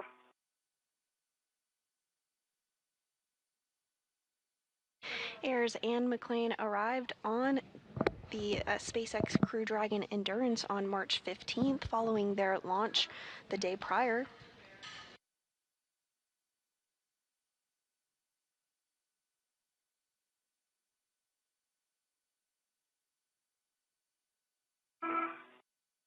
Are doing it with your visor up? Yeah.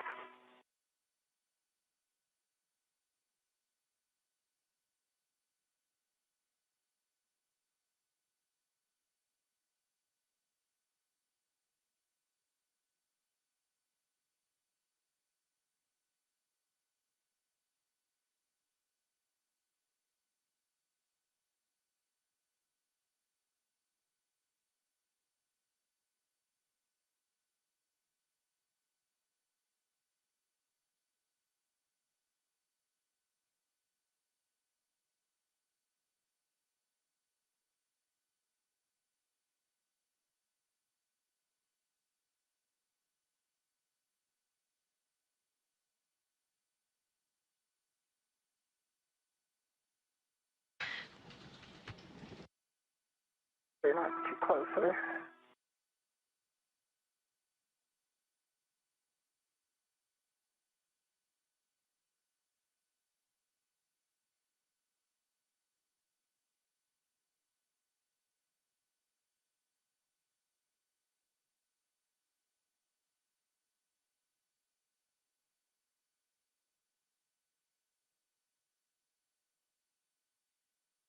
While NASA astronauts Anne McClain and Nicole Ayers are enjoying a break between a handover and our satellite communications, let's take a look at the crew that is on board the International Space Station. Seated in the front row from left are, of course, NASA astronaut Nicole Ayers and Anne McClain, who are our spacewalkers for the day. In the back row from left are Roscosmos cosmonauts Kirill Peskov, NASA astronaut Johnny Kim, Roscosmos cosmonauts Sergei Ryzhikov and Alexei Zubritsky, and JAXA, or Japan Aerospace Exploration Agency astronaut Takoya Onishi. Onishi and Kim helped assist Ayers and Nicole Ayers and McClain this morning as they got suited up and stepped through procedures for depressurization.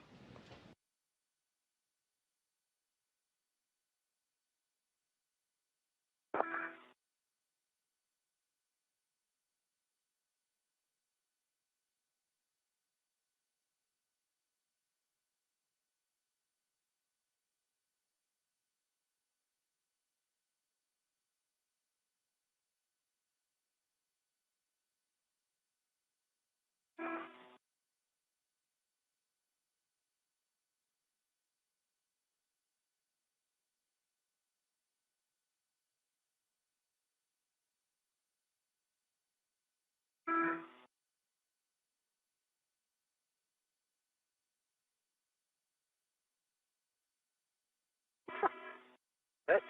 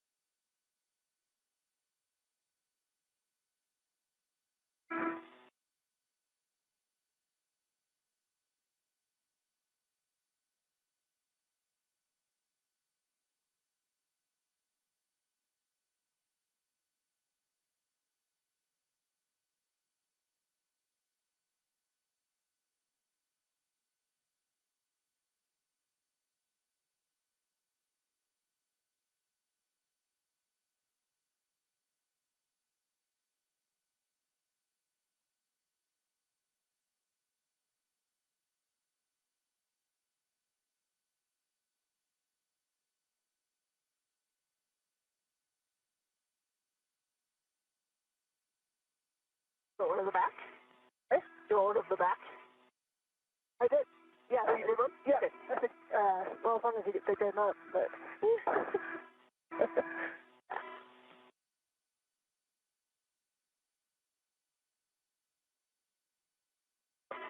Roll it around. Is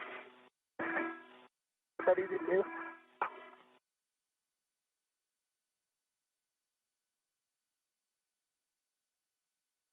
And we are getting a view there on our screen of NASA astronaut Anne McClain in the spacesuit with the red stripes, as well as NASA astronaut Nicole Ayers on the left, wearing the unmarked spacesuit and that strut bag that they were working to reconfigure ahead of moving on to the relocation of the Common Communications for Visiting Vehicles antenna.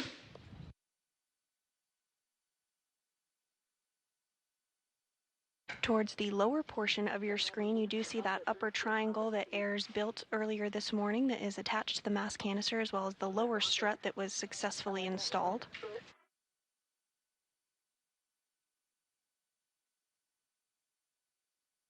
Again, this is considered to be the minimum configuration for the mod kit, and given the higher priority of the C2V2 relocation task, the team has been directed to stop work on the mod kit, clean up the IROSA work site, and move on to the relocation antenna task. Tried to get a bunch of pictures of the bombs of the solar arrays. They're showing their age. Yeah, they are.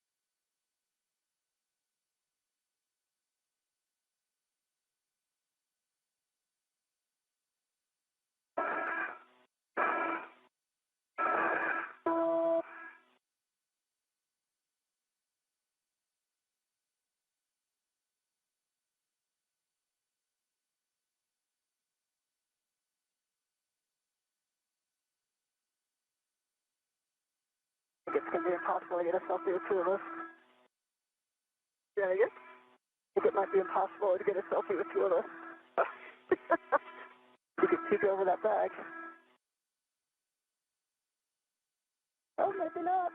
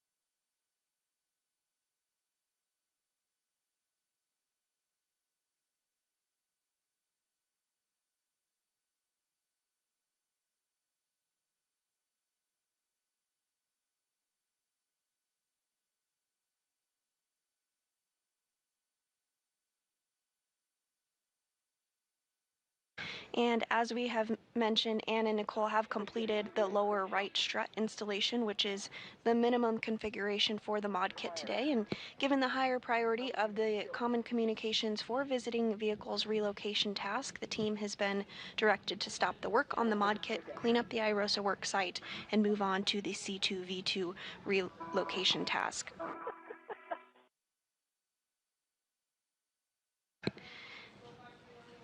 When spacecraft visit the International Space Station, they rely on a communication antenna, the C2V2, to communicate. Relocating this antenna will ensure better redundancy and communication with visiting spacecraft to the International Space Station. And there on your screen, you do see a glimpse of the spacecraft that are currently docked to the International Space Station. We have the Crew 10 spacecraft, which Anne and Nicole arrived on, as well as a cargo flight, a Cargo Dragon CRS-32, which just recently arrived, and we also have 2 Progress spacecraft stocks, as well as the Soyuz MS-27, which brought up NASA astronaut Johnny Kim. I can hear you really quietly, Marcos.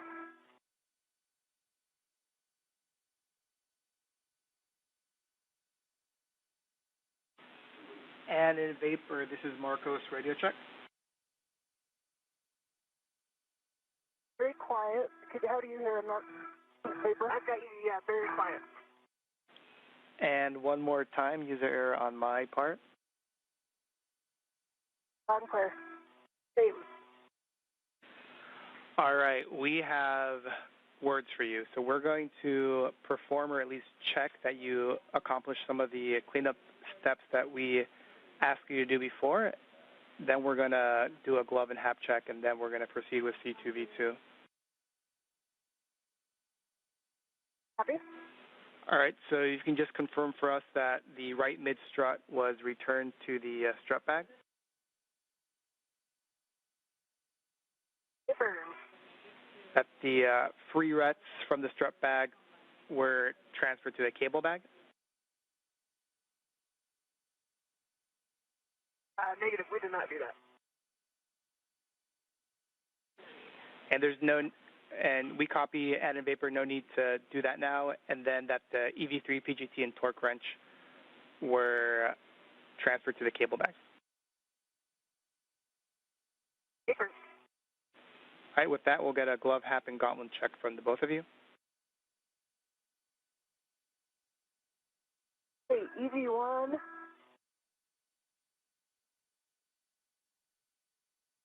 No change to the glove, and I did the extra check on that finger spot, and no change to it. And my gauntlets are in place. And half is dry. No change to the glove. Half is dry. Gauntlets are down. Copy that from the both of you, and we're going to have you retrieve the APFR and put it on your BRT, and then you're going to be translating inboard. And Vapor, we're going to have you retrieve the WIFX after the APFR is off and stow that on your BRT.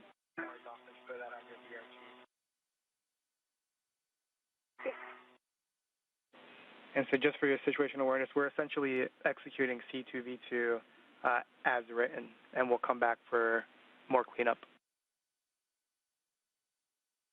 Copy.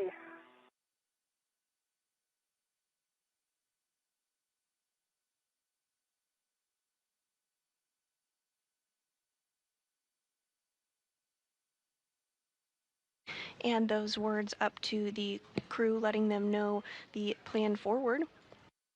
NASA astronaut Anne McLean is going to work to retrieve the articulating portable foot restraint, which you see her doing there on your screen now.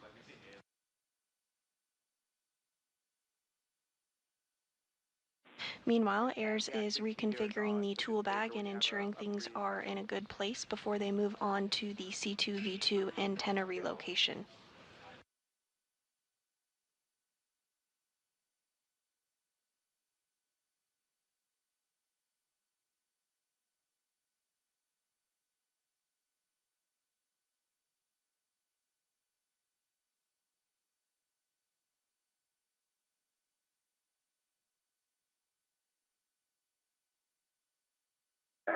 Get out of your way here.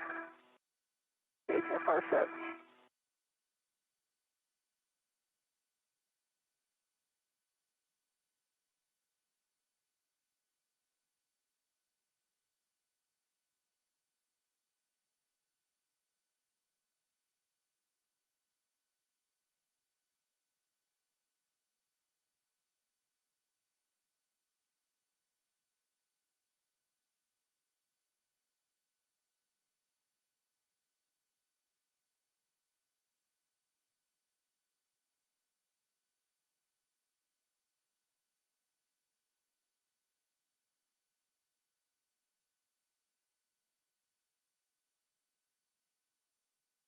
And it looks like Anne McLean has successfully uninstalled that articulating portable foot restraint.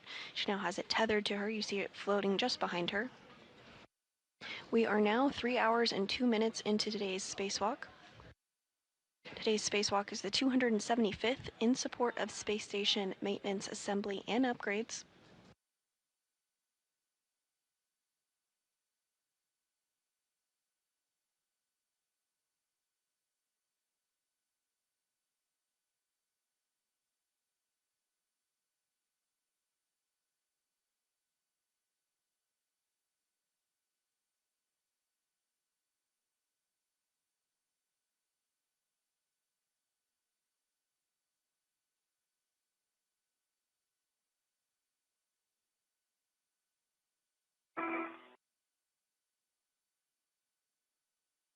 And I have the HFR on my DRT. I'm releasing my rich man's fair lead.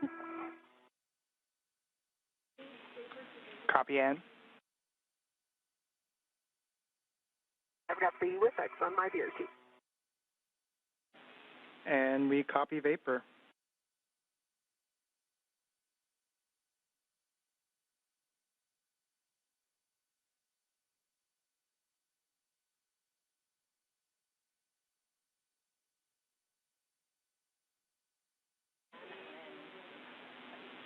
And then the Vapor looks, next for you is going to be translating to the work site, but we'll want Ann to lead first to deconflict safety tethers.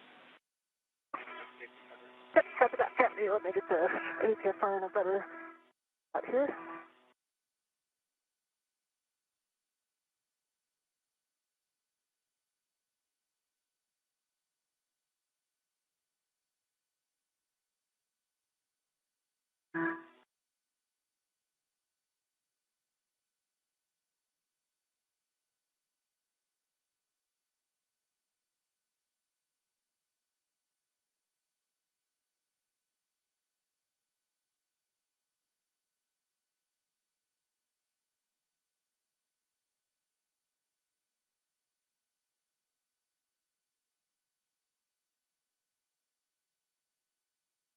Your legs are just under a table, so you have to go. Oh, okay. Body up first. Okay. They know they're clear. Clear. Or you're gonna have to go up and around. Yep. Here you go. Okay. Thanks.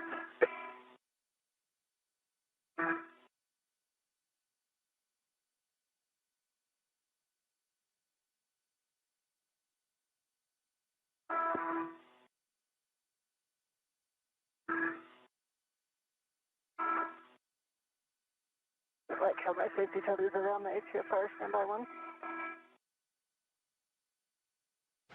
And at this point, NASA astronauts Anne McLean and Nicole Ayers are just working on completing the cleanup tasks ahead of moving into the Common Communications for Visiting Vehicle Antenna Relocation task.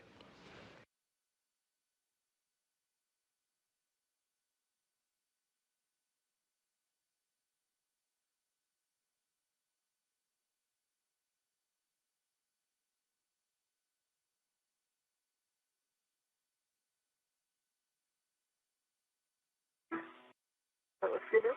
Okay. This guy got locked out.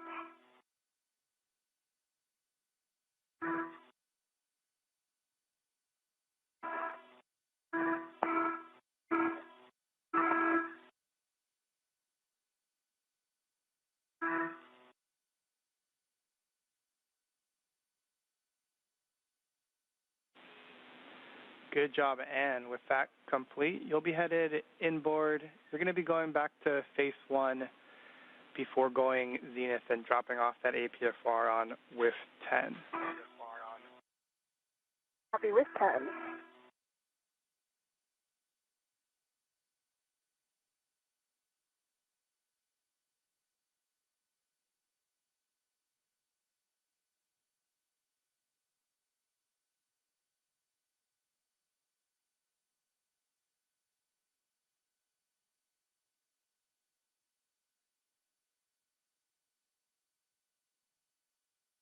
And NASA astronaut Anne McLean is now beginning her translation. It looks like you're already doing it. You're going to follow Anne, but you're going to then continue aft of station to get to the work site.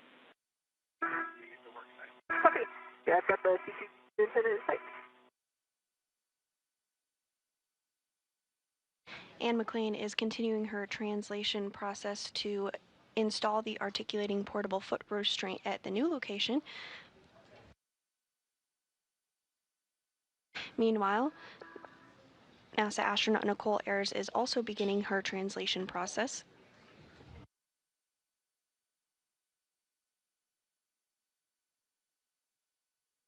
Marcos, remind me exactly where I'm going up with mile marker. You're going to be going up at the P1, P3 interface, so right when you see that DCDU, you'll be going zenith. Okay. Copy.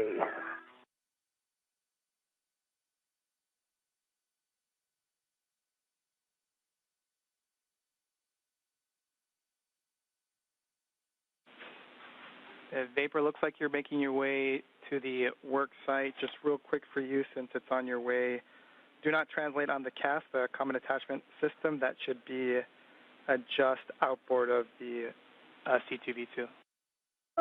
Copy. Yep, I'm zenith orbit already.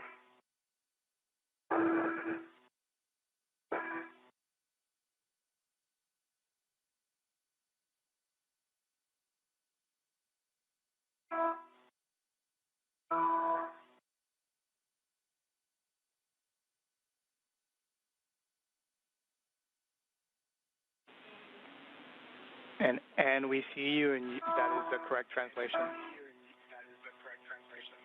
Okay. Once you reach the phase 2-3 edge, so the tippy top of station, you're going to be headed to with 10, which is back outboard. Copy, I see it. Copy, and then we'll like you to fair lead. There should be a handrail right at that P133 intersection at the tippy top. We like you to fair lead your safety tether there just to make sure it stays away from the radiator. Copy. And is that a Richmond? Say again? Is that a Richmond fair lead you want? Negative. It could be a poor man. Okay.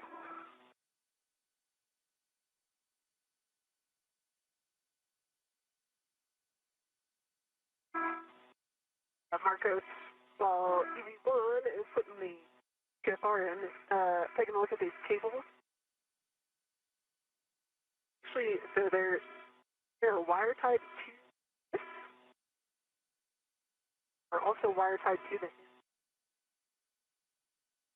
This if I just release the width wire tie, be able to move the antenna out of the way.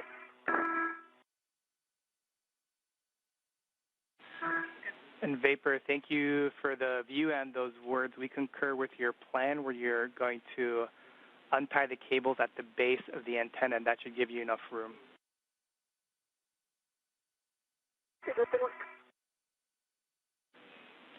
And Vapor, just because you're working near the antenna, don't translate on the C2V2 boom.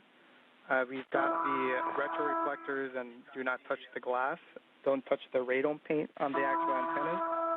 And then for the electrical cables, you want to ensure that you avoid the radii of less than 6 inches.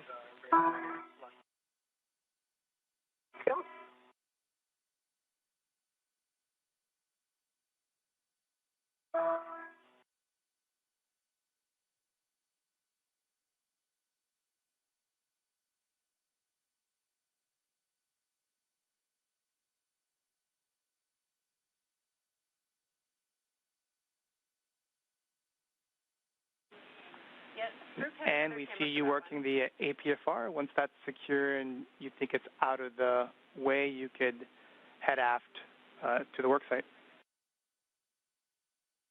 Copy. And does it matter if we just set it low profile? I know we have settings.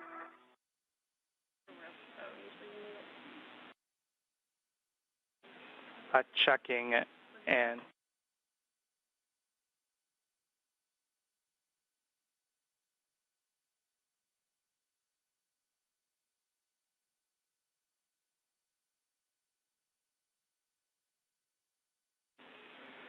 And those were good words. The actual settings don't matter as long as they're out of your way.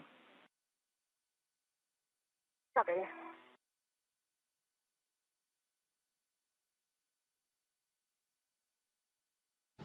And this view of NASA astronaut Anne McClain as she is working to install that articulating portable foot restraint.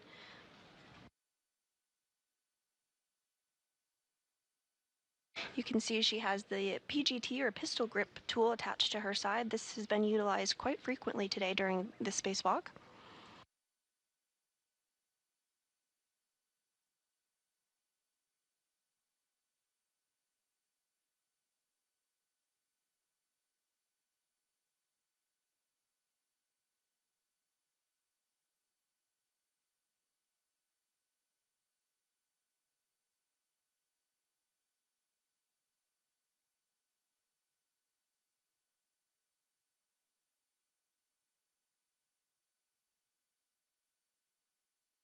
Yeah, I got a good pull twist test on it.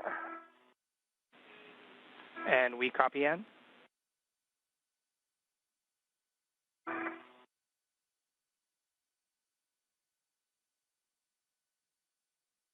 And we are in another handover period between our satellites, but we are getting a view inside Mission Control Houston. You came in broken. Can you confirm that the lock and collar is black on black? The team in the room today during this Orbit 2 shift is being led by Flight Director Deanna Trujillo. Mission can be depressed, and lock and collar is black on black and has a good pull twist test.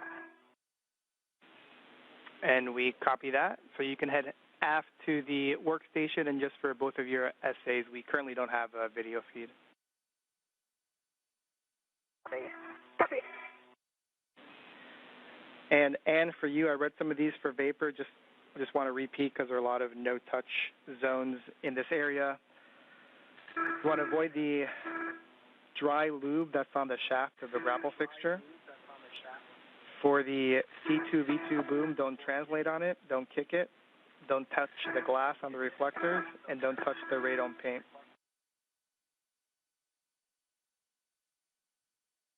DV1 copy. And then a warning for you, and you have the radiator just to your back, so you want to avoid contact with the radiator. It's got sharp edges, thermal paint, etc. Copy.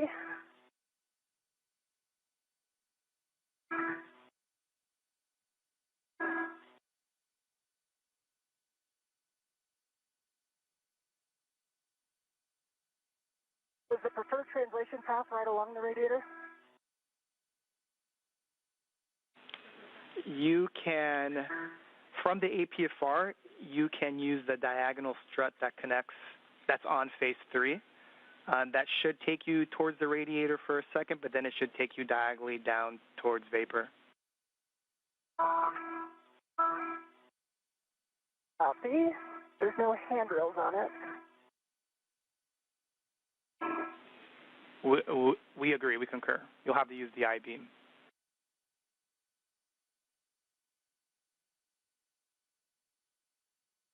And with NASA astronaut Anne McClain successfully installing that articulating portable foot restraint, she's now working to translate to P3 ahead of the common communication for visiting vehicle relocation task.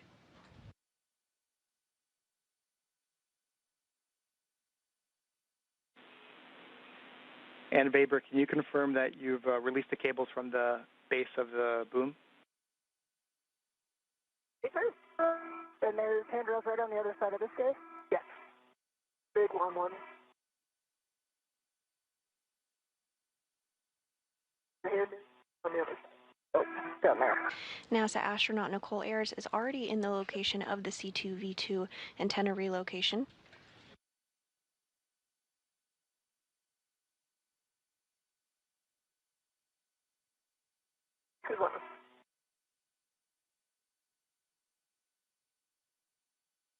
Watch my feet as they come over. I know if I'm clear. You're clear.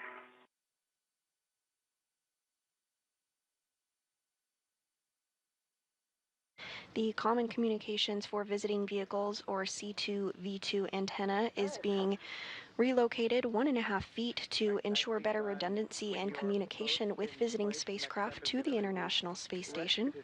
And then release it from WIF 17. And if you need to use your BRT, we've got a handrail for you. Yep, I just put one down, so if you can release, I'll be able to hold it. Okay.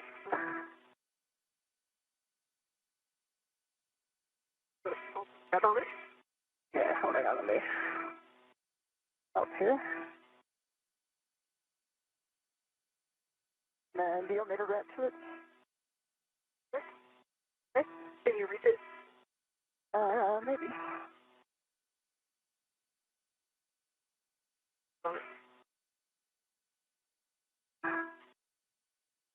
Hand it up.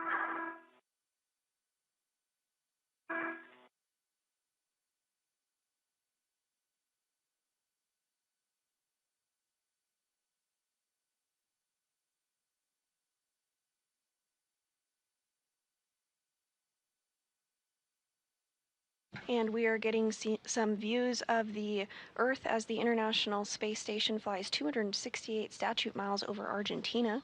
Keep it from your side. Okay. That's it done.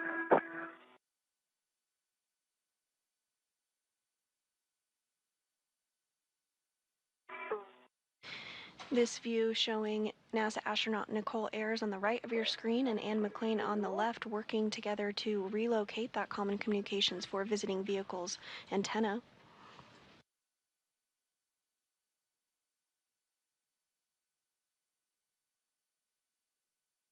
Nice. See it?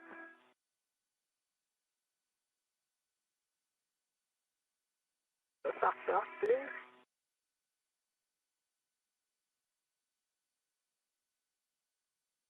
Looks like it's a cross back. Might work better from the other side, or I can try to come in from this side. There you go, nice job. Nicely done, Vapor.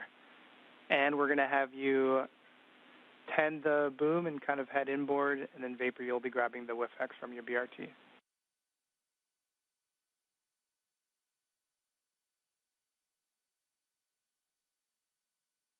And as you can tell on your screen, Ann McLean is holding that boom. They did successfully remove it from its current location. They're going to be moving it 1.5 feet over.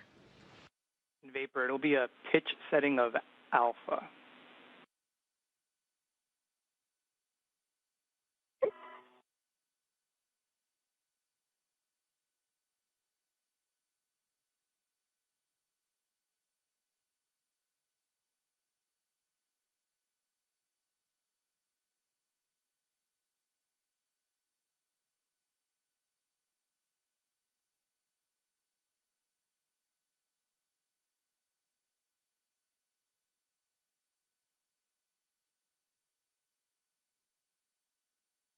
Yeah, I've got alpha set. Copy. Alpha clocking is going to be 3, which is just pointing towards Ann in the same WIF 17. Copy. And extension of 1, which looks like you already have. Paper.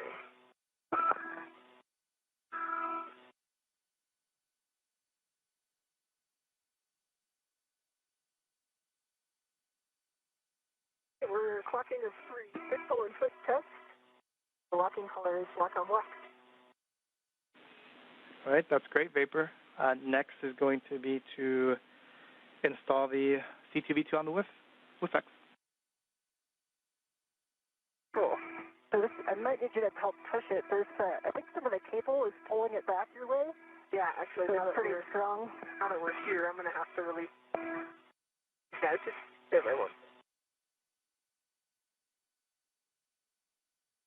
If you're just joining us this morning, we are 3 hours and 21 minutes into the 275th spacewalk in support of space station maintenance, assembly, and upgrades.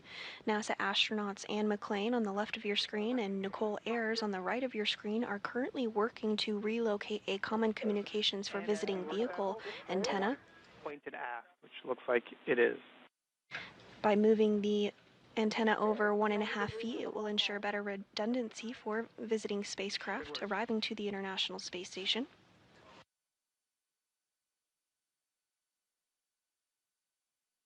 Wire tie might be causing some friction. Prior to this, McClain and Ayers worked to complete the lower right strut installation on the mod kit. Given the higher priority of the C2V2 relocation task, the team stopped the work on the mod kit, cleaned up the IROSA work site, and is now moving on to the relocation task you see here. All right. I think the black line is facing aft, 90 degrees from the center black line. Concur. Copy orientation, copy pull and twist test, and then I may have missed it, but just the black on black. Black on black. That was the base of the, this was, or the, okay. I know it was the wires. We're going to have to get the wires so they're not moving. You had a full twist on the width extender, right? I did, yep. All right, I'm going to release your rat. Okay. I'm going to release my rat. All right, next will be to recoil the cables and secure them with wire tie. Right now we have handrail 3829, which is just beneath width 17, but Vapor and Ann, if you see a better place, we're open. So I could do maybe one coil at 3829. There's also a wire tie right at the base of the antenna that I could put another twist in and get the rest of this coil down. Yeah, that's the original coil that I undid. Oh, okay. Yeah. So just put it back here? Yeah. If you do that, I'll tidy this one up. McClain and Ayers are now working to recoil cables and secure them with wire ties following the relocation of the C2V2 antenna. And then there will be 1 to 2 coils at 3829 as well. Copy that, Vapor, thanks. All right, that's in. Yeah, 2 minutes until handover. Copy.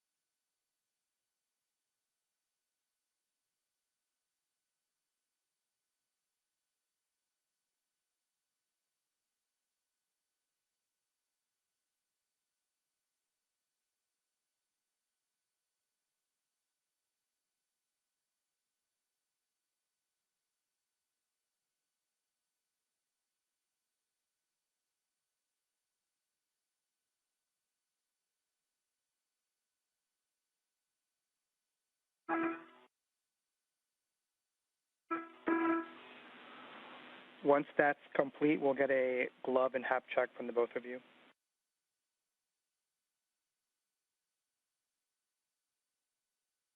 All right, EB1 has a good glove check on the left and a good glove check on the right. The spot's getting worn a little bit, but it doesn't look any more severe than it has been. And I have.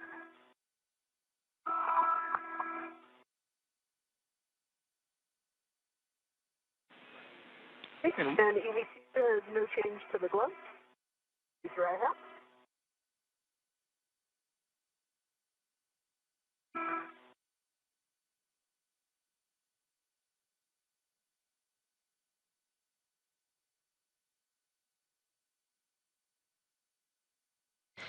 And we did just hear a good glove and HAP, or helmet absorption pad, check from both McLean and Ayers.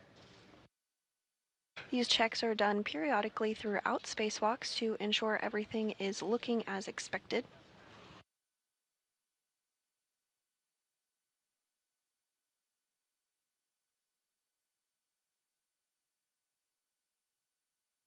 We are in another loss of signal period. While we will have communications with the crew, we will not have video of them again for about 36 minutes. Now approaching the 3-hour and 30-minute mark in today's spacewalk. And we're just back with you after a 20-second handover.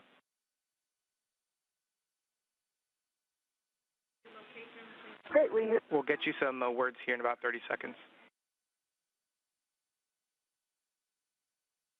Copy. Copy our glove and HAP check.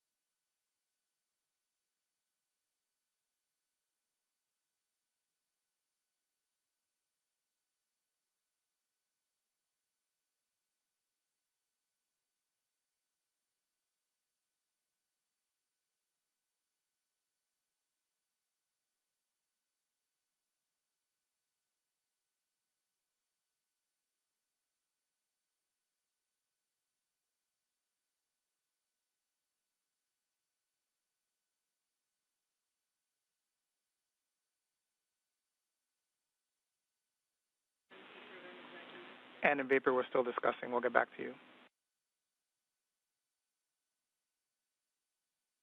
Okay, copy.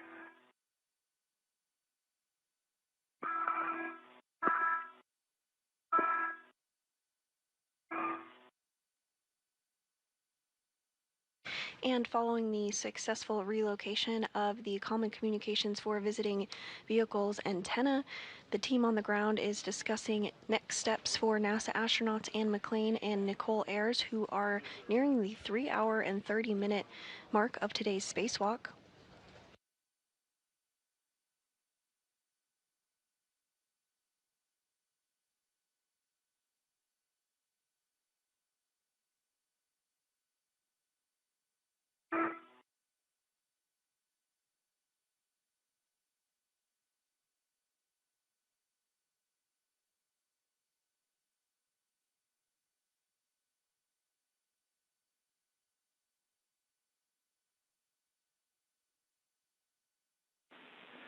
All right, and in vapor, we have some big picture words for you. Vapor, you're going to be going back to the work site, and you're going to be going back to the APFR and then translating inboard to the port theater cart. And we'll continue to get you more words. We just want to get you moving.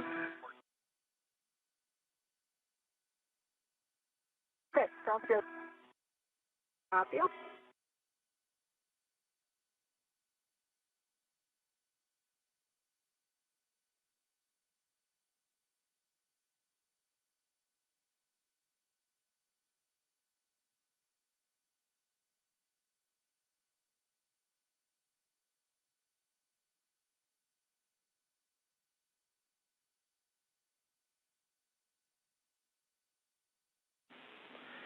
And vapor, you'll be translating to the cable bag where we will have more words for you.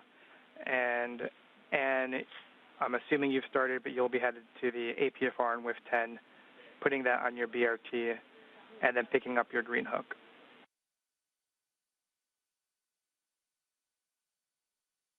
Okay.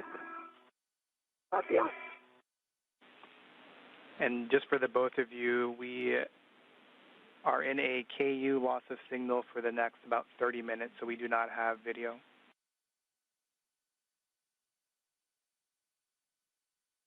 V1 copies.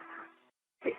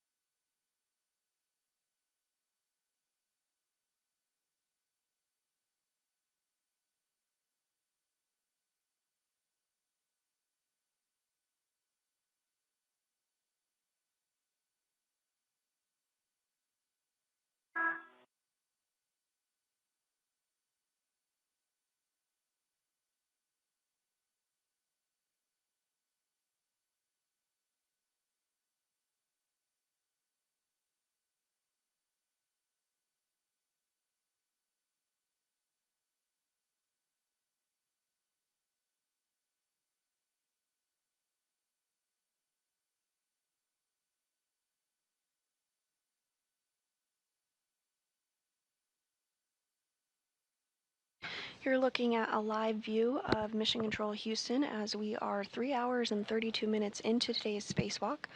This is the 275th spacewalk in support of space station maintenance, assembly, and upgrades. NASA astronauts Anne McClain and Nicole Ayers have successfully built the upper triangle portion of the modification kit ahead of upcoming future International Space Station rollout solar array installation.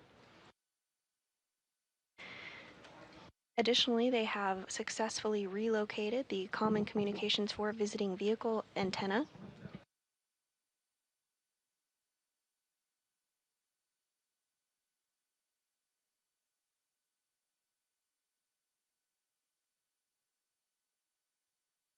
At this point, the team on the ground is discussing next steps for cleanup tasks for McClain and Ayers to complete. You're going to translate port to the cedar cart, but first you're going to pick up your green hook, just nadir of the FHRC. Pick up your green hook. In Vapor, we're going to want you to translate to the strut bag. Very generically, we want you to clean it up, so we want it in a config that it's ready to take to the airlock. Just obviously ensure that it is still strapped down to the IEA.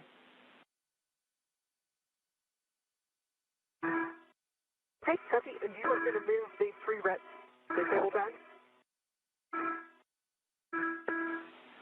Negative Vapor, we'll keep the free rets in the strut bag. Right now, big picture, the intent is to bring both bags into the airlock. Okay.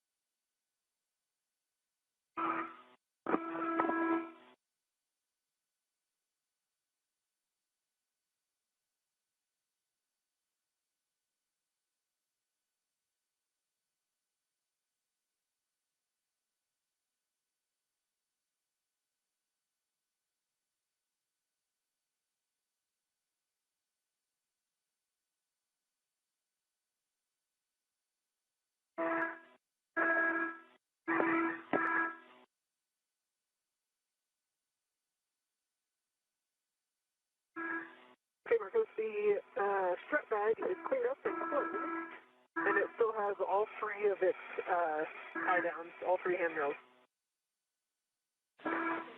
We copy Vapor. That's a good config, and we'll have you stand by. And I've on phase one. Right, I'm on phase 1, heading in toward the port seater cart. Are you worried about the hardware here? Copy that. Port seater cart with 03, upper left-hand corner. Copy.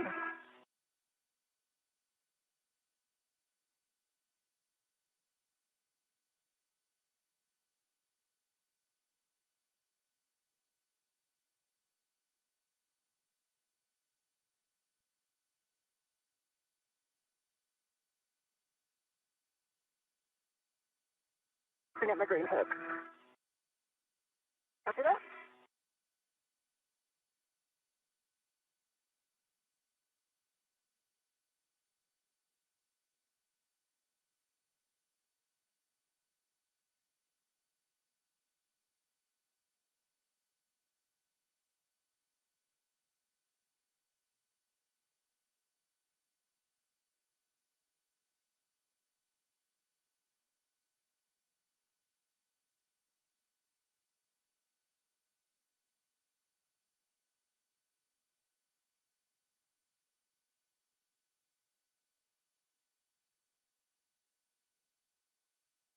All right, my green hook is on my red reel, and I'm continuing translation.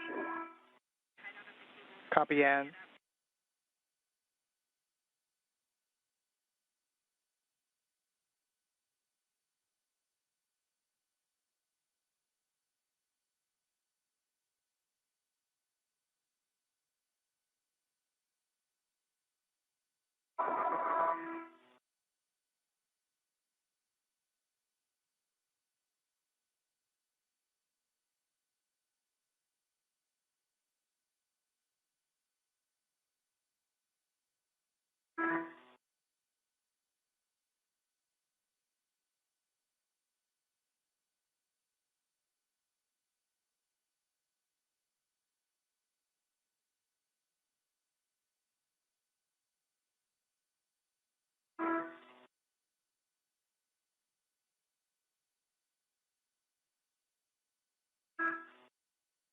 We do have about 24.5 minutes left in this time period where we will not have visuals of the crew, but we do have communications with them. You're looking at a view inside Mission Control Houston that is currently being led, the Orbit 2 team currently being led by NASA Flight Director Deanna Trujillo. Hanging out with the table bag, just in case I want to do a jumper or something. And Vapor, we got words for you. All right, Vapor, if you take a look at the IROSA cables, specifically the bundle that's on the right-hand side, we notice that the loop is hanging, and we are concerned that if the BGA were to rotate, that loop could get tangled or caught up in that trunnion pin that's on the keel.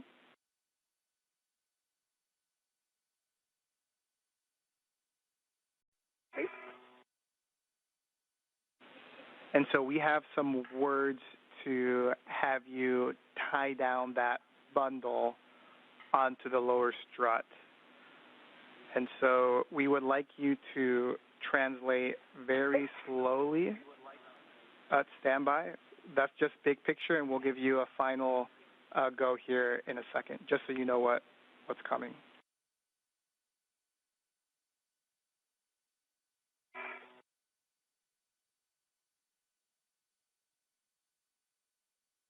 And those words from Ground Ivy Marcos Barrios up to Nicole Ayers. But just listen. We're going to be having you most likely very slowly translate up the lower strut. We want you to be parallel with the strut, and we also want you to be on the IEA side. We want you to try and avoid slipping your feet, which could cause torsional loads on this strut. The intent is to tie down the hanging bundle as low as possible on the strut away from the upper triangle.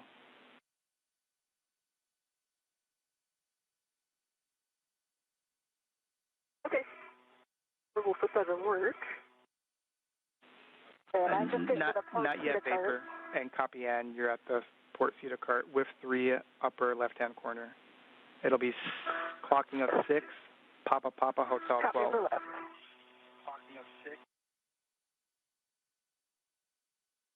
Papa Papa Hotel 12.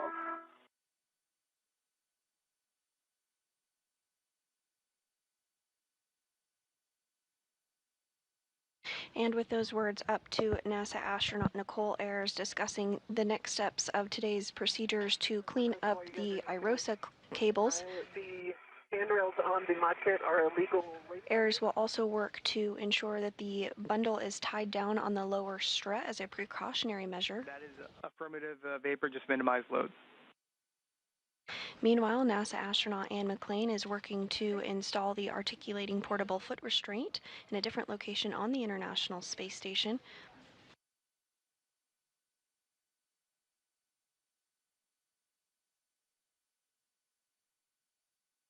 We are now 3 hours and 42 minutes into today's spacewalk. McClain and Ayers successfully built and installed the upper triangle of the mass canister of the modification kit, as well as the right struts on the modification kit. Following this, a higher priority task, the antenna relocation for the Common Communications for Visiting Vehicles, was reprioritized. The duo successfully removed and relocated that antenna. Big picture word so you visualize it before we move forward. So I want you to locate the upper handrail, so the handrail closest to the solar panels on the lower strut. Right now that bundle should be wire tied to the zenith stanchion, or the uppermost stanchion, and we're going to want you to also have a wire tie on the lower stanchion of that same handrail.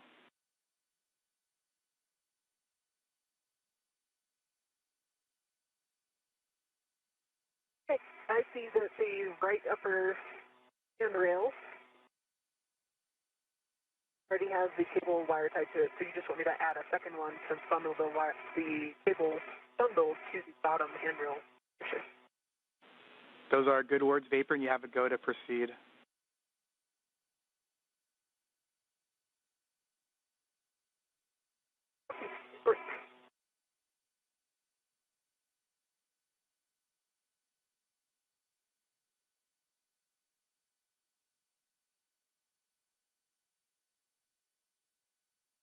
I have Papa Papa Hotel 12 set, and I'll get it in at a clocking of 6. Is that correct? Those are good words, Ann. Copy.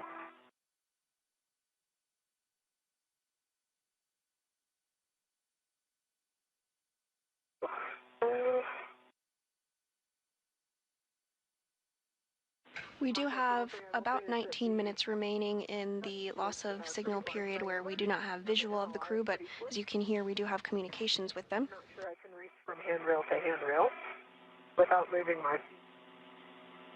At this time, NASA astronaut Nicole Ayers is back at the modification kit zone, which is the 2A location of the International Space Station. And the Vapor, she's currently stepping through procedures to clean up some of the cables that were left out following the reprioritization of the C2V2 antenna relocation. And we copy. By tying down the bundle on the lower strut portion of the modification kit, this is being done as a precautionary measure.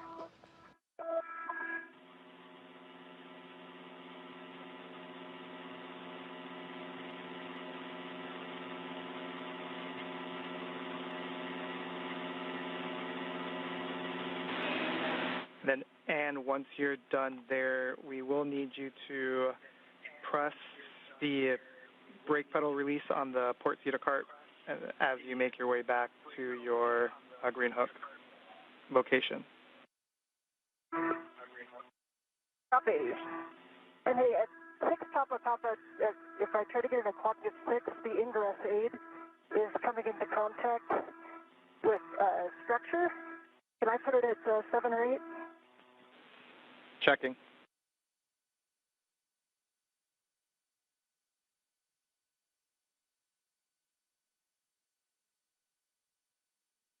Because I was able to make the reach with 2 space tethers.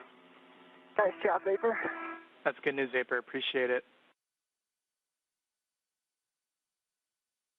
And while AIRS continues to work on the cleaning up of those IROSA cables, McLean successfully installed the articulating portable foot restraint.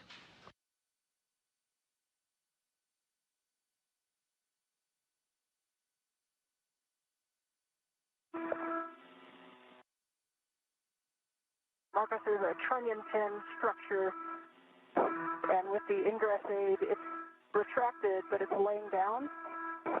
So I can either kind of set it at a clocking of 7, or I could lift the ingress aid so it was sticking out more toward the MT and put it at a clocking of 6. I copy your words, and the team is still discussing.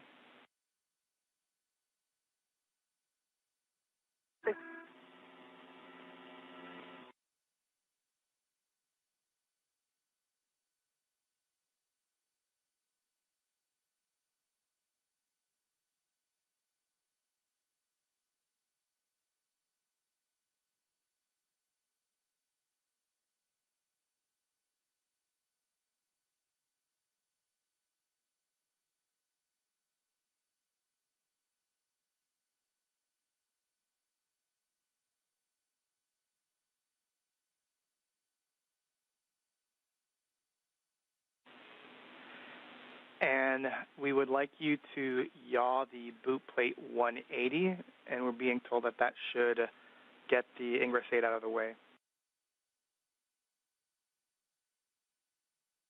Copy, yaw at 180.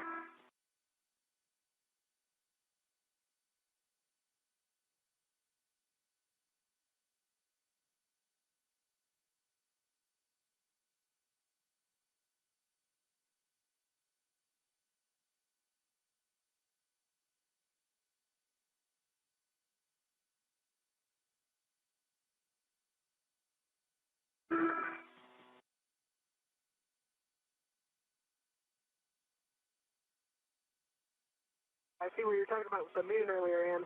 Oh, yeah? You can see it over the end of the truss, huh? Yeah. It's pretty awesome.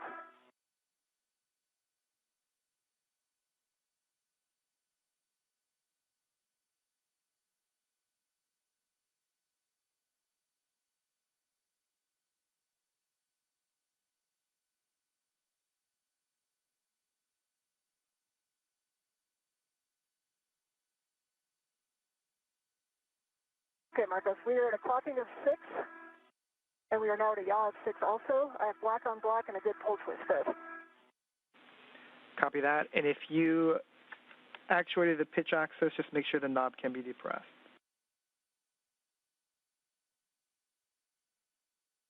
I checked the knob is locked and it can be depressed. Copy, good work. And we'll have you start going back starboard, but first we want you to release the brakes on the cedar cart. Copy. Good.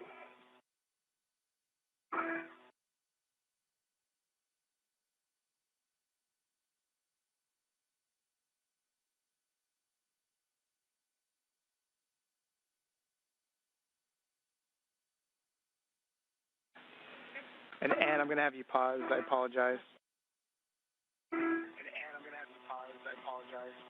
Okay, pausing here.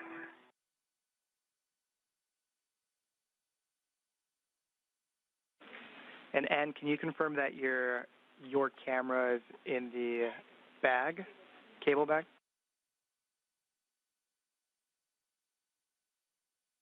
My camera is on me.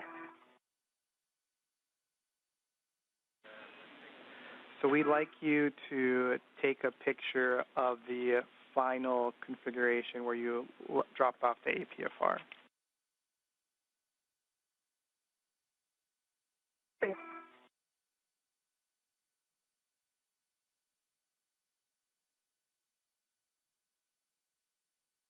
Marcos, I have the cable bundle on the right lower strut, upper handrail. I'll tie down to both skins.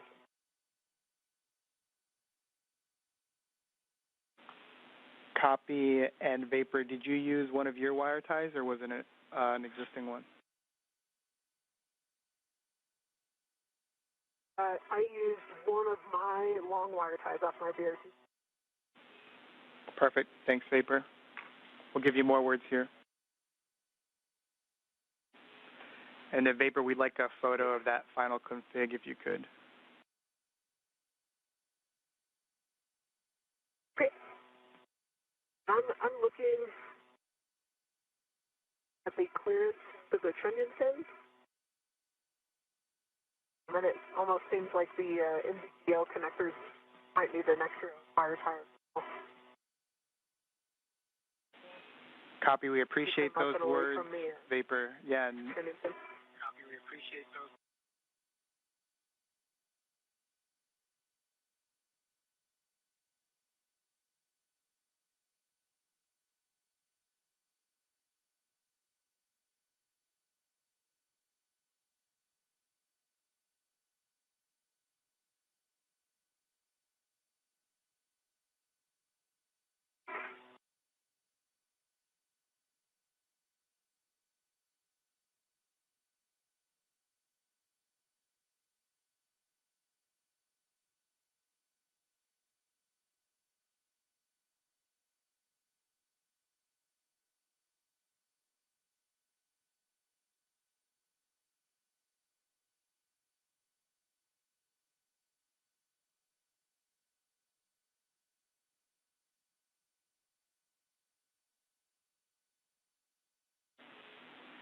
And Vapor, after discussing here on the ground, we don't need you to proceed with tidying up the NZGLs because they're free. We don't believe that they're going to catch with anything, but if you're already complete, that's okay as well.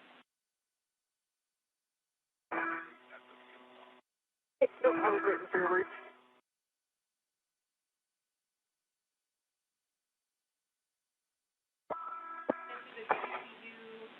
Copy, Vapor. We'll get you more words.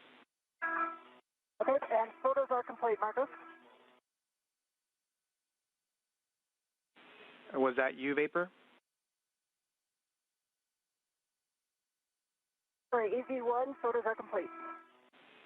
Copy, photos complete. Release the brakes on the cedar cart. Translate to your green hook location. Green hook? And I'm going to translate back down the Strut here in order to the picture. Copy, Vapor. You can translate to the cable bag and hold.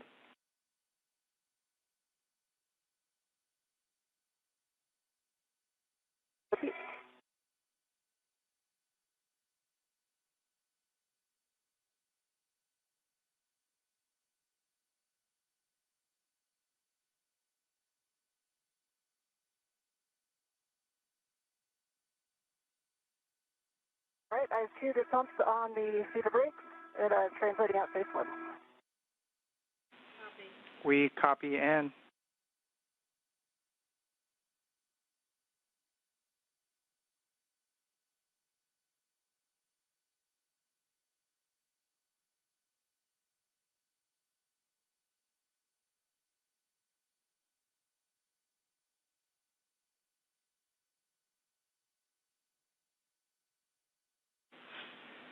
And in Vapor, just big picture so you're aware.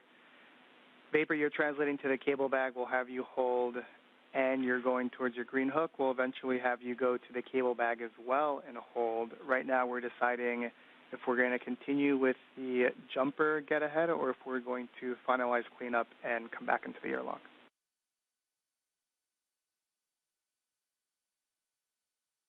One copy. Two copies. Because for USA, I haven't taken pictures of the lower strut cables yet. I was too close when I was there, and now it's too dark probably, so we're going to wait. We copy you haven't taken the pictures yet. Once sunrise should be in about 14 minutes, and we'll get those done.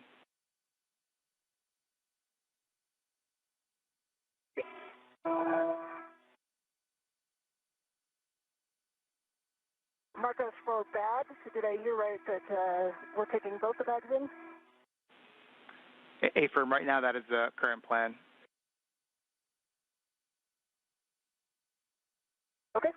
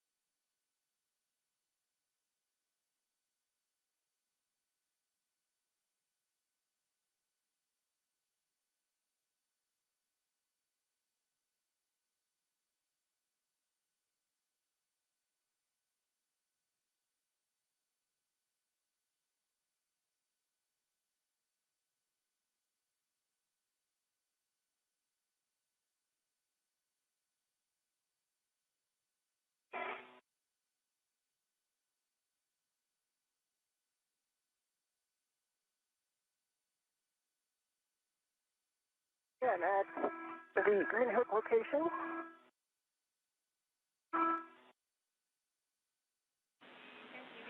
Copy, and you'll drop your green hook, then head towards the cable bag. We'll just make sure your gauntlets are in place. Copy.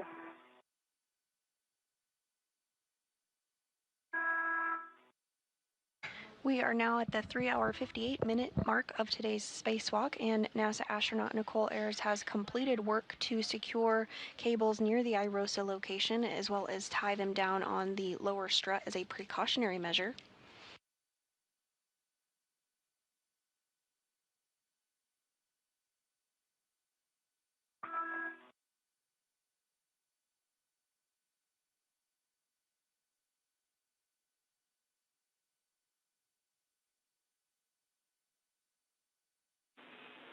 All right, and in Vapor, update on the big picture words.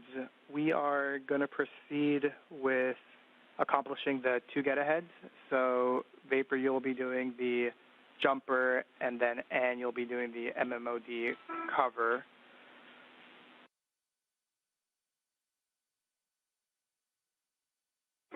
Copy.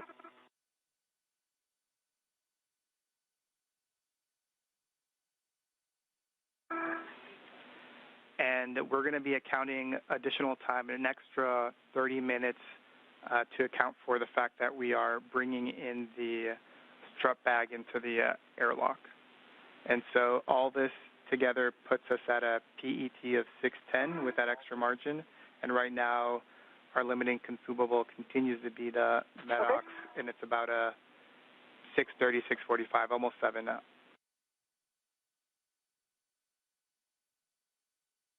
Okay. I'm picking up the DD for now. And you should be able to get to the forward side of the IEA before you can. Okay. Or maybe Egress. Yeah, I think you can. And you may have mentioned it, and I missed it. Just ensure that your gauntlets are down prior to crossing the surge. We still don't have video. We'll have it up here maybe in 5 minutes. Copy. And my green head is on 3652. Copy, thanks.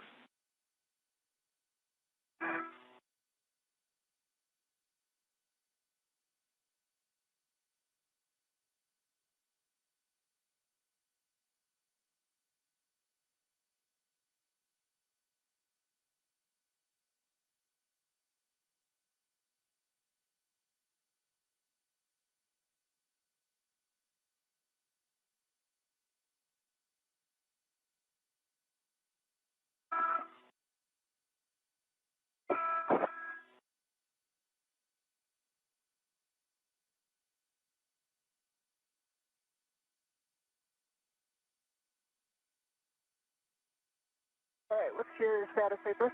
I am about to start translating. Okay. I will hold at the charge if you haven't translated by. Yeah, let's. Oh, perfect. And a Vapor, we have a go for you to start. He really wants to come with me, but can stay.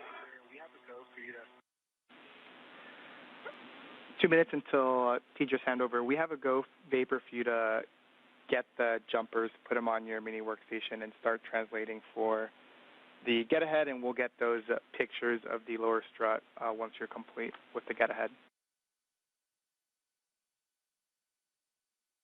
Okay, copy that. I am sitting now.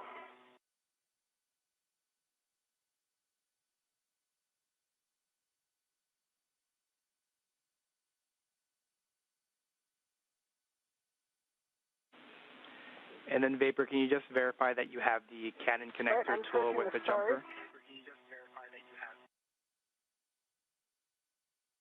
I do have the Canon connector tool with me. I didn't expect anything else. Thanks, Vapor.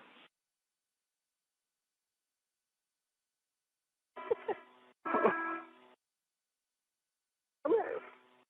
Hi. I'll make this corner and then out of your way. Sounds good.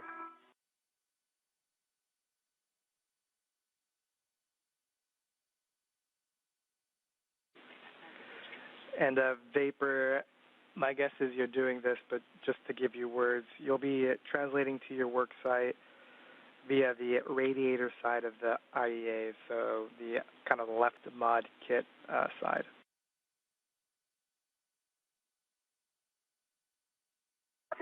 Then what? It's better tachometer. Alright, so it's not quite as big. It is low. It looks fine at the green hooks. I'm going to barely leave it here so it's like up against. Okay? I'll take a look at it as I come down. 10 seconds until teacher's handover.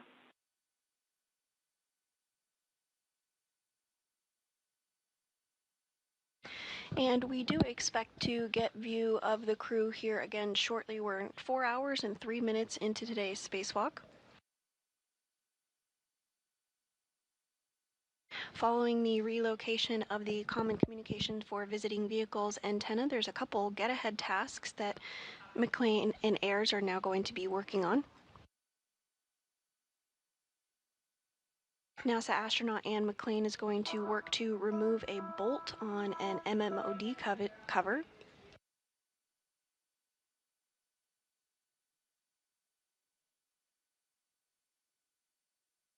MMOD stands for micrometeor or orbital debris.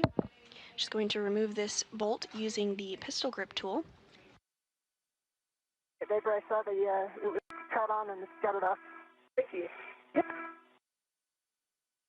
Meanwhile, NASA astronaut Nicole Ayers is going to work on a jumper cable installation, which is a DC to DC converter, converting power from the P6 truss to the acceptable voltage for the Russian segment of the International Space Station. I am back with you. Give me 10 seconds and I'll give you some more words. See, I'm going to work a socket swap. If they are 7/16, right? A-frame, 7/16 by 6-inch wobble. Copy. I will work a socket swap.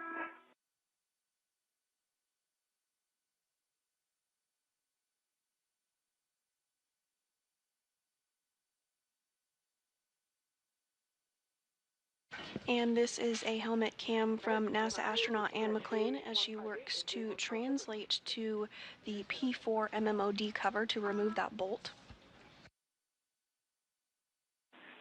Copy, Vapor. That's the correct location. Just want to give another big picture for both of you, Anne and Vapor. Vapor's working the jumper cable get-ahead, and we're going to have you work the MMOD cover, and we might call you off when Vapor is complete with her get-ahead. So we may not complete the MMOD cover, but right now the intent is to finish the jumper. Okay, did you want me to not do the socket swap and go do like the push test on it so we get some data out of it?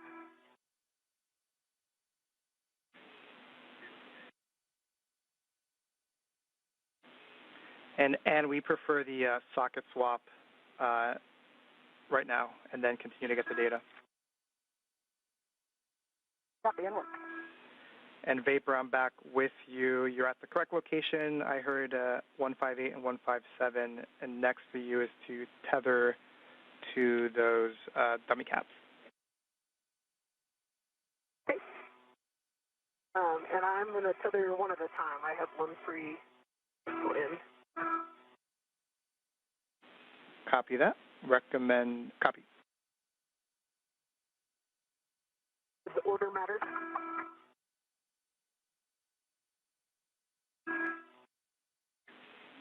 Order matters for ease of install, so we would recommend 158 first.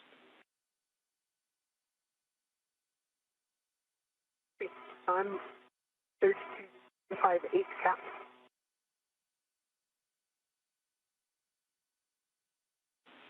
Copy the 158 cap. After that, you'll install the Canon connector tool onto 158.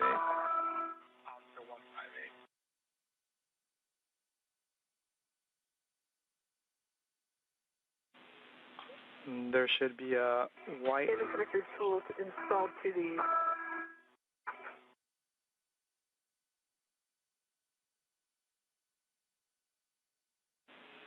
Yeah, and I think I heard that the Canon connector tool is installed to the Canon connector itself. It's installed to the Canon connector cap, so release first.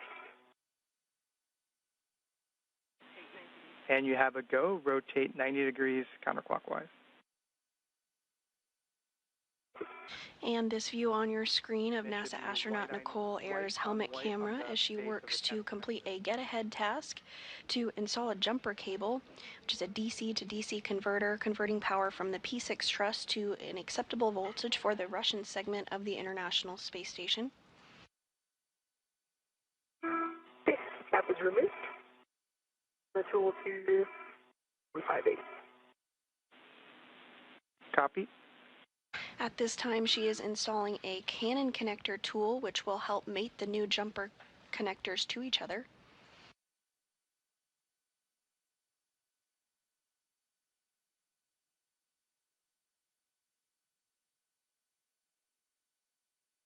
Marcus, I have a 7/16 wobble socket on my PGT. Good full test.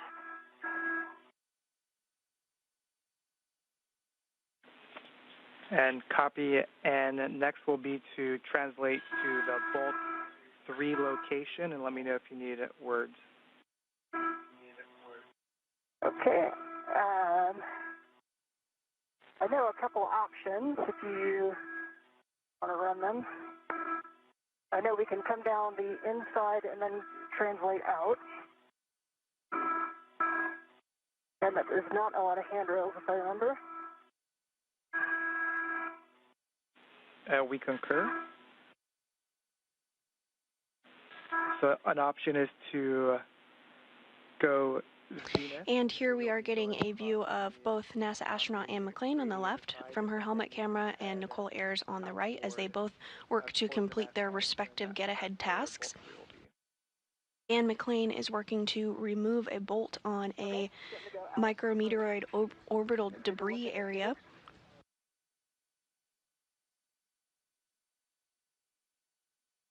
That's why she does that. I have kitchen to be in my bin. She is going to use the PGT or pistol grip tool to complete that task. Copy that. Meanwhile, Nicole Ayers on the right is working with a Canon connector tool that you see there in the center of her screen. She'll use this to mate the new jumper connections, which will convert power from the P6 truss to an acceptable voltage for the Russian segment of the International Space Station. Okay, so I have visual on Bolt 3. These things go outboard of the trunnion pin, Marcos?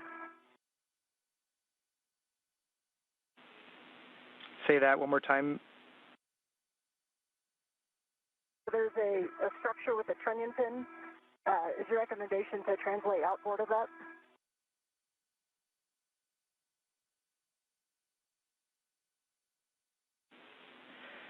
And right now, we're being told that the recommendation is to first go inboard along the edge of the IEA, then go zenith, so it's in between the Sarge and the IEA, and then go outboard towards the Bolt 3 location, which is more or less midway. So I was just able to come across shield fingertip to fingertip. Got it. And that works for us, Anne.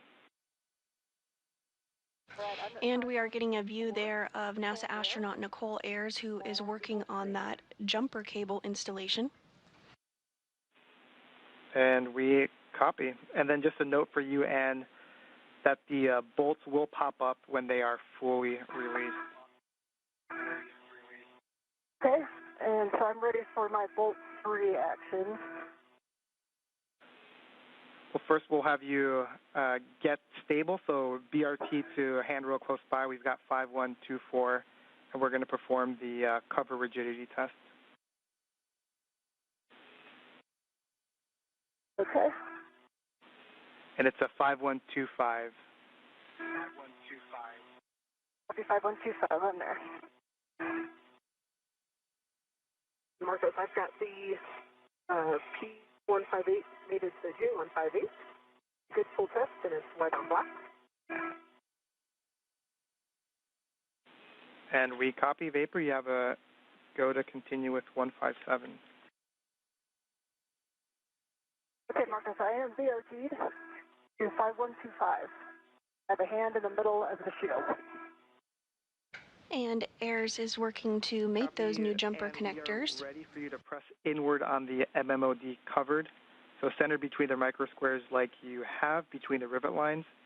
And then we'll ask you to describe the reaction. Okay, let me go a little bit more if I'm going to get centered on those rivets.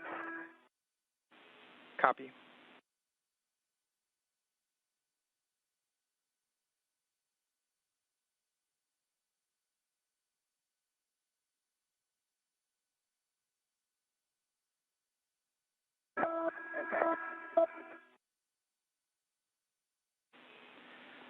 And then, so Marcus, I don't see any obvious motion.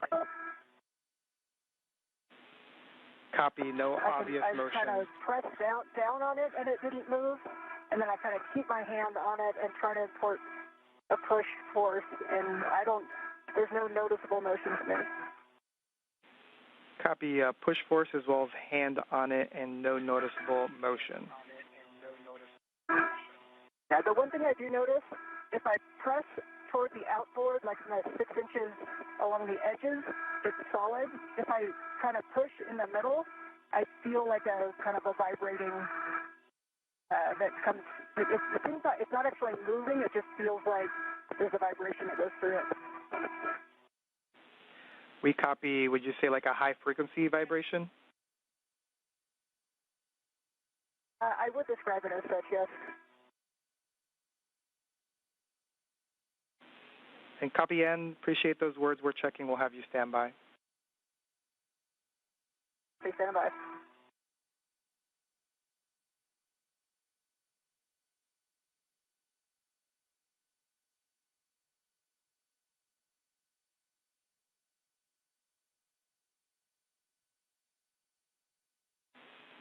And Vapor, just as a reminder, because I did not give it to you, on the demated Canon connectors, we don't want you to rotate the collar or manipulate the cable or the connector using the collar or the connector tool. Look at that. And the hook on the in-end connector cap interfering with taking it off, so I'm swapping over to one of my ramps. Leave some room here. Vapor, we copy, you have a go, and Vapor, we have video back.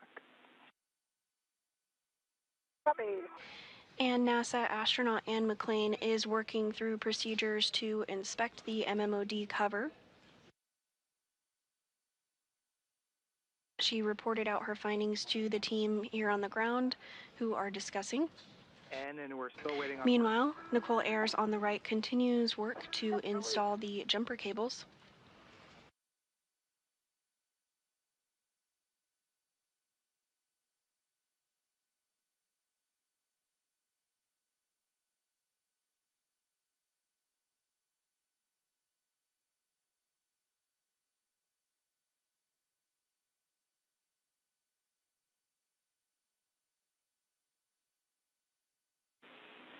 All right, and Marcus, the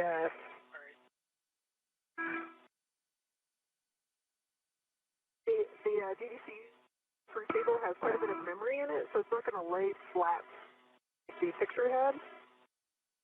It's kind of going to go up and around. You can see that in my head or not, but.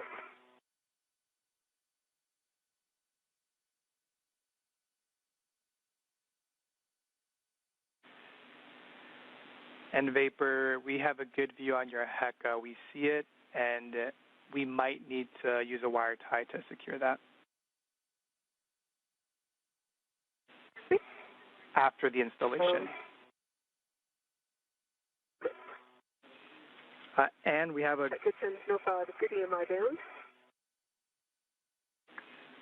copy Vapor. You have a go to install. And we have a go to proceed with you. So first is going to be to inspect the base of the Bolt 3 microsquare, and we're going to be inspecting for FOD or debris.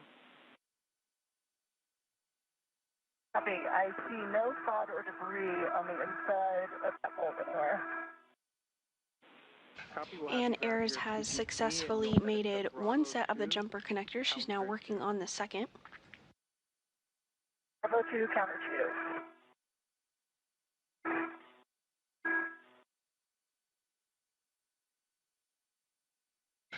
Meanwhile, NASA astronaut Anne McLean on the left of your screen is going to utilize the pistol grip tool for the next set of procedures for the bolt release.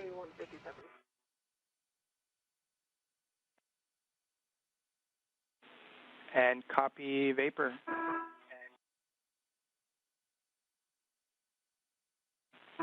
And we're discussing whether or not we need to tie down that jumper. For your essay, there's not a whole lot of places I could go to the handrail 5243. That. And Vapor, we like that location.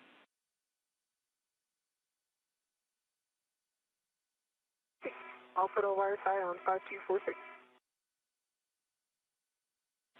And following mating the second set of jumper cables, Egress is going to now secure that cord that you see on your screen with a wire tied to ensure it's not floating about. 3 exactly 2 turns, and we'll want a torque readout. Copy, exactly.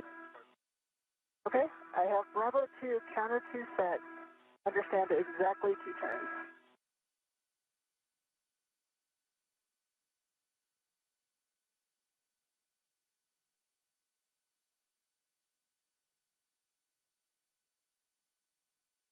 There's exactly 2 turns on bolt 3. It did not release. Copy 2 turns, and we'll get your torque reading. And torque was 0.5.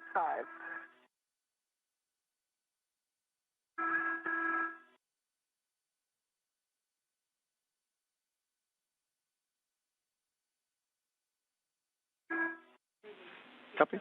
All right, copy. And the bolt 3 did not fully release. We're going to be translating to bolt 4, which should just be inboard of bolt 3. Okay.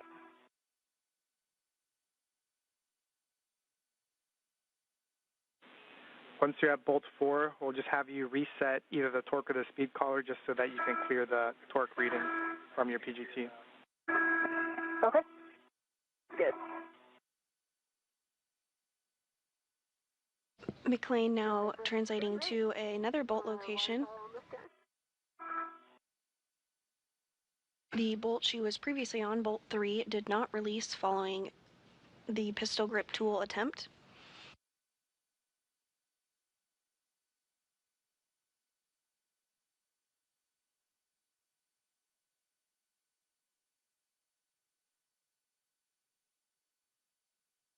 All right, I see bolt 4.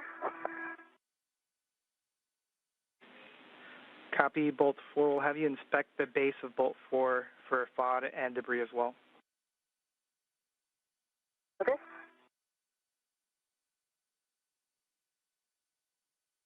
Fails. CC, no debris of pod in bolt 4.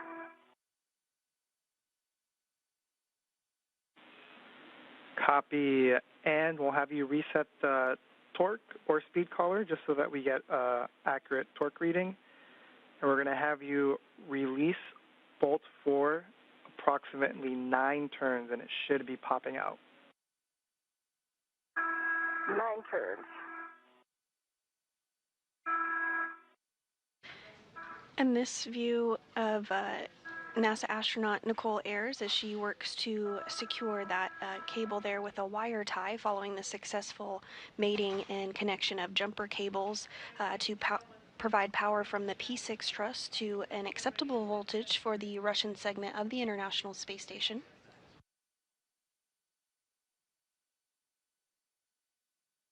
Reset the collar. Meanwhile, NASA astronaut Anne McClain is working on removing a bolt on an MMOD cover.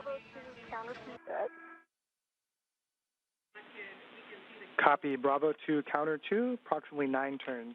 Bolt should pop out, and. Of course.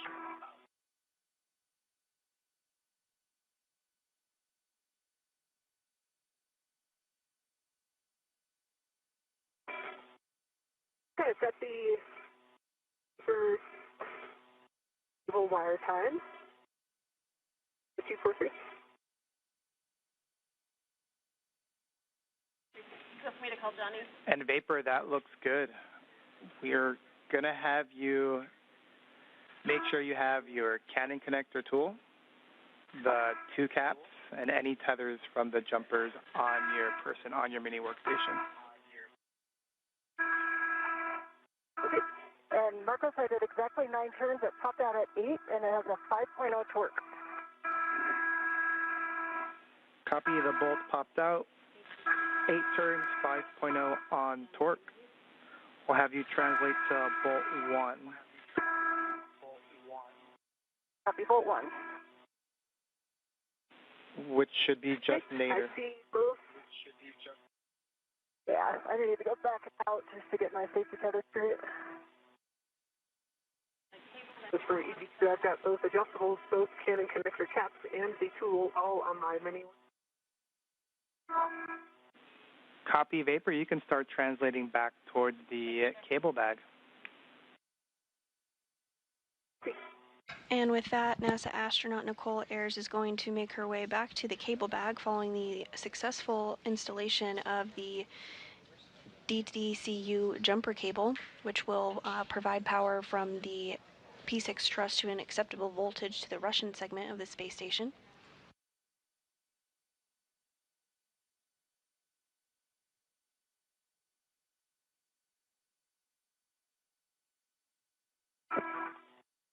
All right, I'm at the strut bag, coming back in.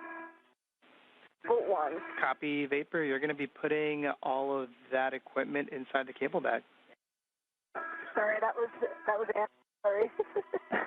We've been told we sound alike. Yep. And we're both heading toward the cable bag. I've got a in my Heka of the odd kit cables, I think. You guys can see that. We do, Vapor. We also have Johnny helping us out with a camera from the GEM, getting a really good view of the Iris cables. Awesome. Tell them hi for us. Oh, we could wave at them from here. Yeah.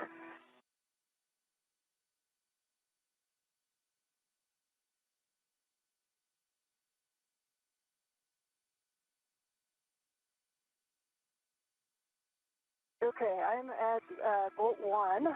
And we are getting a view here of the installation that was completed earlier today of the modification kit. You see the upper triangle that was built and successfully attached to the mass canister, as well as the right struts. And you'll be releasing bolt 1 exactly 2 turns.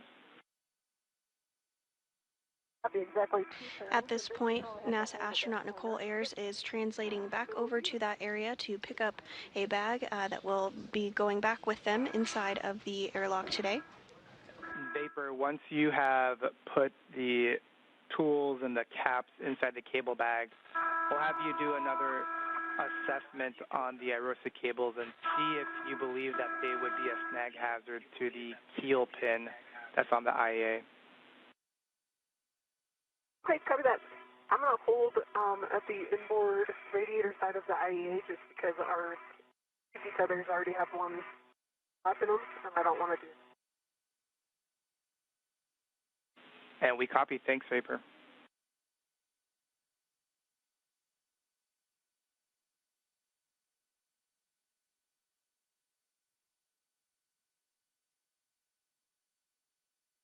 All right, I have counter 2, the Bravo 2, counter 2 set.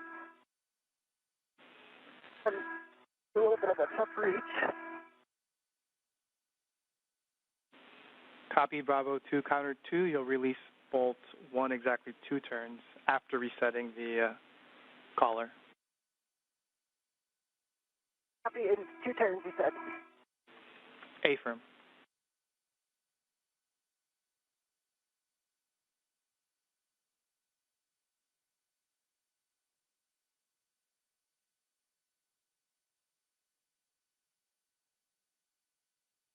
Okay, it's easy. So I'm hanging out here, my gloves, there's no change. Pistol set. Not load first. Copy, no changes to your glove and hap.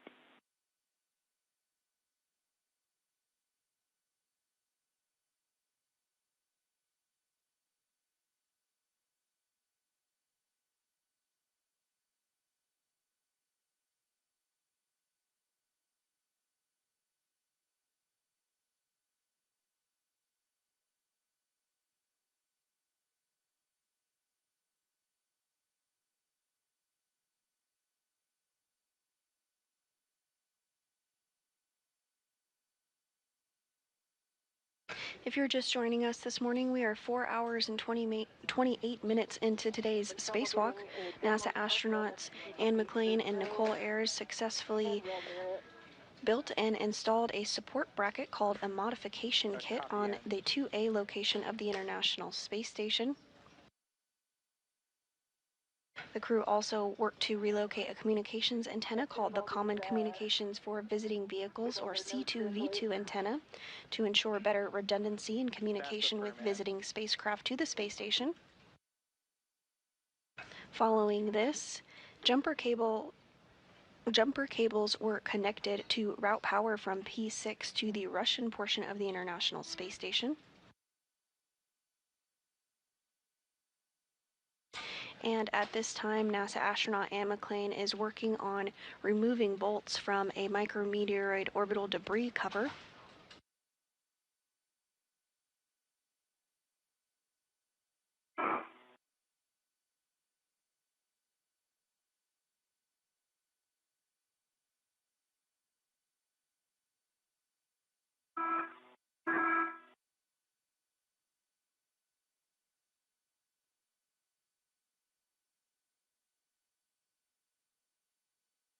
All right, I got 2 turns on it. Bravo 2, counter 2, and you see the torque. Torque was 9.5. It felt higher. Copy, 2 turns, torque of 9.5. We're going to have you translate bolt 2. And it'll be similar. You'll inspect the microsquare for fodder debris, and then we'll have you reset the collar. Copy.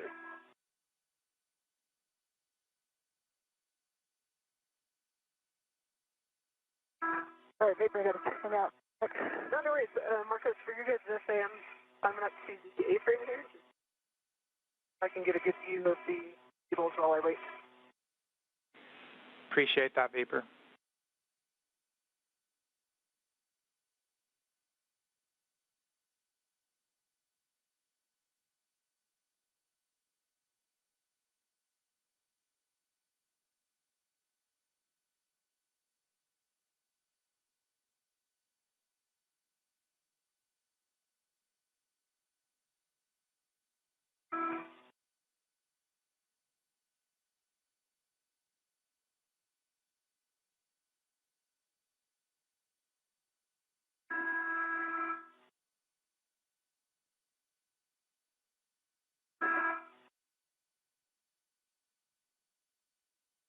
And Marcos, you said bolt 2, right?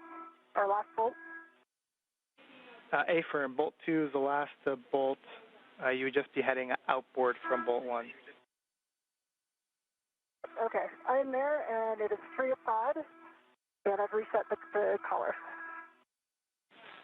Copy. With the same settings of Bravo 2, counter 2, you're going to release bolt 2 exactly 2 turns. Copy exactly 2.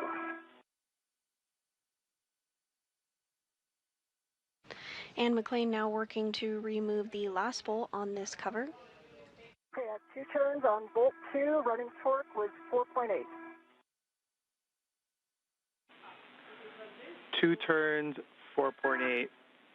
Copy, Ann. Good.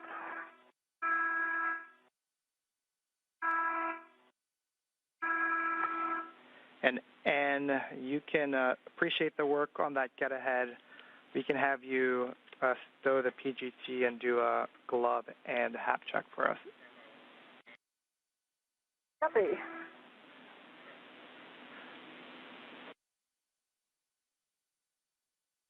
Does appear to be no change. And dry hap. Copy, and after you've stowed your PGT, we'd actually like to do the cover rigidity test again, and so we'd have you translate to bolt 3. Okay, can I do it from the zenith side instead, since it's kind of in the center?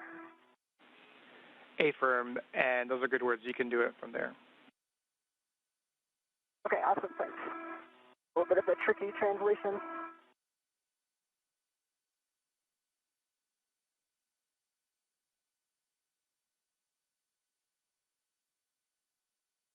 Okay, I am there. Copy, Ann. Let me give Vapor some words here. Vapor, so we have looked at the Arosa cables, and we would like the end configuration to look like the following. We want both bundles as well as where the NZGLs are. We want those in a more flat configuration and more kind of parallel to the mounting bracket. Yeah, I'm seeing what you guys are seeing on there. You're all breaking the plane of the keel cam. A-firm, that's exactly our concern. I understand the issue. Yeah. You might be able to just translate a sphere over there.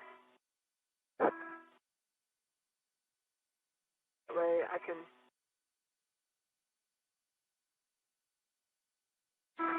And Vapor, just as a reminder, you can translate on the lower right strut, given the instructions we said before, parallel to it, very slowly, avoid torsions, but you will not be translating on the mounting bracket. Okay, copy. And 2 minutes for Egress handover. And we are back with you. And with those words, NASA astronaut Nicole Ayers is going to work to reconfigure cables that were previously secured there to the mounting bracket on the lower left of your screen. They're going to make them just a little bit more flush, not sticking out quite as much. I guess in a little bit of a different spot, I get a little bit of a vibration. Yeah, if I go more inboard, I still get the vibration. If I'm right on where the double sets of rivets are in the center, I do not. And the rivets is where I got it before. Now it's a little bit inboard. Makes sense?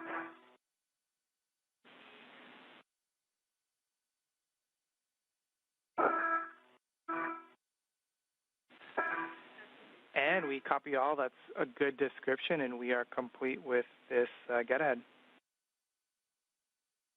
Okay. Is there anything I can do to help? Kind of a one-person job. I'm not this stressed. Yeah. If I can get through here. And we're discussing.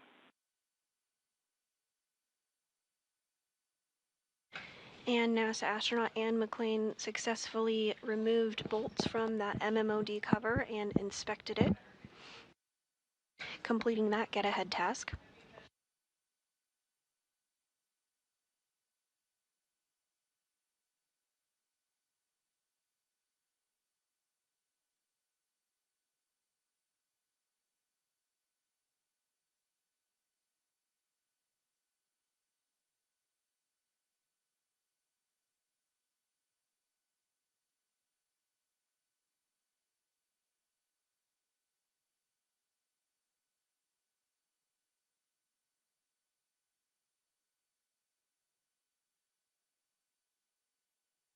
And we are in a brief handover period between our satellites, but we'll regain views here shortly.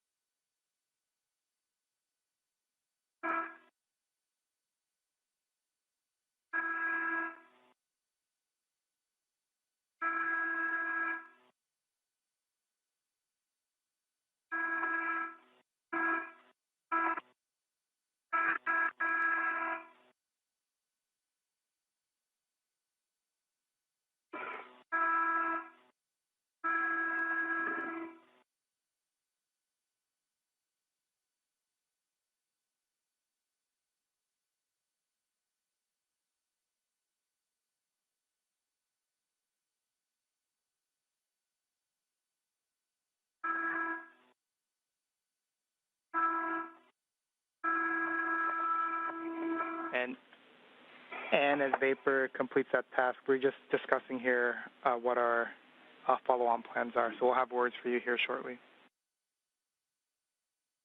Copy.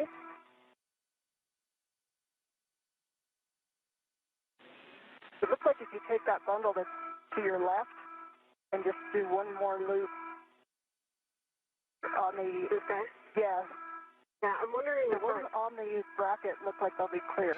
And now, 4 hours and 40 minutes into today's spacewalk, NASA astronauts Anne McLean and Nicole Ayers successfully completed the lower right strut installation and build of the triangle, which was the minimum configuration for the mod kit for today.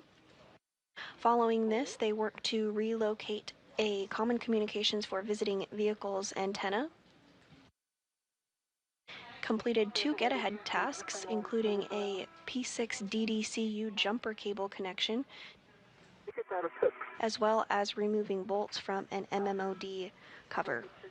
At this point, NASA astronaut Nicole Ayers is working to reconfigure cables for future IROSA preparation spacewalks. All right. And in Vapor, so big picture words, once Vapor is complete with this tie down, we're going to have her take the Canon connector tool, the caps, etc., to the cable bag. And we're going to have you just, we know Vapor already did this, we're just going to have you take a look at the strut bag and make sure that it's cinched up and ready to be taken back to the airlock. Once the cleanup is complete, Vapor, we're going to have you bring the strut bag in, and you're going to be bringing the cable bag in, and you're going to be leading the way back, and we're going to keep you two together. Okay. Yeah, I think the cable bag, the strut bag looks good. For your cap, we can either do them in a cable bag or the strut bag. The problem is I need to leave before you come back around with your tether. Yeah. So I think maybe if you're okay with it, Marcos, if she could shove those caps in the strut bag, and she doesn't have to wait. We don't have to do kind of the back and forth, if that makes sense. And we're good with that plan, Ann. Thanks. Okay. Because did you happen to hear my question about an adjustable out here for these cables? I think he's just donating another cable to get the cables up against the bracket might be the best. No, Vapor, I did not catch your question. Are you asking if you can use an adjustable to further tidy up the cables and leave it out?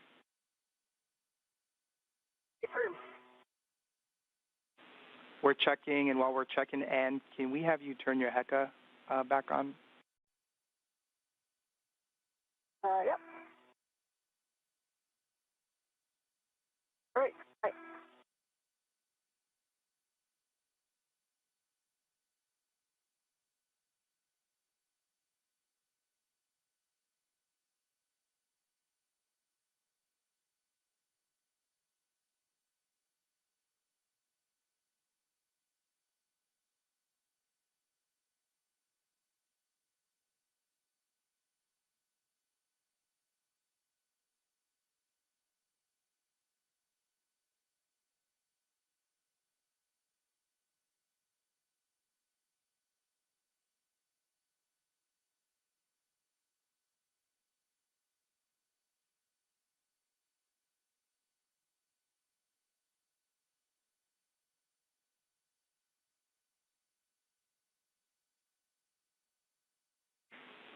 Now, Vapor, question for you. We're discussing if we can bring the cables back with us in the cable bag, but in order to do that, we need to make sure that you can actually reach the mounting bracket oval cutout where they're attached.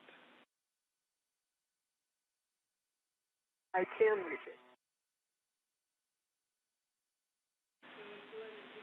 All right, Vapor, then the plan is to release the iROSA cable bundles from the mounting bracket, and we're going to be putting them back in the cable bag. Okay, copy that. I will put them in work. All right. And following discussion here on the ground, the team has decided to bring that cable back inside the crew lock bag, inside the airlock today. And we copy Ann.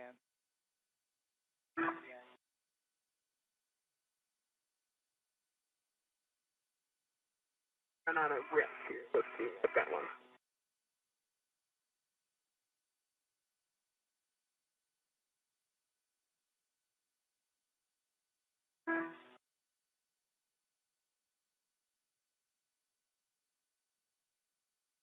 I'm ready to the adjustable that has the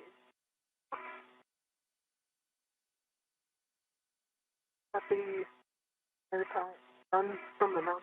Yep.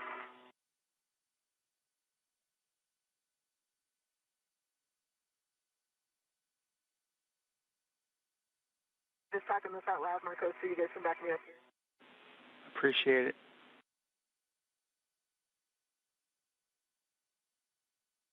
The left cable is released from the airtight on both stanchions. Right.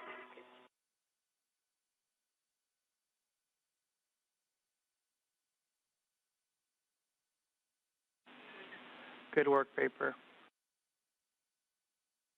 Yeah, nicely done.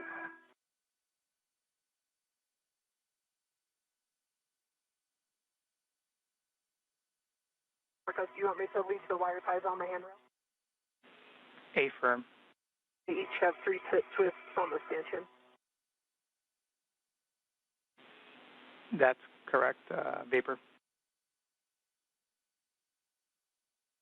Ta-da.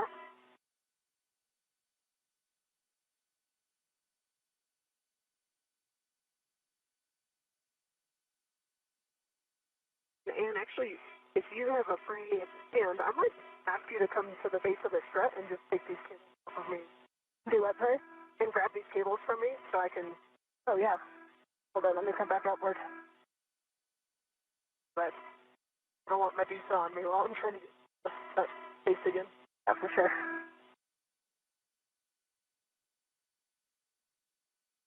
It might be right away.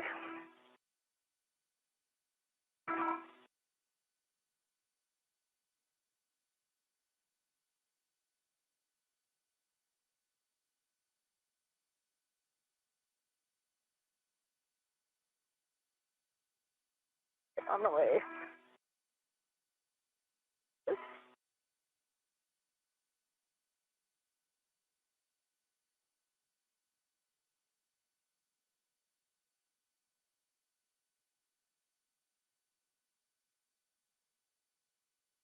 Yeah, Marcos, there is a short wire tie on the pin that's closest to the mounting bracket. Long wire tie just to the top bolt. And NASA astronaut Anne McLean is making her way over to Nicole Ayers to assist with that cable gathering and putting it in the bag to bring it back into the airlock today.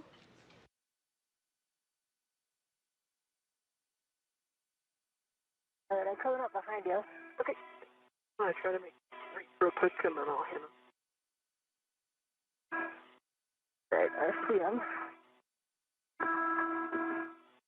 Also, right above Anne McLean, she is the astronaut with the red stripes. On the left of your screen is that strut bag that will also be going back inside with the duo this afternoon. Right here.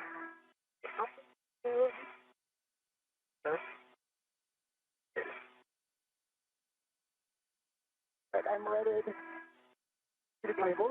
Okay.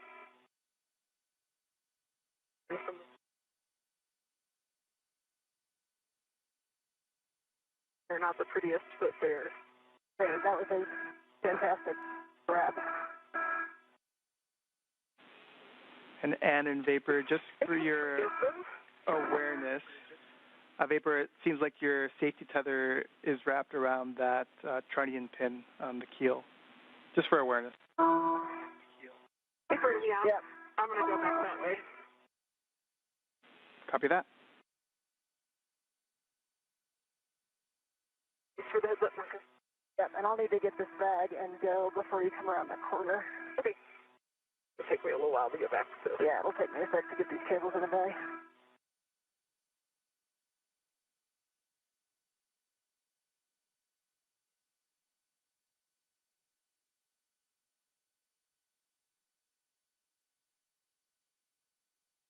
And can you just take a look at my safety tether? I've lost where it is. Yeah, it's coming down your left side and then around the trunnion pin. Okay. So I think if you... Down left? Yeah. See? And I can get better eyes on it in just a sec.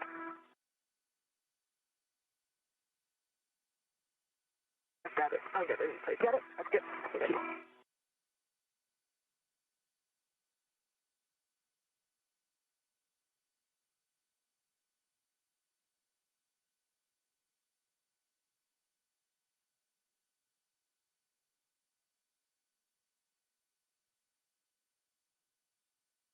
Okay, I'm back at the cable bag. I'm going to work on loading these up. We copy, Anne. Go the long way around right back to the strip.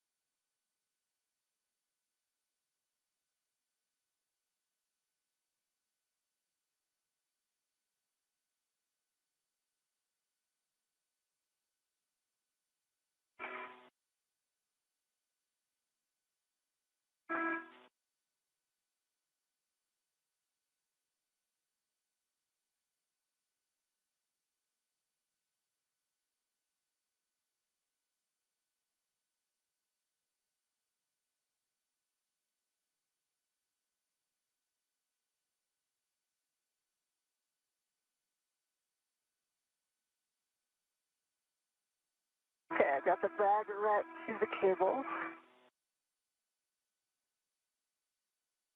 Round the tree. Copy.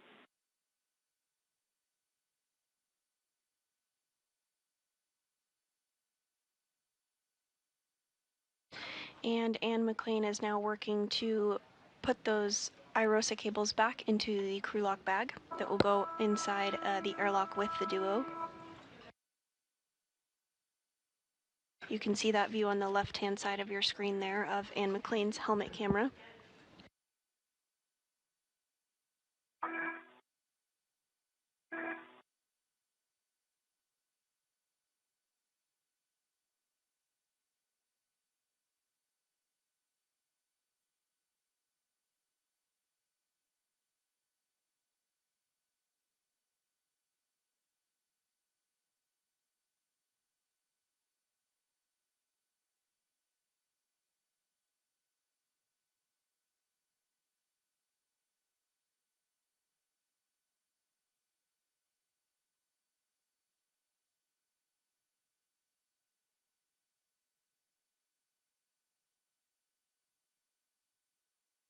Seems like it's 3 times more full than when it came out.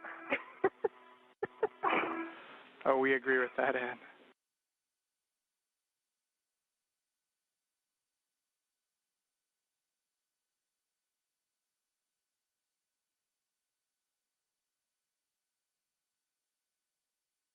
So I'm going to have you take a look at mine.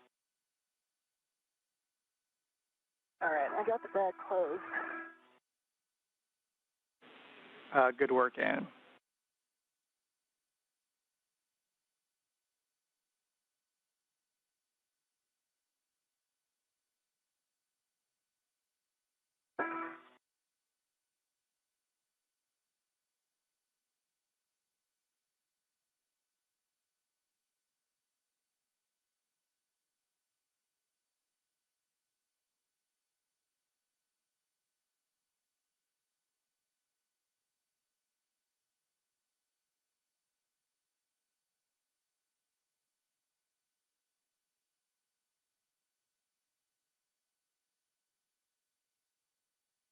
All right, got that tied in. Do you have anything to look at?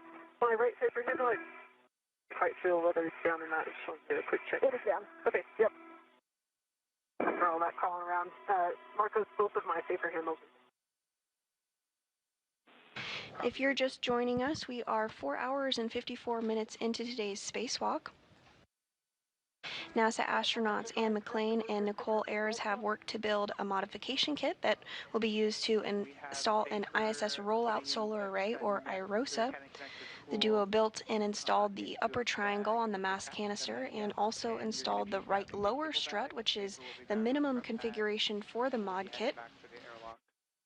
Following this, McLean and Ayers relocated a common communication for visiting vehicles antenna, which ensures redundancy for visiting spacecraft to the orbiting lab.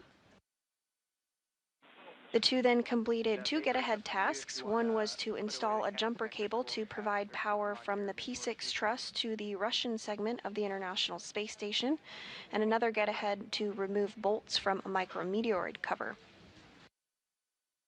Ayers then returned to the modification kit and gathered IROSA cables, which you see on your screen there. NASA astronaut Anne McLean is working to secure them in a crew lock bag.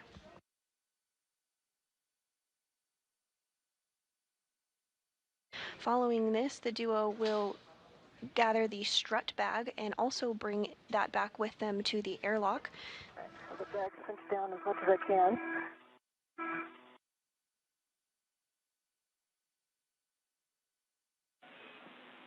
Today's spacewalk is the 275th in support of space station maintenance, assemblies, and upgrades, and is the 3rd for McLean and the very first for Nicole Ayers. I've got 4 of the integral AETs connected to the lid and tightened. Copy that, Anne. We're good with that.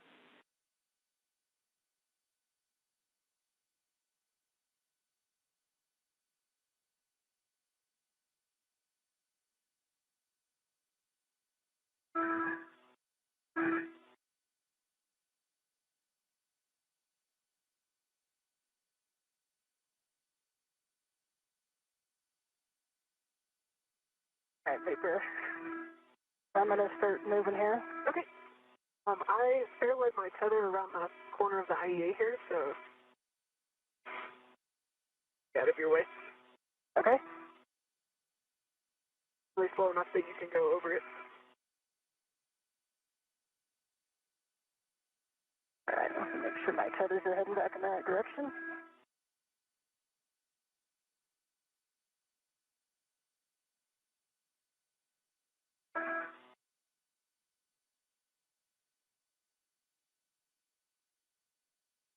All right, I see yours.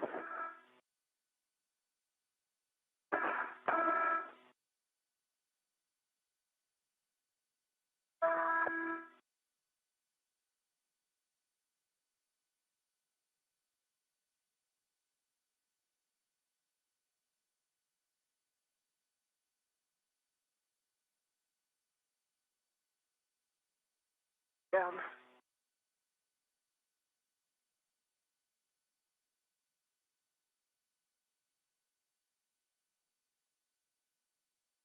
Okay, your tether's free. And as the duo prepares to head back to the airlock, you are getting a view inside the flight control room here at the Johnson Space Center in Houston, Texas. This Orbit 2 team is being led by NASA Flight Director Diana Trujillo. All of the equipment is back into the strut bag. Vapor, that's going on your BRT, and sounds like you have the cable bag on your BRT. We'll be translating inboard, and we are entering a period where we will not have video of the crew for approximately 40 minutes.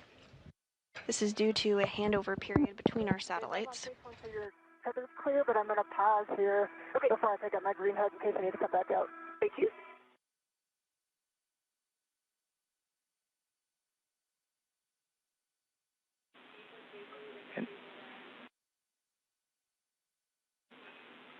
Copy. And Ann and Vapor, in case I misspoke, Ann, you have the cable bag. Vapor, you have the strut bag. Yep, we got him. Thank you.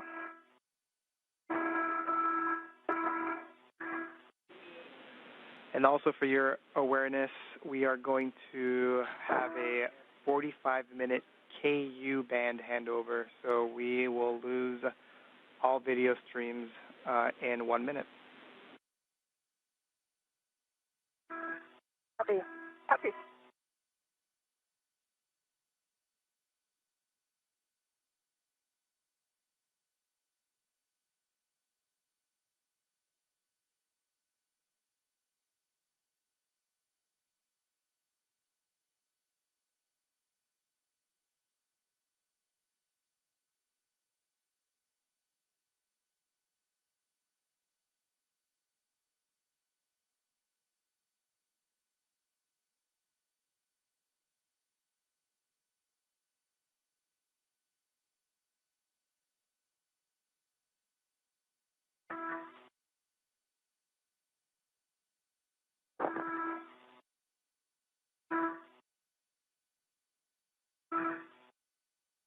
Marcos, for you, I think the two adjustables, one cannon and one cap for bag, and I'll take one cap back with me on my MWS. Copy, those are all on your MWS.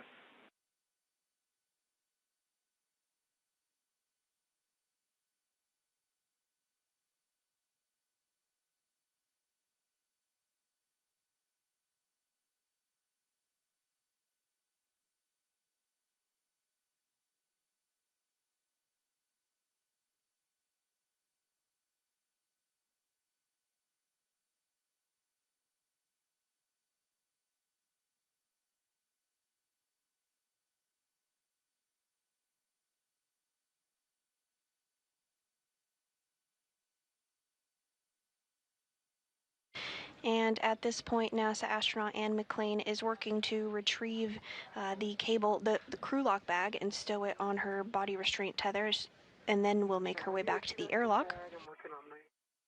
Similarly, Nicole Ayers is working to retrieve the strut bag, which she will stow on her body restraint tether before translating back to the airlock as well.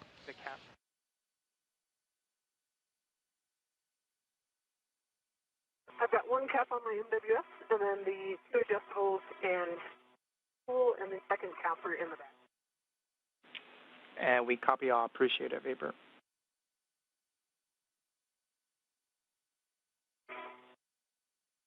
Your T-Ret is on the bag, and I'm working your T-Nose. I'll be moving in. Copy that.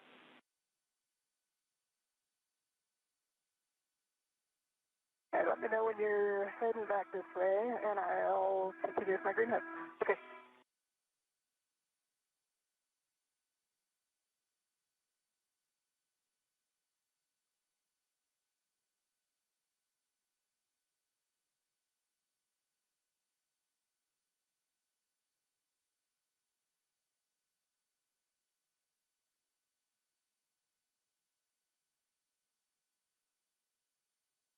You lost some weight. Yeah, just saying.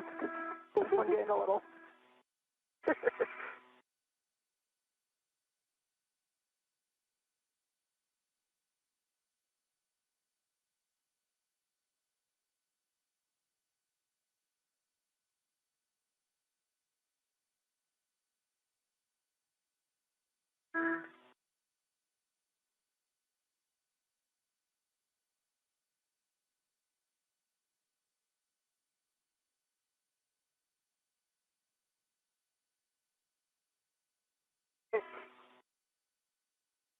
Working my way back inward.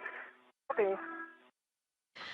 Once McLean and Ayers are back inside of the airlock, NASA astronaut Johnny Kim and JAXA astronaut Takoya Onushi will continue help, just as was done this morning, to get the airlock repressurized and get the crew out of their spacesuits.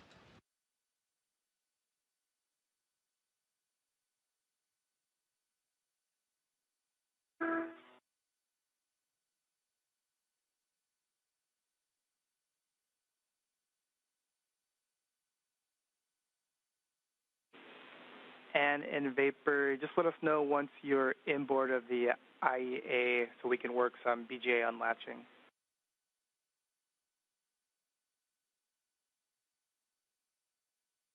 Copy. Okay.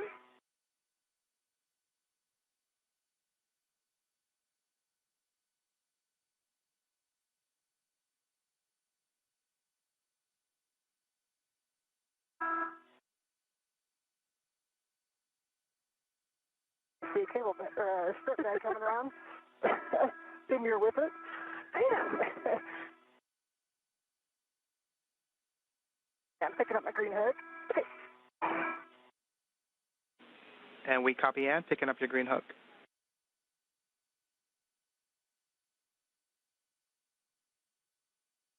And my green hook is on my red reel. And Vapor, your tethers are nice and clear as you would expect them to be. I'm gonna move inboard. I'm gonna get too far ahead of you.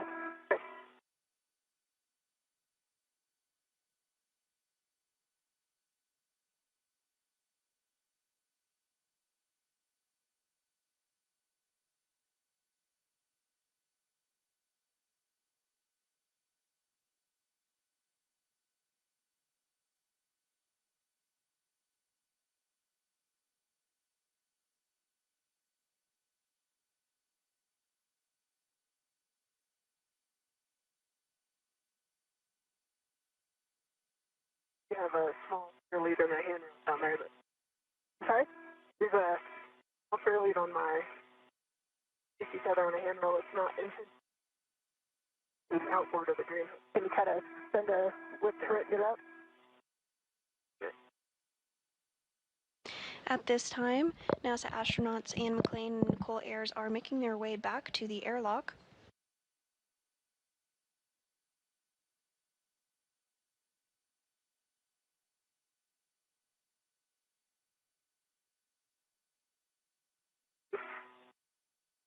We just surpassed the 5-hour, 6-minute mark of today's spacewalk, which officially began at 8:05 a.m. Eastern.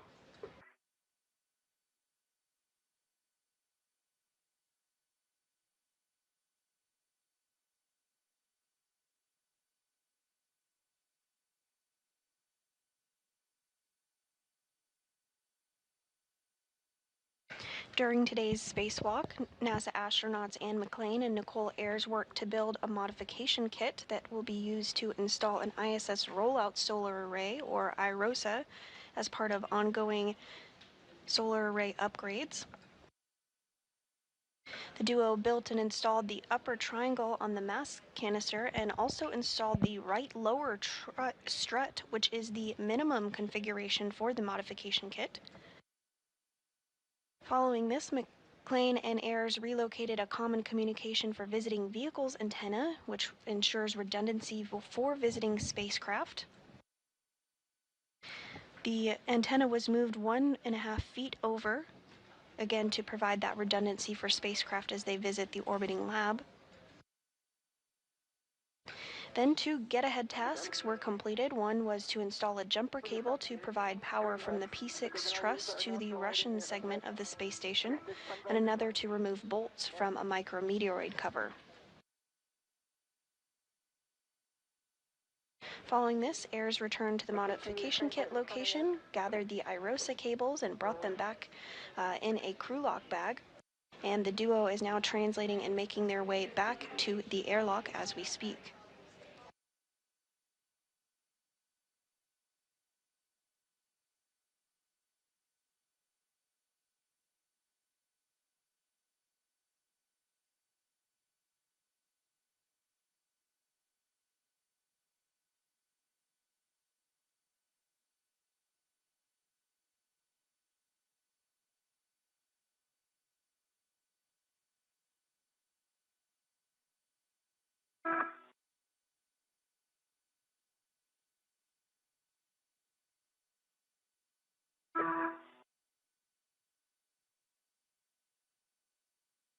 My green hook is back on my red reel. Copy. Move inboard. And that sounded like vapor. That was me. I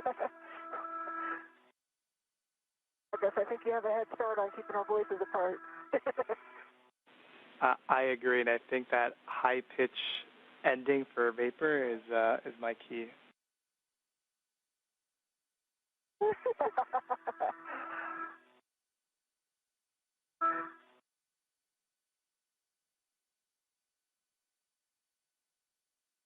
Right, I'm over the lab.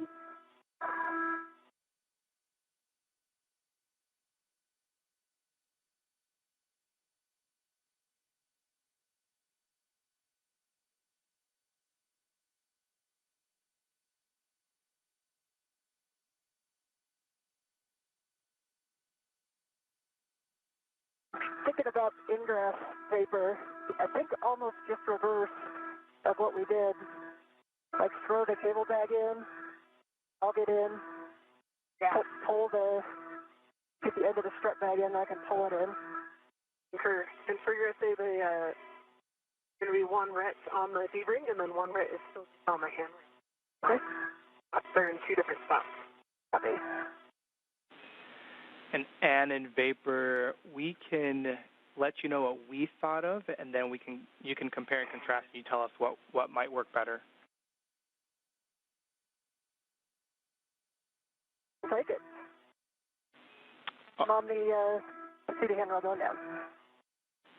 Copy CETA handrail going down. So first, we're thinking that vapor can hand the strut bag to you, Anne, and then you can put that strut bag into the airlock. Then you'll hand off your cable bag to vapor. You'll ingress. Then vapor will give you the cable bag.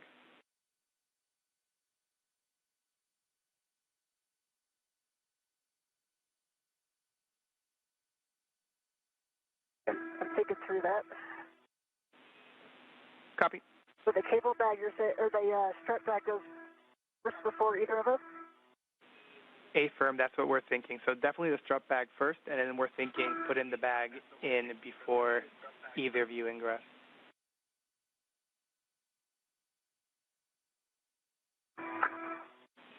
And we were thinking positioning it along the aft edge and then the starboard edge zenith, so almost like just diagonally.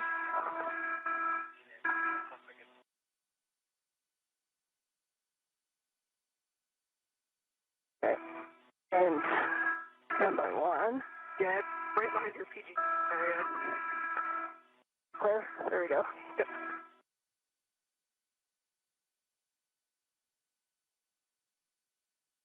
What do you prefer, Vapor? What do you think? It might be easier to pull the strut bag than push it. I'm really concerned that if it gets stuck on anything, nobody's in there to kind of deconstruct it from. Yeah.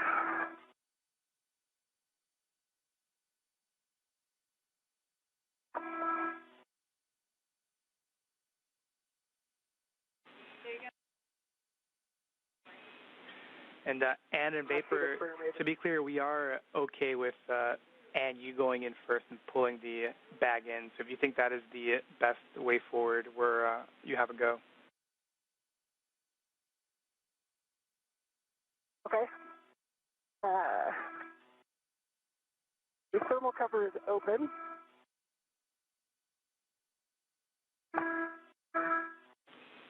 Copy.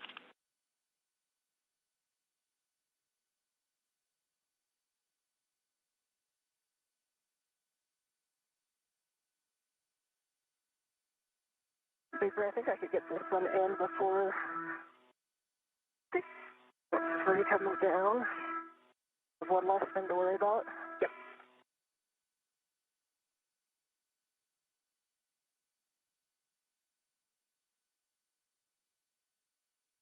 Okay, so you said that one is right here. And that was the original cable bag. Okay. And from your point of view, left hand, now that's closest to the hatch. Maybe hatch. Okay, that's it. And we do have about 25 minutes remaining in this handover period between our satellites before we will have visuals of the crew. I do have a waste feather out there. However, they are continuing to make their way back to the airlock.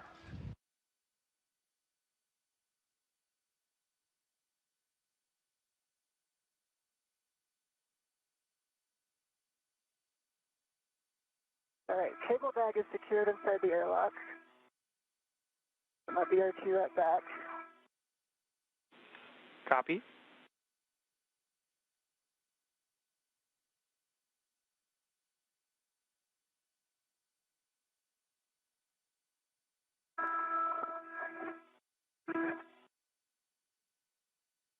And grabbing this large hook for the strut bag.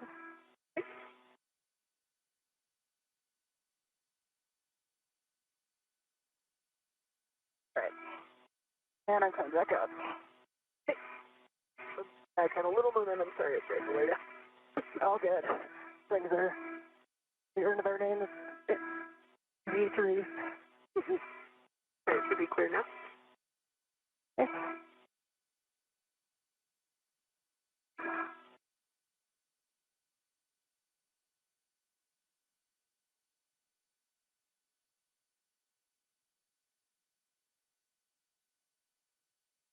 All right, there it comes.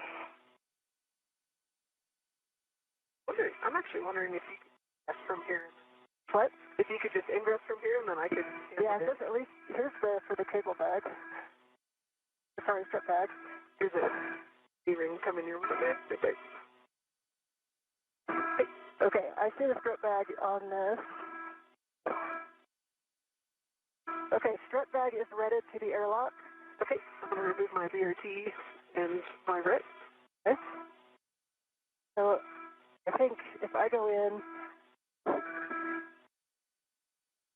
need to come out and get my waste feather. I can pick it up for you too if you. Anne McLean and Nicole Ayers are now back at the airlock and working to get the strut bag inside the airlock portion of the International Space Station. Following this, they will both enter themselves and repressurization will occur.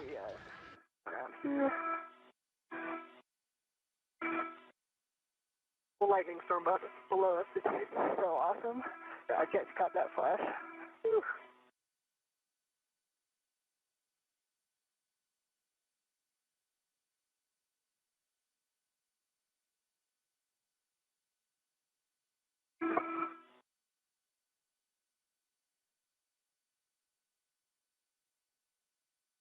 right, my right waist tether is on the airlock D-ring extender. 8 plus slider lock, black on black. And we copy Ann.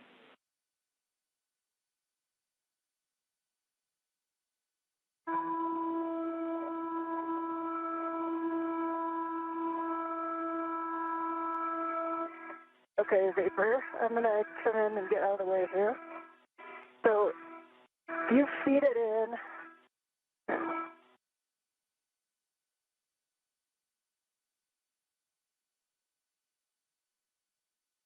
Got it. Oh, yeah, that was easy. Oh, yeah. That was way easier without an upper triangle in it. Yeah. All right, if we can get that back part in. All right, and that'll go high. I'll pull it as close as I can to the IV hatch. All right, and you are for the ingress. I'm going to go high and give you low. Okay. Do you have a good load path? Yes, I have my right waist tether on the airlock at D-ring extender. I check black on black. Okay.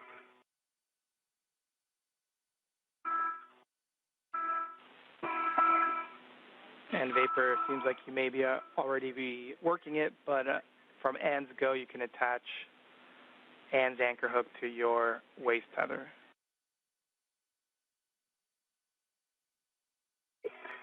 Picking up in from the aft D-ring.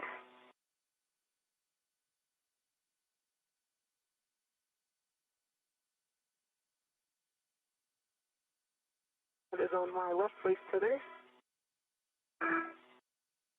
Both gates are closed. They're locked, black on black. Copy Vapor. With that, you can release your anchor hook from the forward airlock external D-ring, and you can store that on your mini workstation. Okay. And Ann, while we're waiting, we'll have you turn off your HECA. The head is coming off.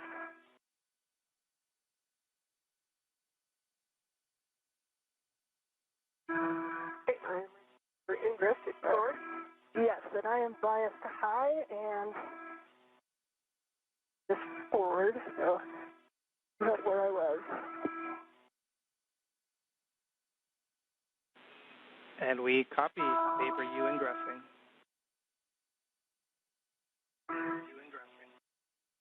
Sure.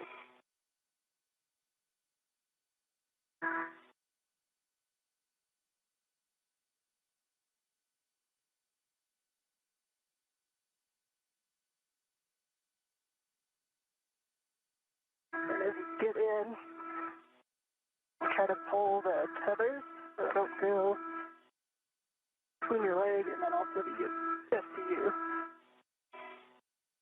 Alright, let me get more out of your leg. We are now 5 hours and 20 minutes into today's spacewalk. NASA astronauts Anne McLean and Nicole Ayers are back near the airlock and working to ingress or enter back inside of the airlock. I'll move that. Okay, now you should have seat room.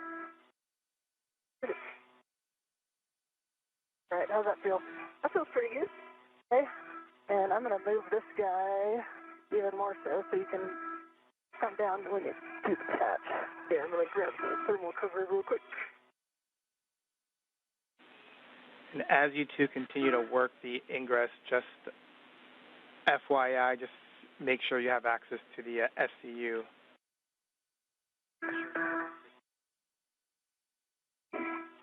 Copy.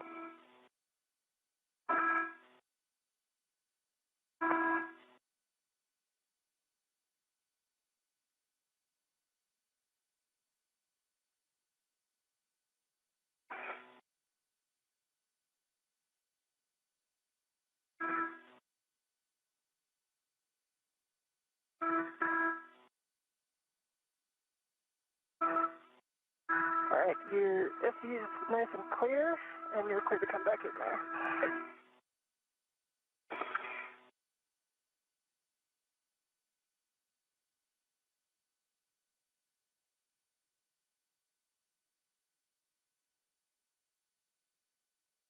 Nice job. thermal cover closed. Work on the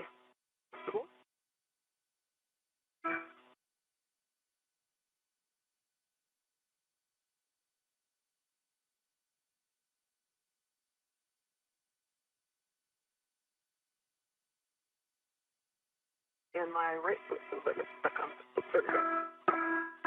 Yeah, this bag is, it's actually, I can move it pretty easily, so if you feel something in the hatch, let me know. Okay, should be pretty out of your way now.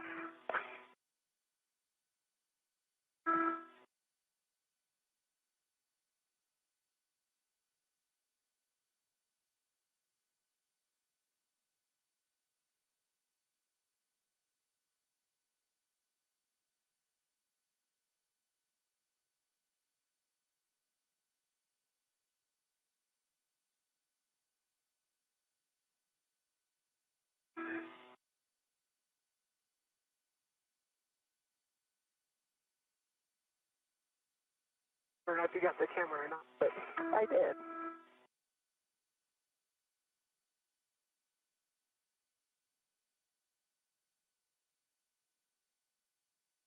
Again, the crew of today's spacewalk, NASA astronaut Anne McClain and NASA astronaut Nicole Ayers, are working to ingress or re-enter the airlock ahead of repressurization following today's spacewalk. McClain and Ayers work to build a modification kit that will be used to install an ISS rollout solar array, or IROSA, during a future spacewalk. The duo built and installed the upper triangle on the mass canister and also installed the right lower strut, which is considered the minimum configuration for the mod kit. Following this, McClain and Ayers relocated a common communication for visiting vehicles antenna, ensuring redundancy for visiting spacecraft to the orbiting lab. Then two get-ahead tasks were completed by the duo, one to install a jumper cable to provide power from the P6 truss to the Russian segment of the space station, and another to remove bolts from a micrometeoroid cover. Ayers then returned to the modification kit location in the 2A segment of the International Space Station, gathered the IROSA cables, and brought them back to the airlock in a crew bag, as well as brought in the strut bag with the remaining struts. You'll remove your DCM cover and you'll connect the SCU and check that it's locked.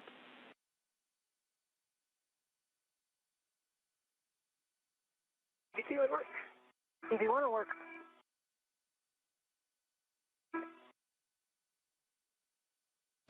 We are in a loss of signal period where we do not have visuals of the crew, about 14 minutes remaining in that loss of signal period, but we do have confirmation that the crew is back inside the airlock and the hatch thermal cover is closed.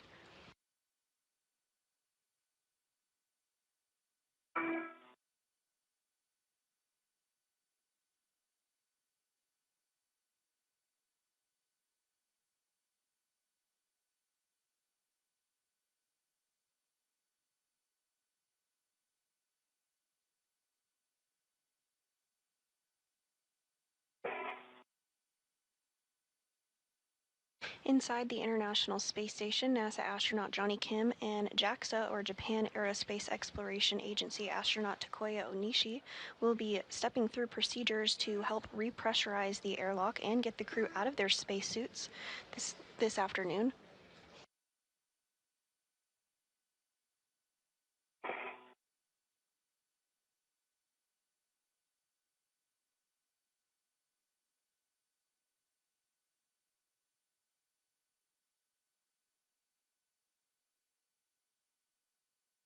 SCU to the locked. EV1, SCU connected locked. Copy, 2 SCUs locked. I'll have you both take your water switch to off, and it'll be off for 2 minutes, OFF.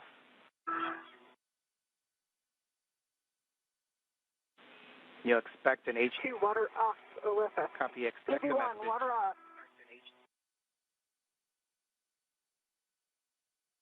Copy, we got the message. And Marcus, while we wait for these couple of minutes, from EV1 and I'd just like to say thanks to my family and friends from Washington to Kansas City, from Naples to LA. So I want to give a huge thanks to all the teams that made today safe and got the mission executed. Our prep team, Judd, Sandy, and Scott. Our execution team, Stephen, Bailey, Lucas, Farouk, Lauren, and the other Sandy. Good mission starts with a good plan. I want to also thank prior crew that have done this strut. Kate, Victor, Aki, Tomas, Ila, Raja, Josh, Frank, Koichi, and Nicole. We stand on the shoulders of giants, and there were so many lessons from your EVAs learned put into this one. For our suit IVs, Takuya and Johnny, absolutely flawless execution. Can't wait to see you in a minute. I hope you put dinner in. To the two voices I've been listening to, Nicole and Marcos, you two are phenomenal. These are two, Nicole Ayers and Marcos Barrios. Remember those names. They're going to be our future giants in this office, and they represent the best of us. And most of all, I want to thank our flight director, Diana Trujillo. Behind every major NASA accomplishment in space is a flight director who holds ultimate responsibility for the planning and safe execution. Diana, EVA 93 belongs to you. Human spaceflight is absolutely the ultimate achievement of our time, whether you work on the ground or if you fly to space for 6 months or 6 minutes. This incredible legacy is yours. Thank you to everyone. And over to you, Nicole. Well said, Anne. I mean, I think that with this year being the 25th anniversary of human presence in space, it seems fitting that we're continuing to upgrade the ISS to preserve the lives through 2030. We're honored to be a small part of a much larger team that facilitates the groundbreaking science that we perform here on the national lab that is the International Space Station. What we accomplish and learn here not only furthers our efforts toward the moon and onto Mars, but it informs how we do life on Earth. So huge thank you to the ground team that made this happen. Thank you to our friends and families for supporting us and getting us to this moment. And in Vapor, we really appreciate those words and really appreciate your calm and effective leadership throughout the entire prep as well as today, and it really showed even here on the ground. And Vapor, wow, what a special moment being able to watch you egress the airlock for the first time. You certainly have all the flies, the office, families, and friends extremely proud of you. So on behalf of the entire team here on the ground, congratulations for a well-executed spacewalk. We're proud of you, and it was an honor to have been able to contribute to the mission today.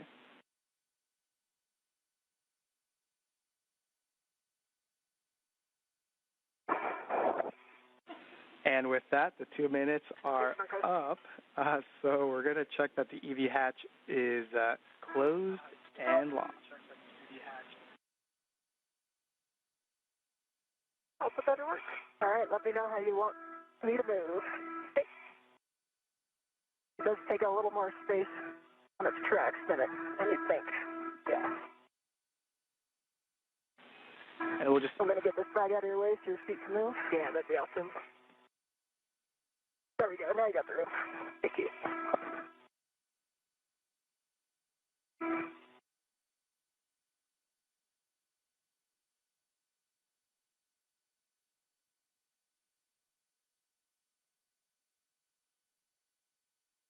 And some very special words from NASA astronauts Anne McClain and Nicole Ayers as we wrap up today's spacewalk now at the 5-hour and 30-minute mark.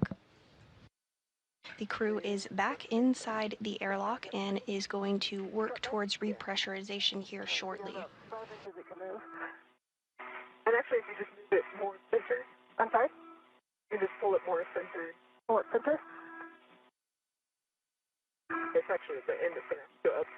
My end. Your end needs to go. Okay, good. Let's see, my feet are right above it.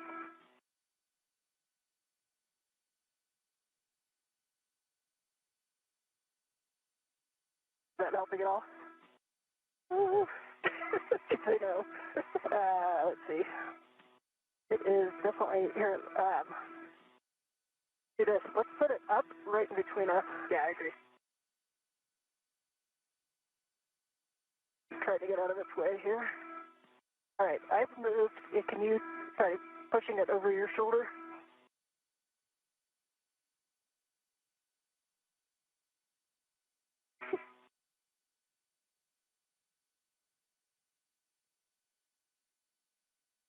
How big is it? That actually might be okay if you can hold there. Yes, I can hold it. You have about 2 feet. You can come down from your feet if you need to. Okay. Yeah. Try to get this guy out of your way. There we go. Now you got all the room. Perfect.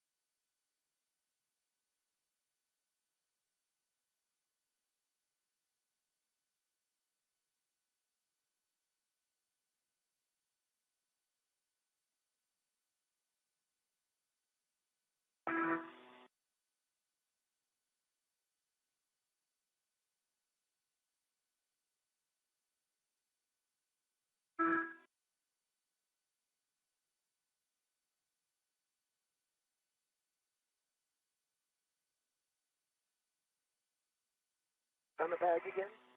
Hop on the bed. Good. It needs to basically go up behind your. That happens. You can also pull individual pieces and out of the way the entire bag, because I think they're laid end to end, which is making it immovable.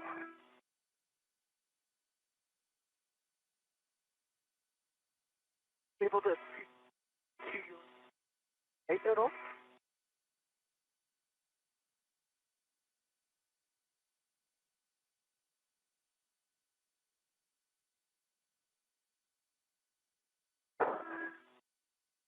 Did that do anything?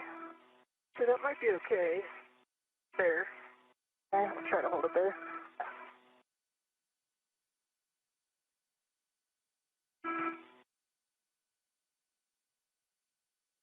NASA astronauts Anne McClain and Nicole Ayers are back inside the airlock, working to get in a good configuration with the strut bag that is also inside the airlock with them before they can begin the repressurization process.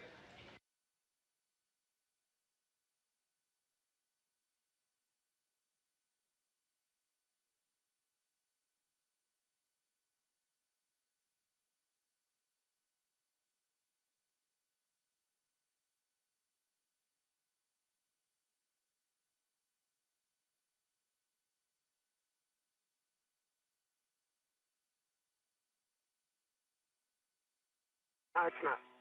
Oh, okay. The bag's got to do something? Yeah. We're going to have to move it. So the SC, all right.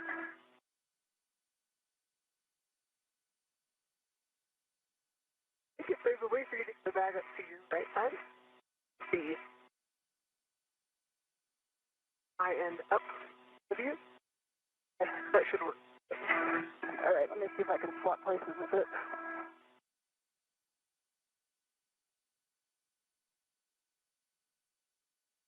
All right, actually, let's try again, pushing it up in between us to the ceiling.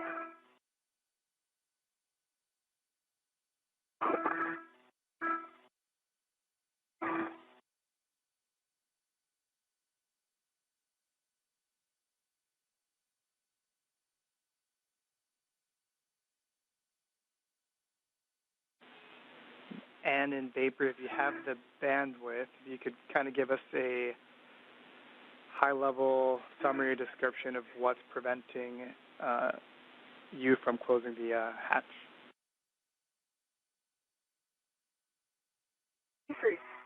TV3's strut legs are on the hatch. Okay, let's pause there. I think that's a decent spot. Okay. I can actually pull it a little more even like that. Okay. I did open it up and pull one of the strips. Also.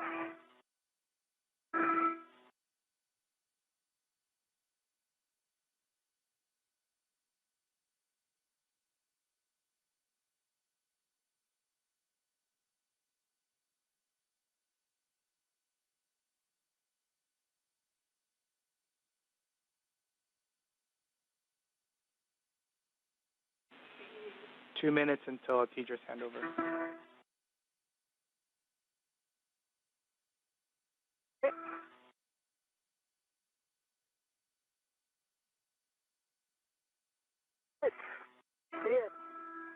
Work.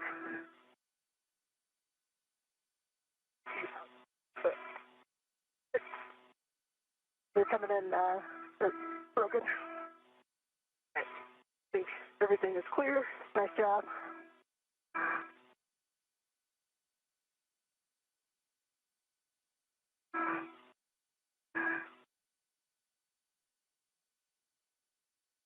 All the tether's clear. Hatches are clear. Okay? They're closing. Copy.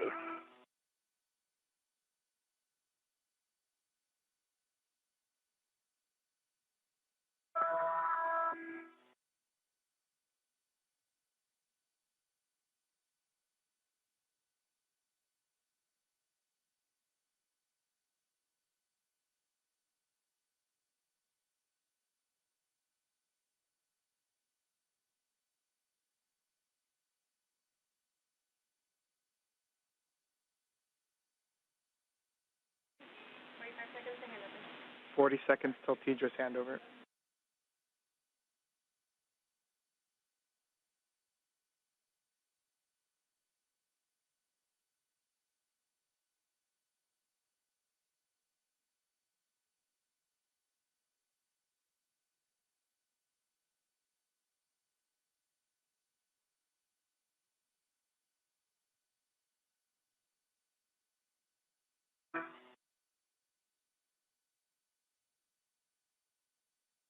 The hatch is closed and locked.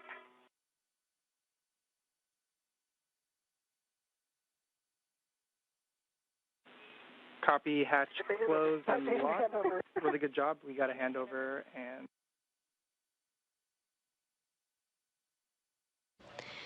And with that call that the hatch has successfully been closed, we will begin repressurization here shortly.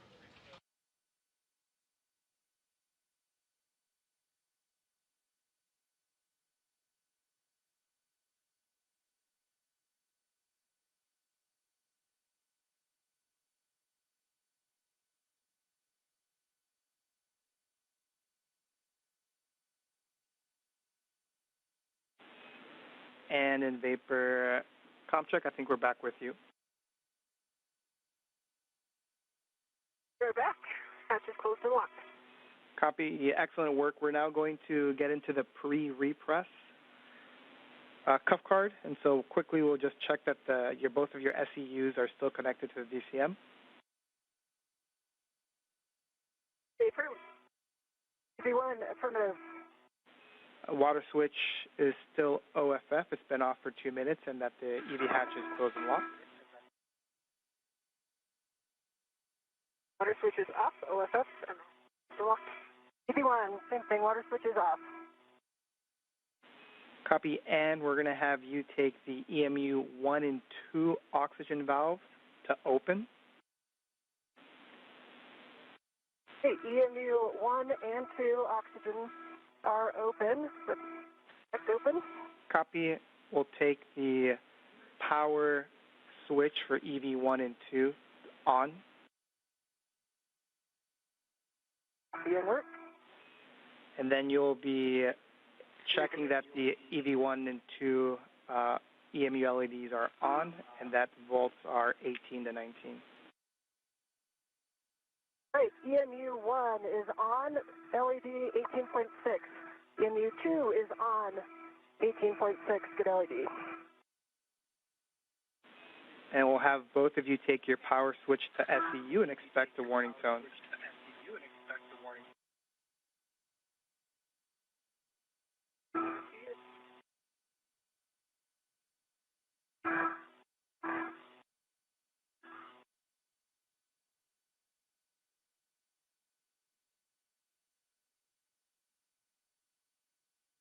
Right, Vapor, I don't know if I heard you. EV2 has power and SU. Okay, EV1 has power SU. Copy. Both powers SEU. And in Vapor, was a pleasure. I'm going to hand you over to TOC. Marcos. Yeah, thank you, Marcos. Great job today. Okay, Marcos, we copy that. You guys did a great job today, so have a good rest. And Vapor and welcome back. We are so happy to have you back, and your dinner is ready, so don't worry about it. So for both crew members on DCM, set O2 actuator to press and verify O2 position press displayed.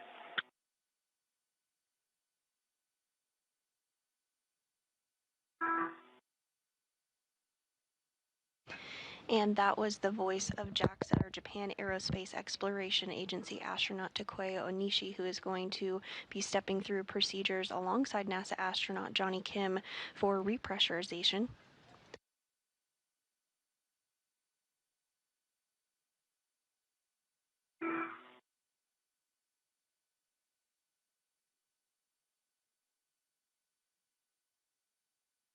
O2 press. EV1, O2 press. Copy that. Next step is for paper. On the crew lock, check EV hatch MPEV is closed. Hatch MPEV is closed. Okay. And this view from inside the International Space Station on your right is JAXA astronaut Takuya Onishi, and then on the left is NASA astronaut Johnny Kim. Again, they'll be stepping through the procedures with NASA astronauts Anne McLean and Nicole Ayers following their spacewalk today.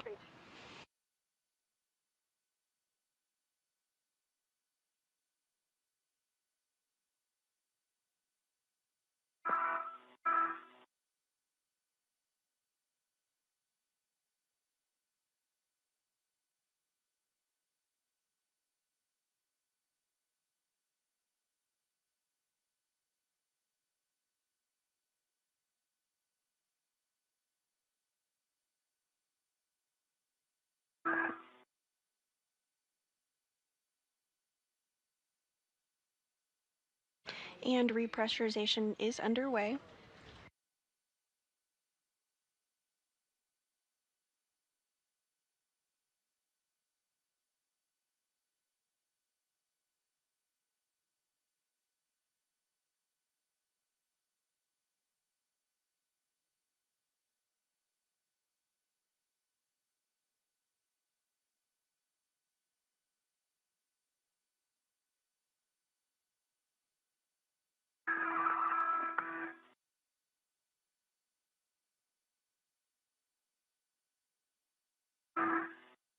Top for EV2. That's a good rate so far. Copy that. It's kind of in the middle of off And with repressurization underway at 1:49 p.m. Central Time this afternoon, that marks our spacewalk a 5-hour and 44-minute spacewalk today.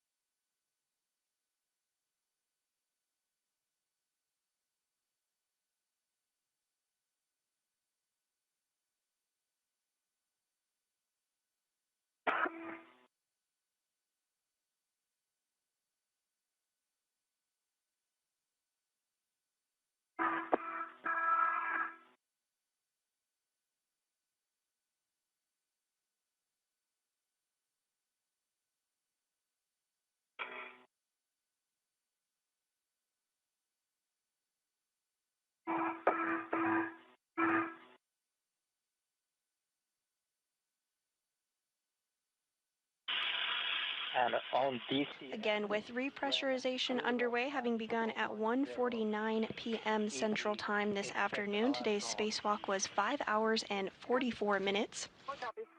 Pressure inside the airlock at 2.3 pounds per square inch and rising. 5.0, we will close the IV hatch equalization valve for a leak check, so please let us know when it gets to 5.0. Copy, Wilco, 0.3 and climbing.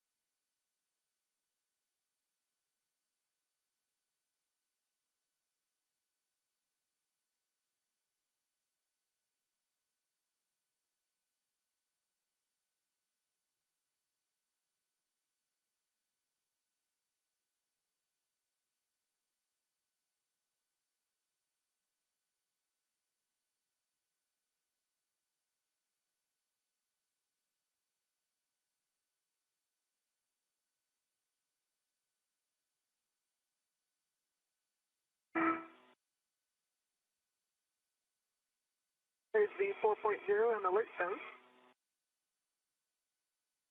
Thanks.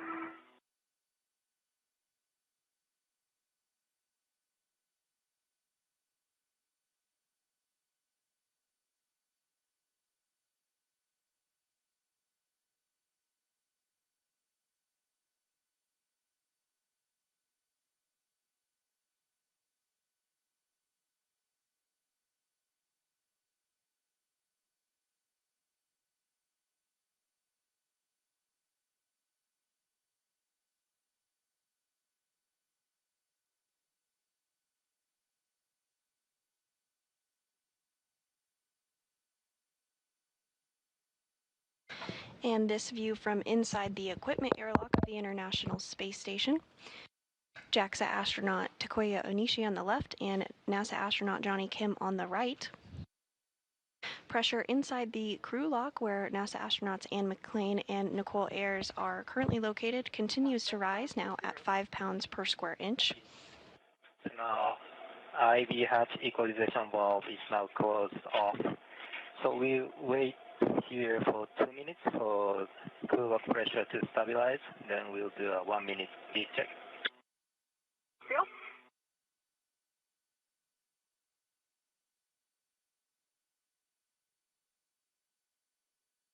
And with this 5 hour and 44 minute spacewalk wrapping up, we do have some updated stats for you. Today was the 275th spacewalk in support of space station maintenance, assembly, and upgrades, the third spacewalk out of station this year and the first for Expedition 73. This was the third spacewalk for McClain's career. She now has a total spacewalking time of 18 hours and 52 minutes. Of course, for Nicole, her first spacewalk, 5 hours and 44 minutes. In total, 72 days, 12 hours, and 23 minutes of spacewalking time has been recorded over the past 25 years of the International Space Station.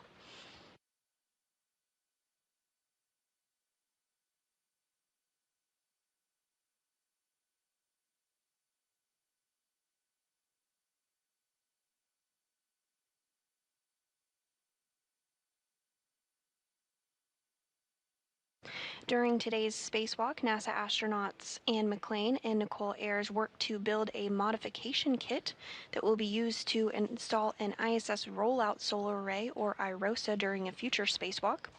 The duo built and installed the upper triangle on the mass canister and also installed the right lower strut, which is the minimum configuration for the modification kit.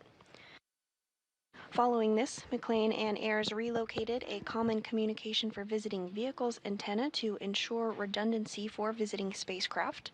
The two then got 2 get-ahead tasks complete. One was to install a jumper cable to provide power from the P6 truss to the Russian segment of the space station, and another was to remove bolts from a micrometeoroid cover. The duo then returned to the airlock and are in the process of repressurization now. We're holding at 5 pounds per square inch to perform a leak check. Once everything checks out as expected, repressurization will continue. Again, we are looking for a repressurization of 14.5 pounds per square inch to be the equivalent of the pressure inside the International Space Station.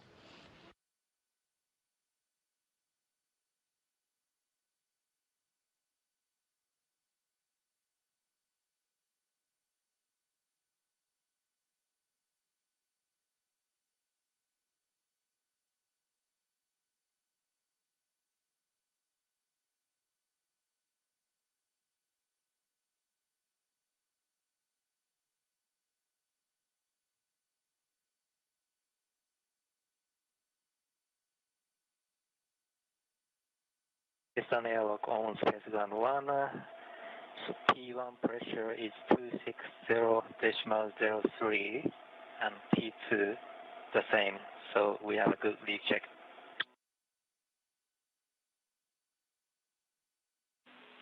We concur. Good leak check. And with that confirmation that the leak check was good and as expected, repressurization will continue. Tube locator, they're off. Alyssa. TV1 off. For both crew members, check gloves for contamination and report back to Houston. For EV2, change to the gloves, just EVA smudges. V1, no contamination. See that? There is a warning about DCS, but I'm going to skip it. So for both EV crew members on DCM, set auto actuator to IV.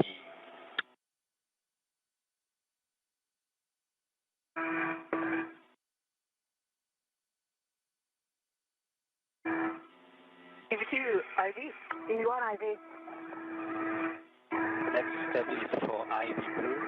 IV adds equalization valve to normal. We will gradually open the valve. After that, copy.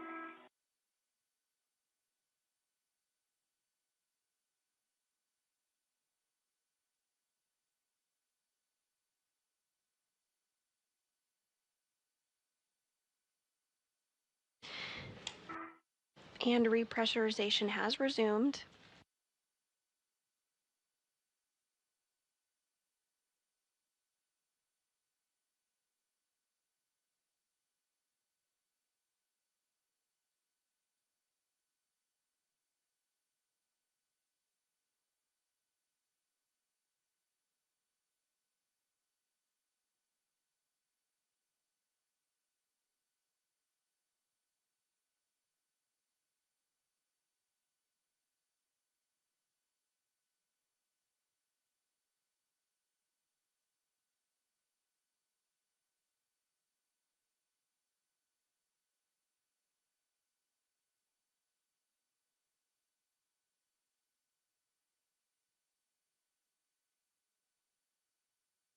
Pressure now at 6 pounds per square inch inside of the crew airlock and continuing to rise.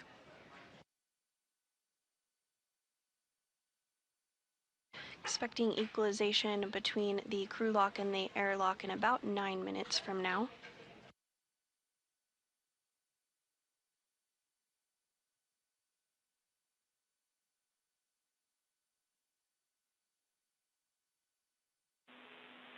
Airlock Houston on Space to Ground 1. Just letting you request if we can take a look at Nicole's mic booms when you put her on the ETA, just to give us a data point on the comm today.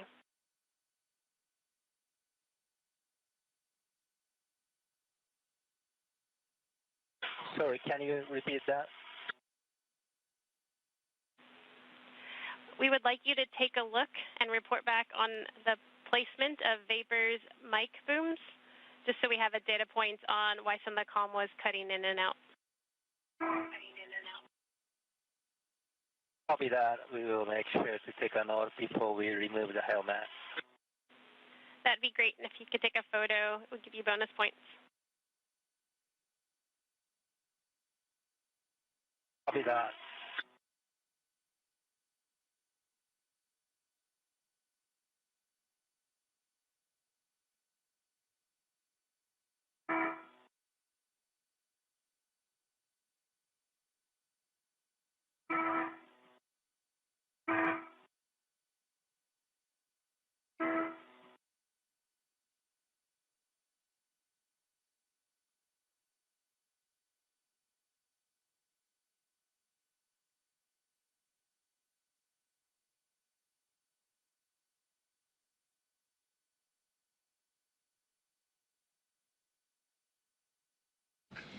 And if you're just joining us, we are wrapping up a spacewalk that lasted 5 hours and 44 minutes today, where NASA astronauts Anne McClain and Nicole Ayers worked on space station maintenance and upgrades. During today's spacewalk, McClain and Ayers worked to build a modification kit that will be used to install an ISS rollout solar array during a future spacewalk. They also worked to relocate a common communication for visiting vehicles antenna to ensure redundancy for visiting spacecraft. Additionally, the duo completed 2 get-ahead tasks, one to install a jumper cable to provide power from the P6 truss to the Russian segment of the space station, and another to remove bolts from a micrometeoroid cover. The duo is back in the airlock, and repressurization is continuing as expected, now at 8.5 pounds per square inch of pressure.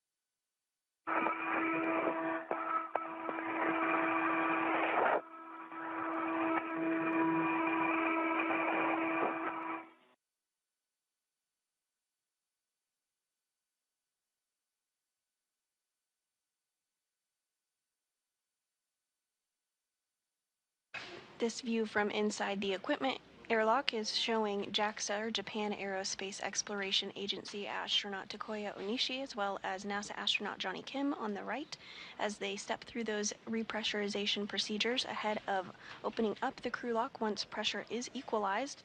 Now approaching 10 pounds per square inch of pressure. Again, we're looking for a pressure of about 14.5 pounds per square inch.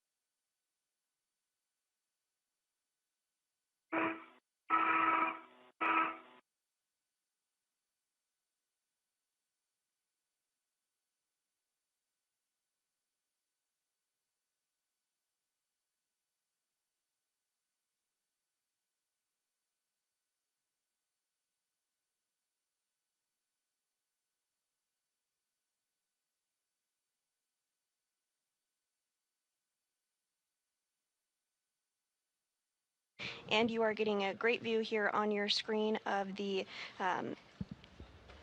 antenna that was relocated, the Common Communications for Visiting Vehicles antenna that Ayers and McLean worked to relocate 1.5 feet to ensure better redundancy for visiting spacecraft to the International Space Station. The International Space Station is currently flying 260 statute miles over the North Pacific Ocean, approaching the coast of Hawaii. Back inside the airlock, pressure is at 11.5 pounds per square inch, continuing to rise as expected.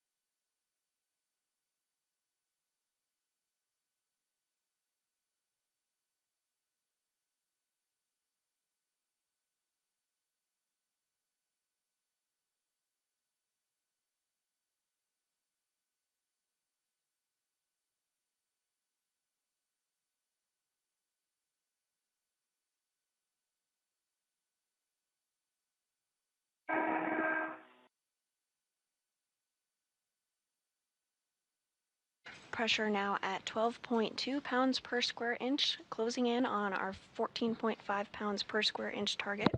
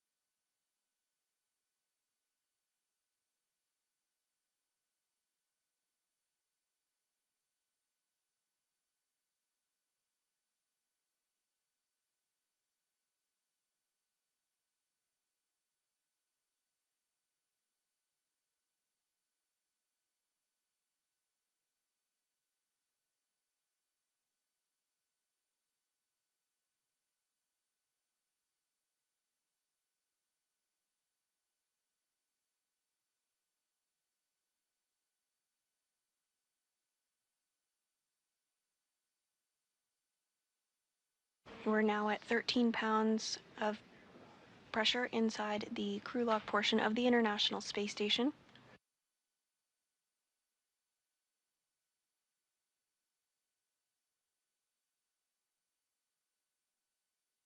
We are getting close to the nominal pressure, and when the dPdt becomes nearly zero, you guys expect alert tone.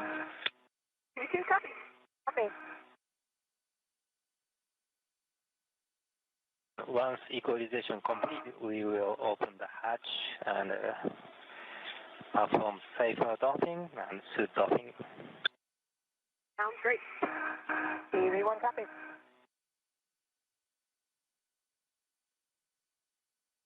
And as you heard there, once pressure is equal between the crew lock and the equipment lock, NASA astronaut Johnny Kim and JAXA astronaut Takuya Anishi will work to open up the hatches between the crew lock and the equipment airlock, at which point they will assist NASA astronauts Anne McClain and Nicole Ayers back into the equipment lock portion of the International Space Station.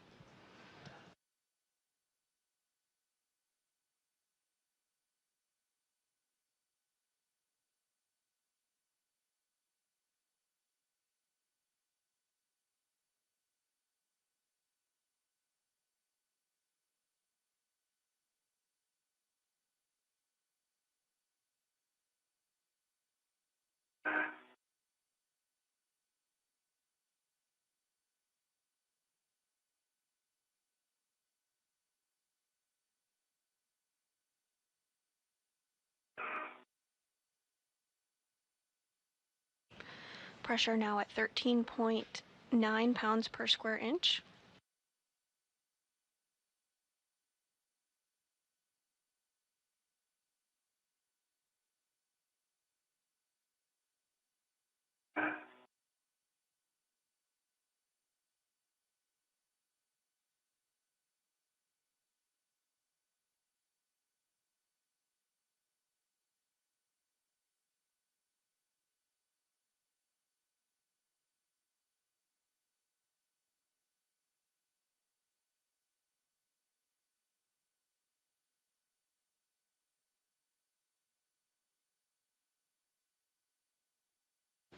Getting very close to equalization now at 14.1 pounds per square inch.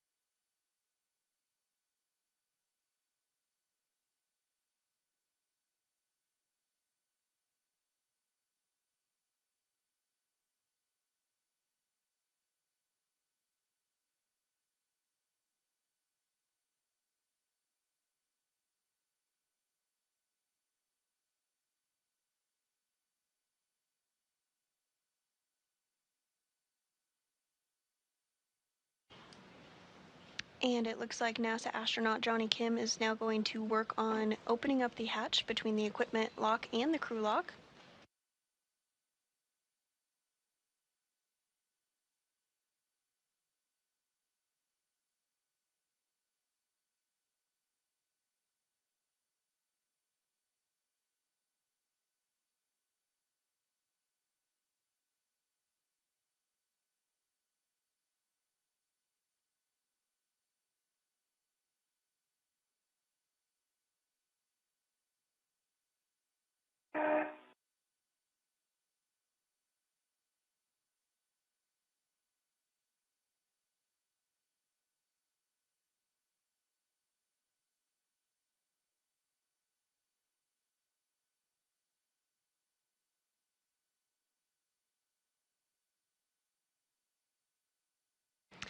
And the equipment airlock and crew lock hatch is now open.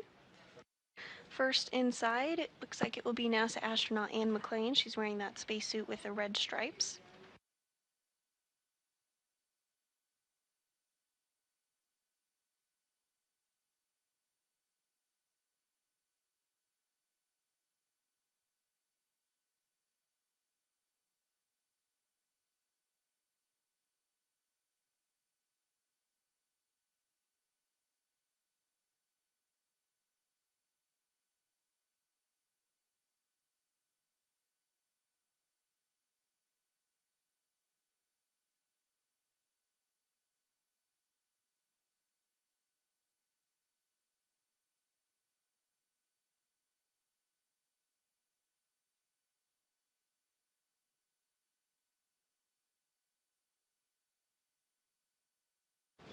And Onishi and Kim continuing to work together to get NASA astronaut Anne McClain back inside the equipment lock.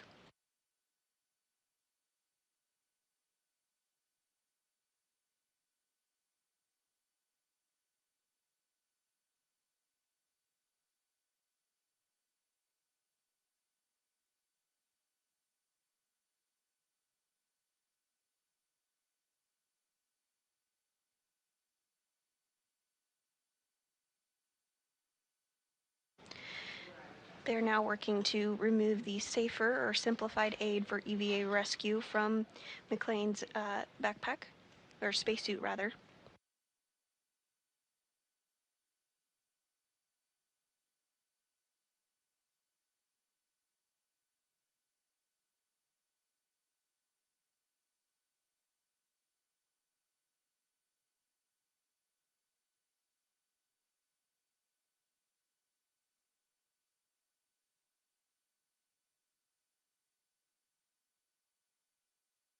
And McClain's safer has been removed.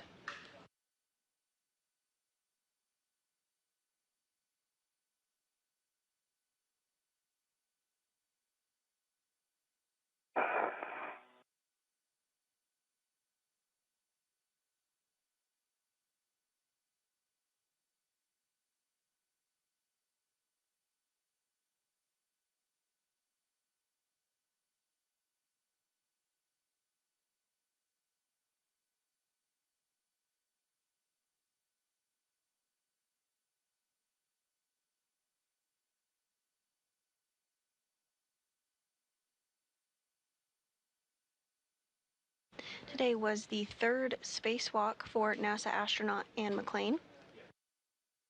She now has a career total of 18 hours and 52 minutes of spacewalking time.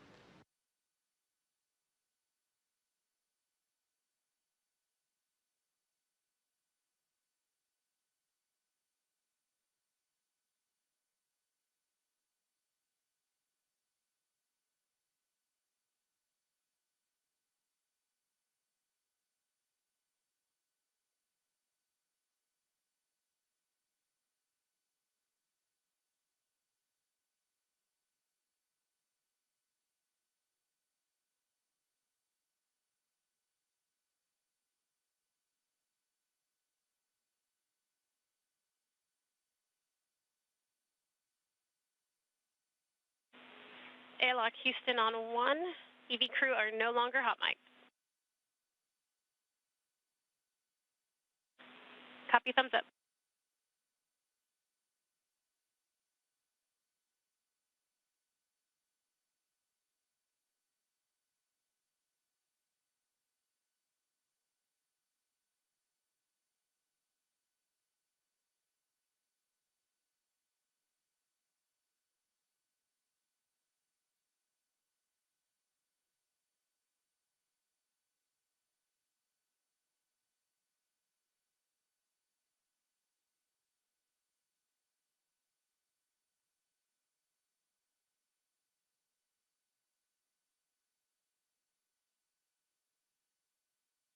And next up, Johnny Kim is going to help NASA astronaut Nicole Ayers get back inside of the airlock.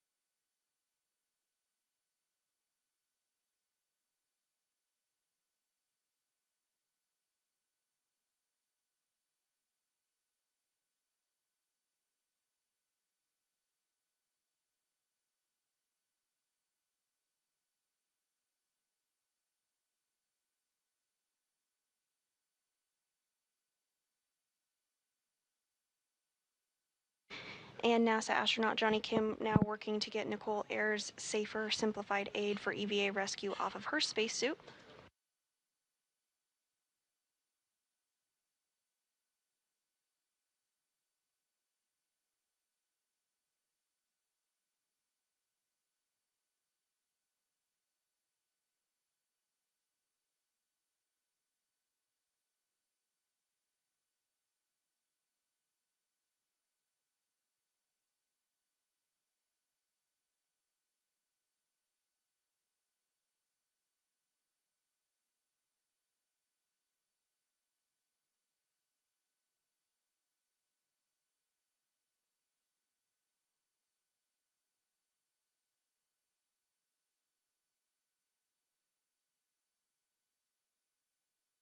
And Nicole Ayers' safer is now off of her spacesuit as well.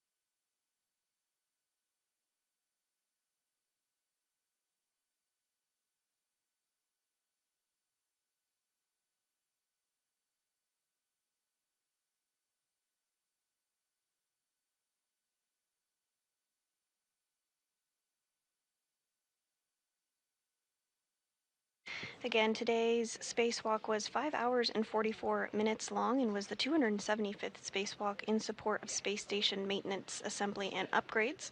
It was the third spacewalk for NASA astronaut Anne McClain and the very first for NASA astronaut Nicole Ayers. The crew is now back inside the airlock, and they are working to get their mini workstations removed from their spacesuits. The mini workstation houses the tools and tethers that are utilized during spacewalks.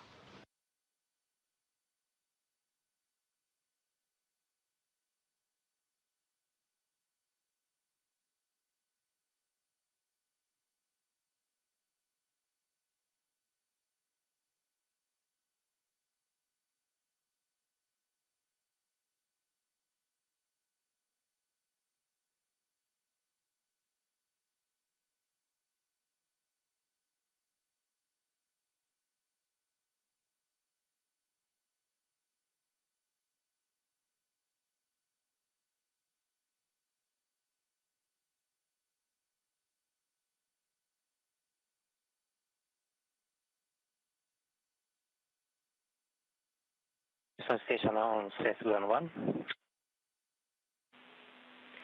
Go ahead and one talk. Sunday, we are hearing a little bit louder noise from EV1, probably from EMU fan. So we are now taking some record on the GoPro camera, then we will continue to the suit doffing. We copy, thank you.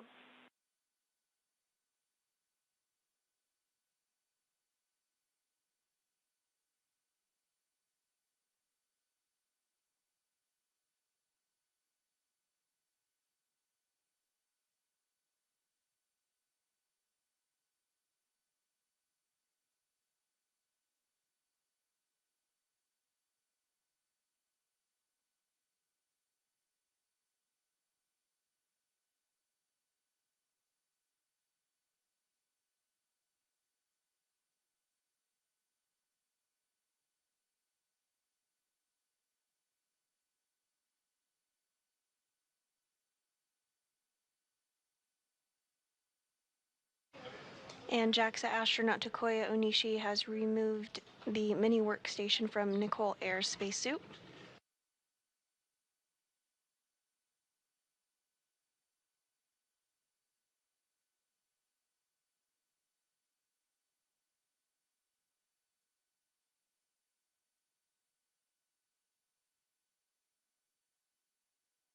Johnny Kim is working to remove NASA astronaut Anne McClain's mini workstation from her spacesuit.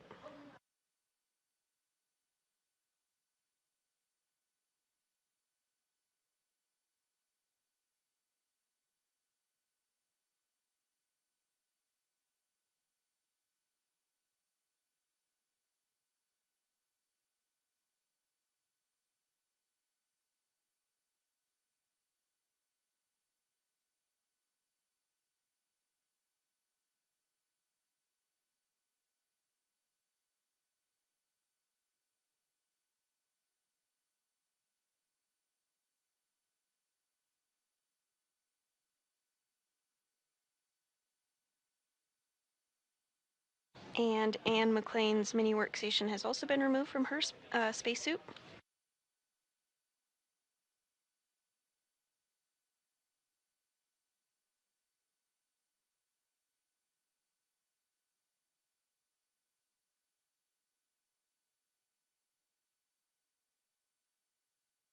And we are in a brief expected handover period between our satellites, but we'll regain views here shortly.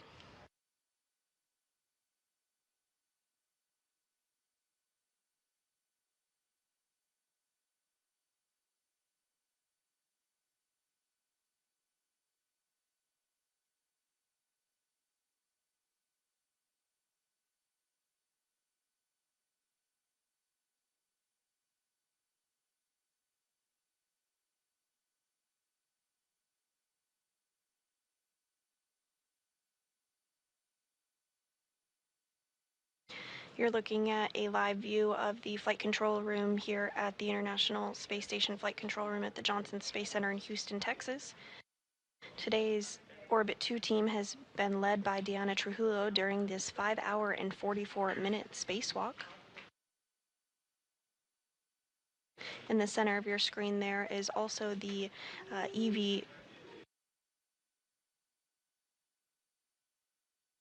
the ground IV, who is NASA astronaut Marcos Berrios.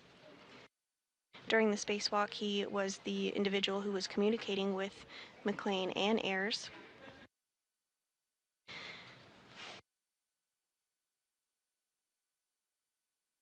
And back inside the International Space Station, continuing to step through procedures to take some imagery of the spacesuits following the 5-hour, 44-minute spacewalk.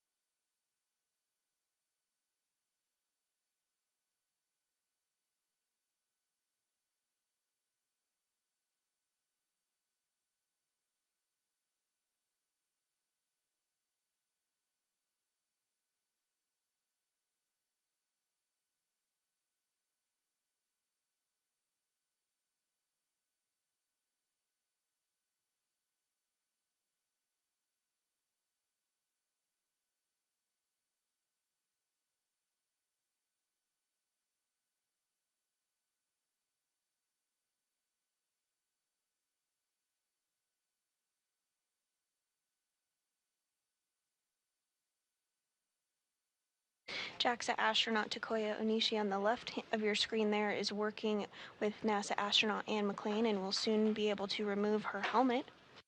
On the right-hand side of your screen is NASA astronaut Johnny Kim, who is working to do the same on Nicole Ayers' helmet.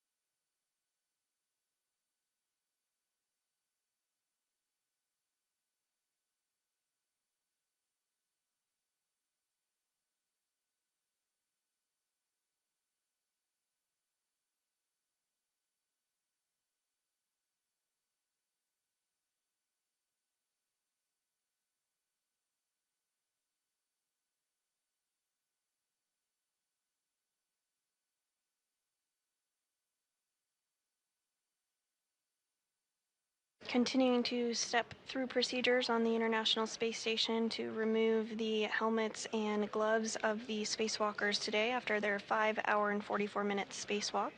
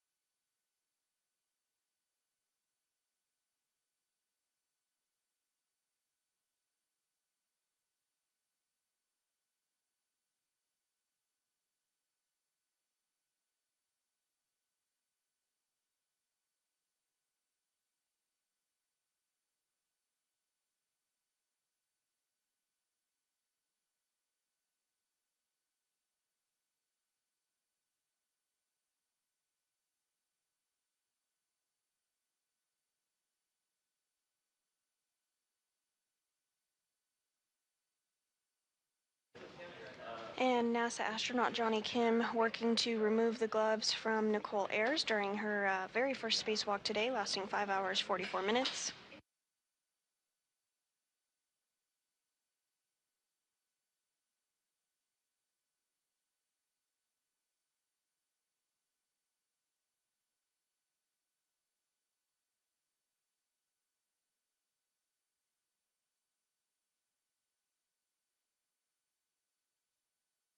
And JAXA astronaut Takoya Nishi doing the same with NASA astronaut Anne McClain, her third spacewalk today. She now has a career total of 18 hours and 52 minutes of spacewalking time.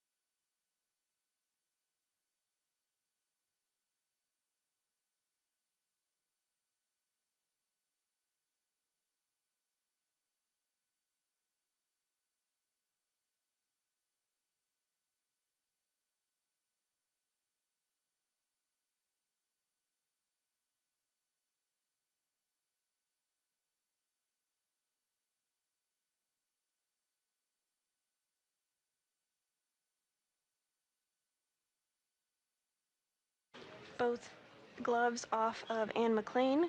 Johnny Kim now going to work to get the second glove off of NASA astronaut Nicole Ayers.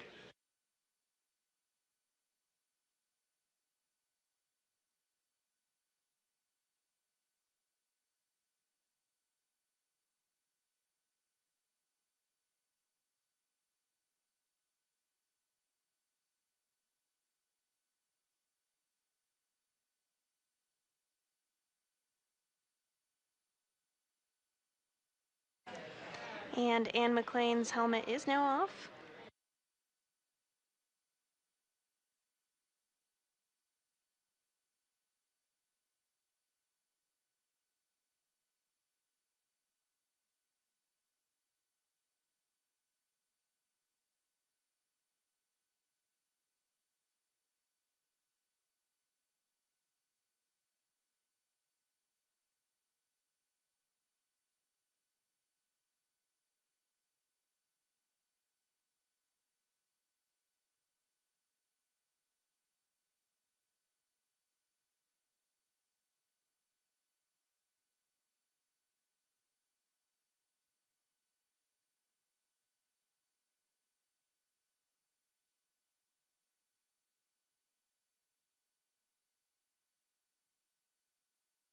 During today's Spacewalk, which was the 275th in support of space station maintenance, assembly, and upgrades, NASA astronaut Anne McClain and Nicole Ayers worked to build a modification kit that will be used to install an ISS Rollout Solar Array, or IROSA. The duo built and installed the upper triangle on the mass canister and also installed the right lower strut, which is the minimum configuration for the modification kit. Following this, McClain and Ayers relocated a common communication for visiting vehicles antenna, ensuring redundancy for visiting spacecraft. The two then completed two get-ahead tasks, one to install a jumper cable to provide power from the P6 truss to the Russian segment of the space station, and another to remove bolts from a micrometeoroid cover. The duo then returned to the airlock and completed the repressurization process. With both spacewalkers now back safely inside the International Space Station with their helmets off, that will complete our coverage of today's 5-hour and 44-minute spacewalk. This is Mission Control Houston.